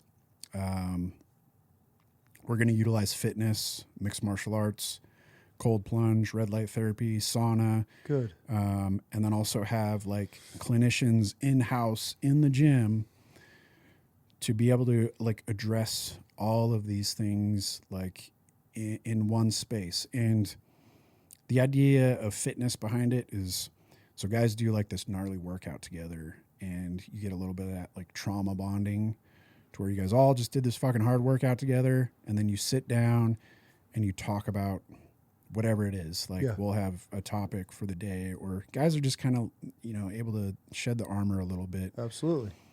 And when combining like the first responders and the veterans, there's so much that's similar in both communities. 100%. And then we're going to have resource programs, especially for veterans, to be able to try to get them on track with that, like new careers, like moving out of that like veteran mindset where you and I were talking about, where these guys get like trapped in that mentality of like, that is everything that I am. I'm a veteran. Like I did time. Their identity, their purpose, everything. And it gets the same in law enforcement too. Oh, law 100%. enforcement, first responder community, like you get so wrapped up in it. that Athletes when too. It's over. Yeah. And there's actually a program, this is kind of what I based it off of, is there's a program where they have veterans and former professional athletes that work out together and then they all sit and fucking talk about stuff. But we want to try to remove the stigma of, you know, trying to get help being weak. Because, man, it takes more courage than anything and more strength to be the guy that asks for help when you're struggling. Facts. But for some reason in these communities, man, like... Gotta be the tough guy. Yeah, it's a fucking alpha male mentality. Just like, kills you. I don't need fucking help. Like... That's the boomer logic. That's where we've grown up with boomer parents. We don't cry. We're tough. We're men. Blah blah blah blah blah. Right? Where does that end up? Bottle, pistol in your mouth, pills, cheating, gambling, alcohol. All the negative shit. All the negative. Being tough. Being the tough guy. Oh, I wish somebody would have sat my stupid ass down years ago and been like, "Hey, dude, just be vulnerable. Be grateful. Yeah. Pray. Yeah. Life's gonna be not perfect." You're going to be on a much better track than trying to be the tough guy that bottles everything. Yeah, because it never fucking ends up good, man. Never. Find me one None of situation. those guys, Find me one dude that's lived his whole entire life being a hard ass, I'm the toughest dude on the planet. And let's see how many people are standing next to you on your deathbed. Right. Because that's what ends up happening. Like, all that anger and rage comes out on family. Everybody in your closest circle. And then nobody wants to be a fucking part of your life because you're just a miserable prick. And then and I hope dudes hear this. And this is where a reality check is you're a cop, veteran, whatever it may be. I don't know how many dudes I talk to. Man, my dad was a Vietnam. I grew up with a Vietnam. Oh, my dad was a cop in L.A. I don't want to be that. I don't want my kids. That's how they talk about their dad. Oh, my dad was a Marine. He deployed. You know, it is what. Yeah. You know how they were. Fuck that. My dad did the dopest shit with me. I want that relationship. Yeah. I don't want to be I grew up with a Marine dad. Yeah. Nope. Oh, my dad was a cop, you know. Well, and then, so those guys, right, that have that's how they, you know, describe dad. They also have the rough time of being able to have that vulnerability. Well, they have daddy show wounds. their fucking their emotions, and that's because that's generational trauma. That's Right. That's the exact definition of generational trauma. Is, well, I've got to be like I'm going to be like my dad. We don't talk. That's how I was raised. Well, look how you turned out. Look at the asshole your dad was. Is that the generational trauma that we keep living with, or just continuing the cycle? Guys or are we like gonna us fucking make a change. have to check that and be like, okay, great. Was my dad incredible growing up? Fuck yeah, dude. I'll give my dad all the credit in the world. Do I want to be like him? Absolutely not. There's a lot of places that he failed, and I'm not going to fail at him, and I'm going to do better this version. That's where it's up to us and our generation to break these curses and be better. Be there for your kids. Listen to them. Talk to your wife. Talk to your children. Don't need to be an angry asshole every time you walk in the door. If you're an angry asshole every time you come home, change it. Yep. Find a different career. I don't care if you're 15 years in. There's no excuse. Change your life, and you're the prime example. Dude, you're fucking rock bottom. You could have just bottled it up, got back on the booze, got back on whatever, and grinded out your retirement and been miserable your whole life. Yeah. That's the only option. You cannot. There's these people that. Well, and we've got to find a way to normalize, like, the vulnerability. They're talking about shit in both these communities, the first responder and the veteran community. And it's having these conversations where we're fucking talking about the hard things. Because, dude, every time I've done a podcast and talked about all this shit, even though I get emotional, like, it's a therapy session for me. Like, I feel so much better every time. I don't know how many dudes, including myself, have sat in these chairs and bawled their eyes out. I cry my eyes out. I couldn't even get through my daughter's introduction. Like, I don't care. Yeah, fuck yeah. And when your kids see that, right? Like, having that, I guess you call it like emotional intelligence or whatever. 100%. Like, dude, that's what's going to pass on. That's going to be a positive for them. For your daughters that now know, hey, this is what an emotionally intelligent man that can talk through his feelings, not bottle everything up, it's not coming out as anger, it's not coming out as fear, is able to talk through it. And then your sons are able to watch their father talk through his problems, be able to handle situations differently. And they'll be like, oh, wow, that's how I do it. That's how I want to be, instead of screaming that you're this dictator in your house and I rule with authority. That's how that's how I was for a long time.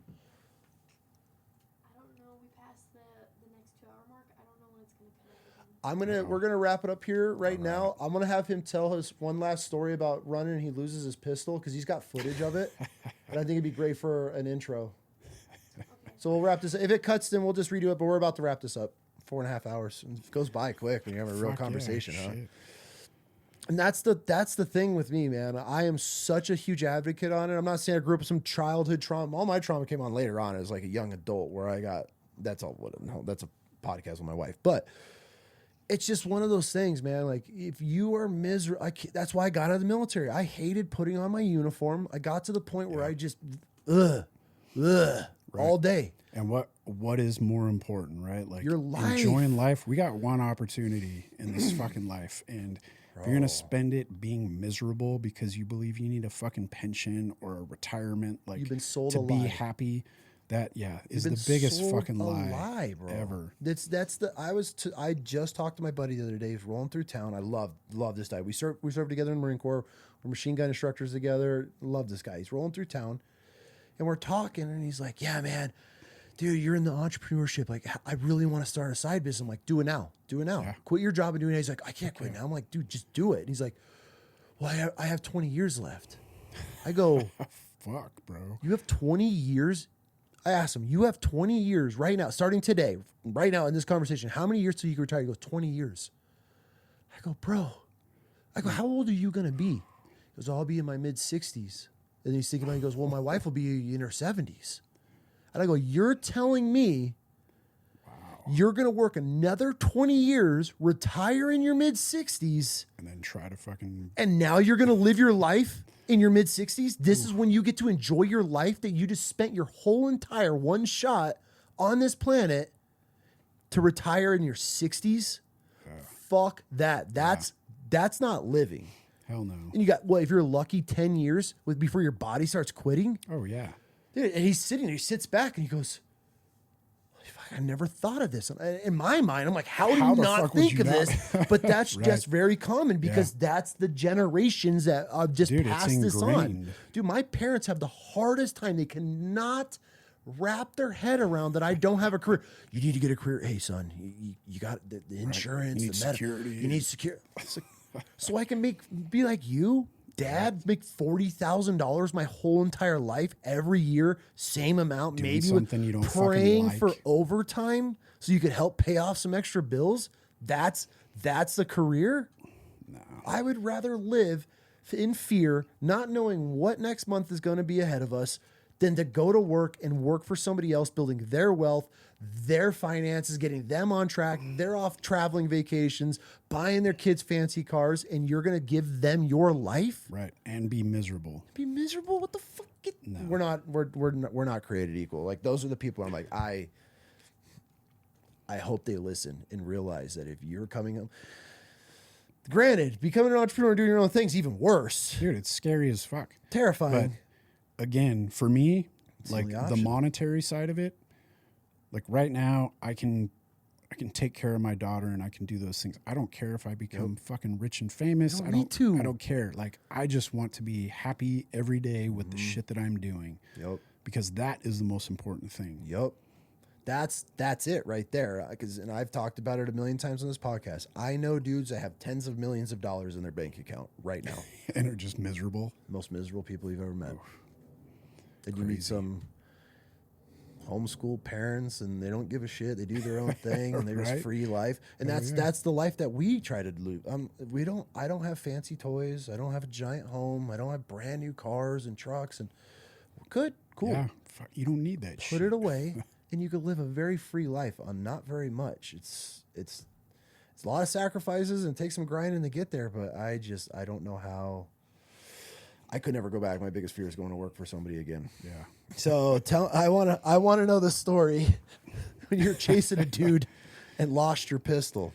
Yeah. So earlier in the day, I had gotten into the truck and my pistol kind of snagged on the seat and I heard like a crack in the holster, but I didn't think anything of it. Okay. So then later on in the day, I'm sitting in a parking lot and this family comes up to me. It's a mom, dad, and like a 6 or 7 year old girl. And they're walking back from the park and they're like, hey, we were just at the park. There's this fucking weird dude that was following our daughter around and tried to follow her into the bathroom, just obviously trying to do some weird like pedophile shit. Yep. They end up getting away from him and they're like, we just saw him going down that street. He's wearing a wife beater and he's got a suitcase with him. I'm like, all right, I'll go check it out. Drive up the street, find the dude, pull over. I'm like, hey man, come over and have a chat with me. And he immediately turns the other direction. And then a couple seconds later, dude, he's just like beating feet running across the street. So I start chasing him and I'm getting out on the radio like, hey, in a foot pursuit. And as I'm running, dude, I feel my hip get lighter and then I hear clank. Which is a distinct sound. Right. And I'm running. I look back and there's my fucking gun on the ground. So I'm like, fuck. So I run back, grab my gun, put it in my holster, and then I got to hold it into my holster. Like as I'm running, I'm trying to see if I can get the retention to work and lock it in. Not working at all. So I'm chasing this dude. Now he's like gained distance on me. He's running towards this casino entrance, calling out his description and everything. Chase him all the way into the casino. We get in the casino. I'm like gaining on him because he's a heavy set dude. He's on meth. All right. But so he's got lots of extra energy. Oh yeah. And he ran out of his shoes, so he's like barefoot, fucking running. And he's grabbing the stools that are next to the slot machines and like throwing them down behind him. So I'm having to like jump over these fucking stools while holding the pistol into the holster. And then finally he gets into this little room and you can tell he's just fucking exhausted. So I just grab him and slam him on the ground. My biggest fear is like, I'm going to have to get in a fight with this dude and my pistol's just loose. So fortunately, this guy is so fucking out of gas that he's not able to do anything. I tell him to roll over. He does it. And then the gang unit fucking shows up because they had been monitoring and they fucking take over. But dude, that was like that was the longest foot pursuit I'd ever been. And fortunately, I was training with Tyler Geiger at the time because I was training to do tactical games. Yeah. So like my cardio was fucking on point. And like the dispatchers, like they messaged me later. They were like, holy crap, like your voice sounded so clear. You weren't even breathing heavy when you were like given the description, direction of travel. I was like, fuck yeah, the training's like Paid off. paid off. Yeah. But Good. also one of the scariest times because I was like, dude, if I got to get in a fight with this guy and my gun comes Falls out. like fuck, now we've got a gun in the fight for sure. So God, bro. fortunately that didn't happen. But Yeah. yeah. That's one thing I'll miss is the fucking fun foot pursuits. Adrenaline and, rushes. Yeah. Yeah. Yeah. Gabe, I appreciate your conversation, man. This was yeah.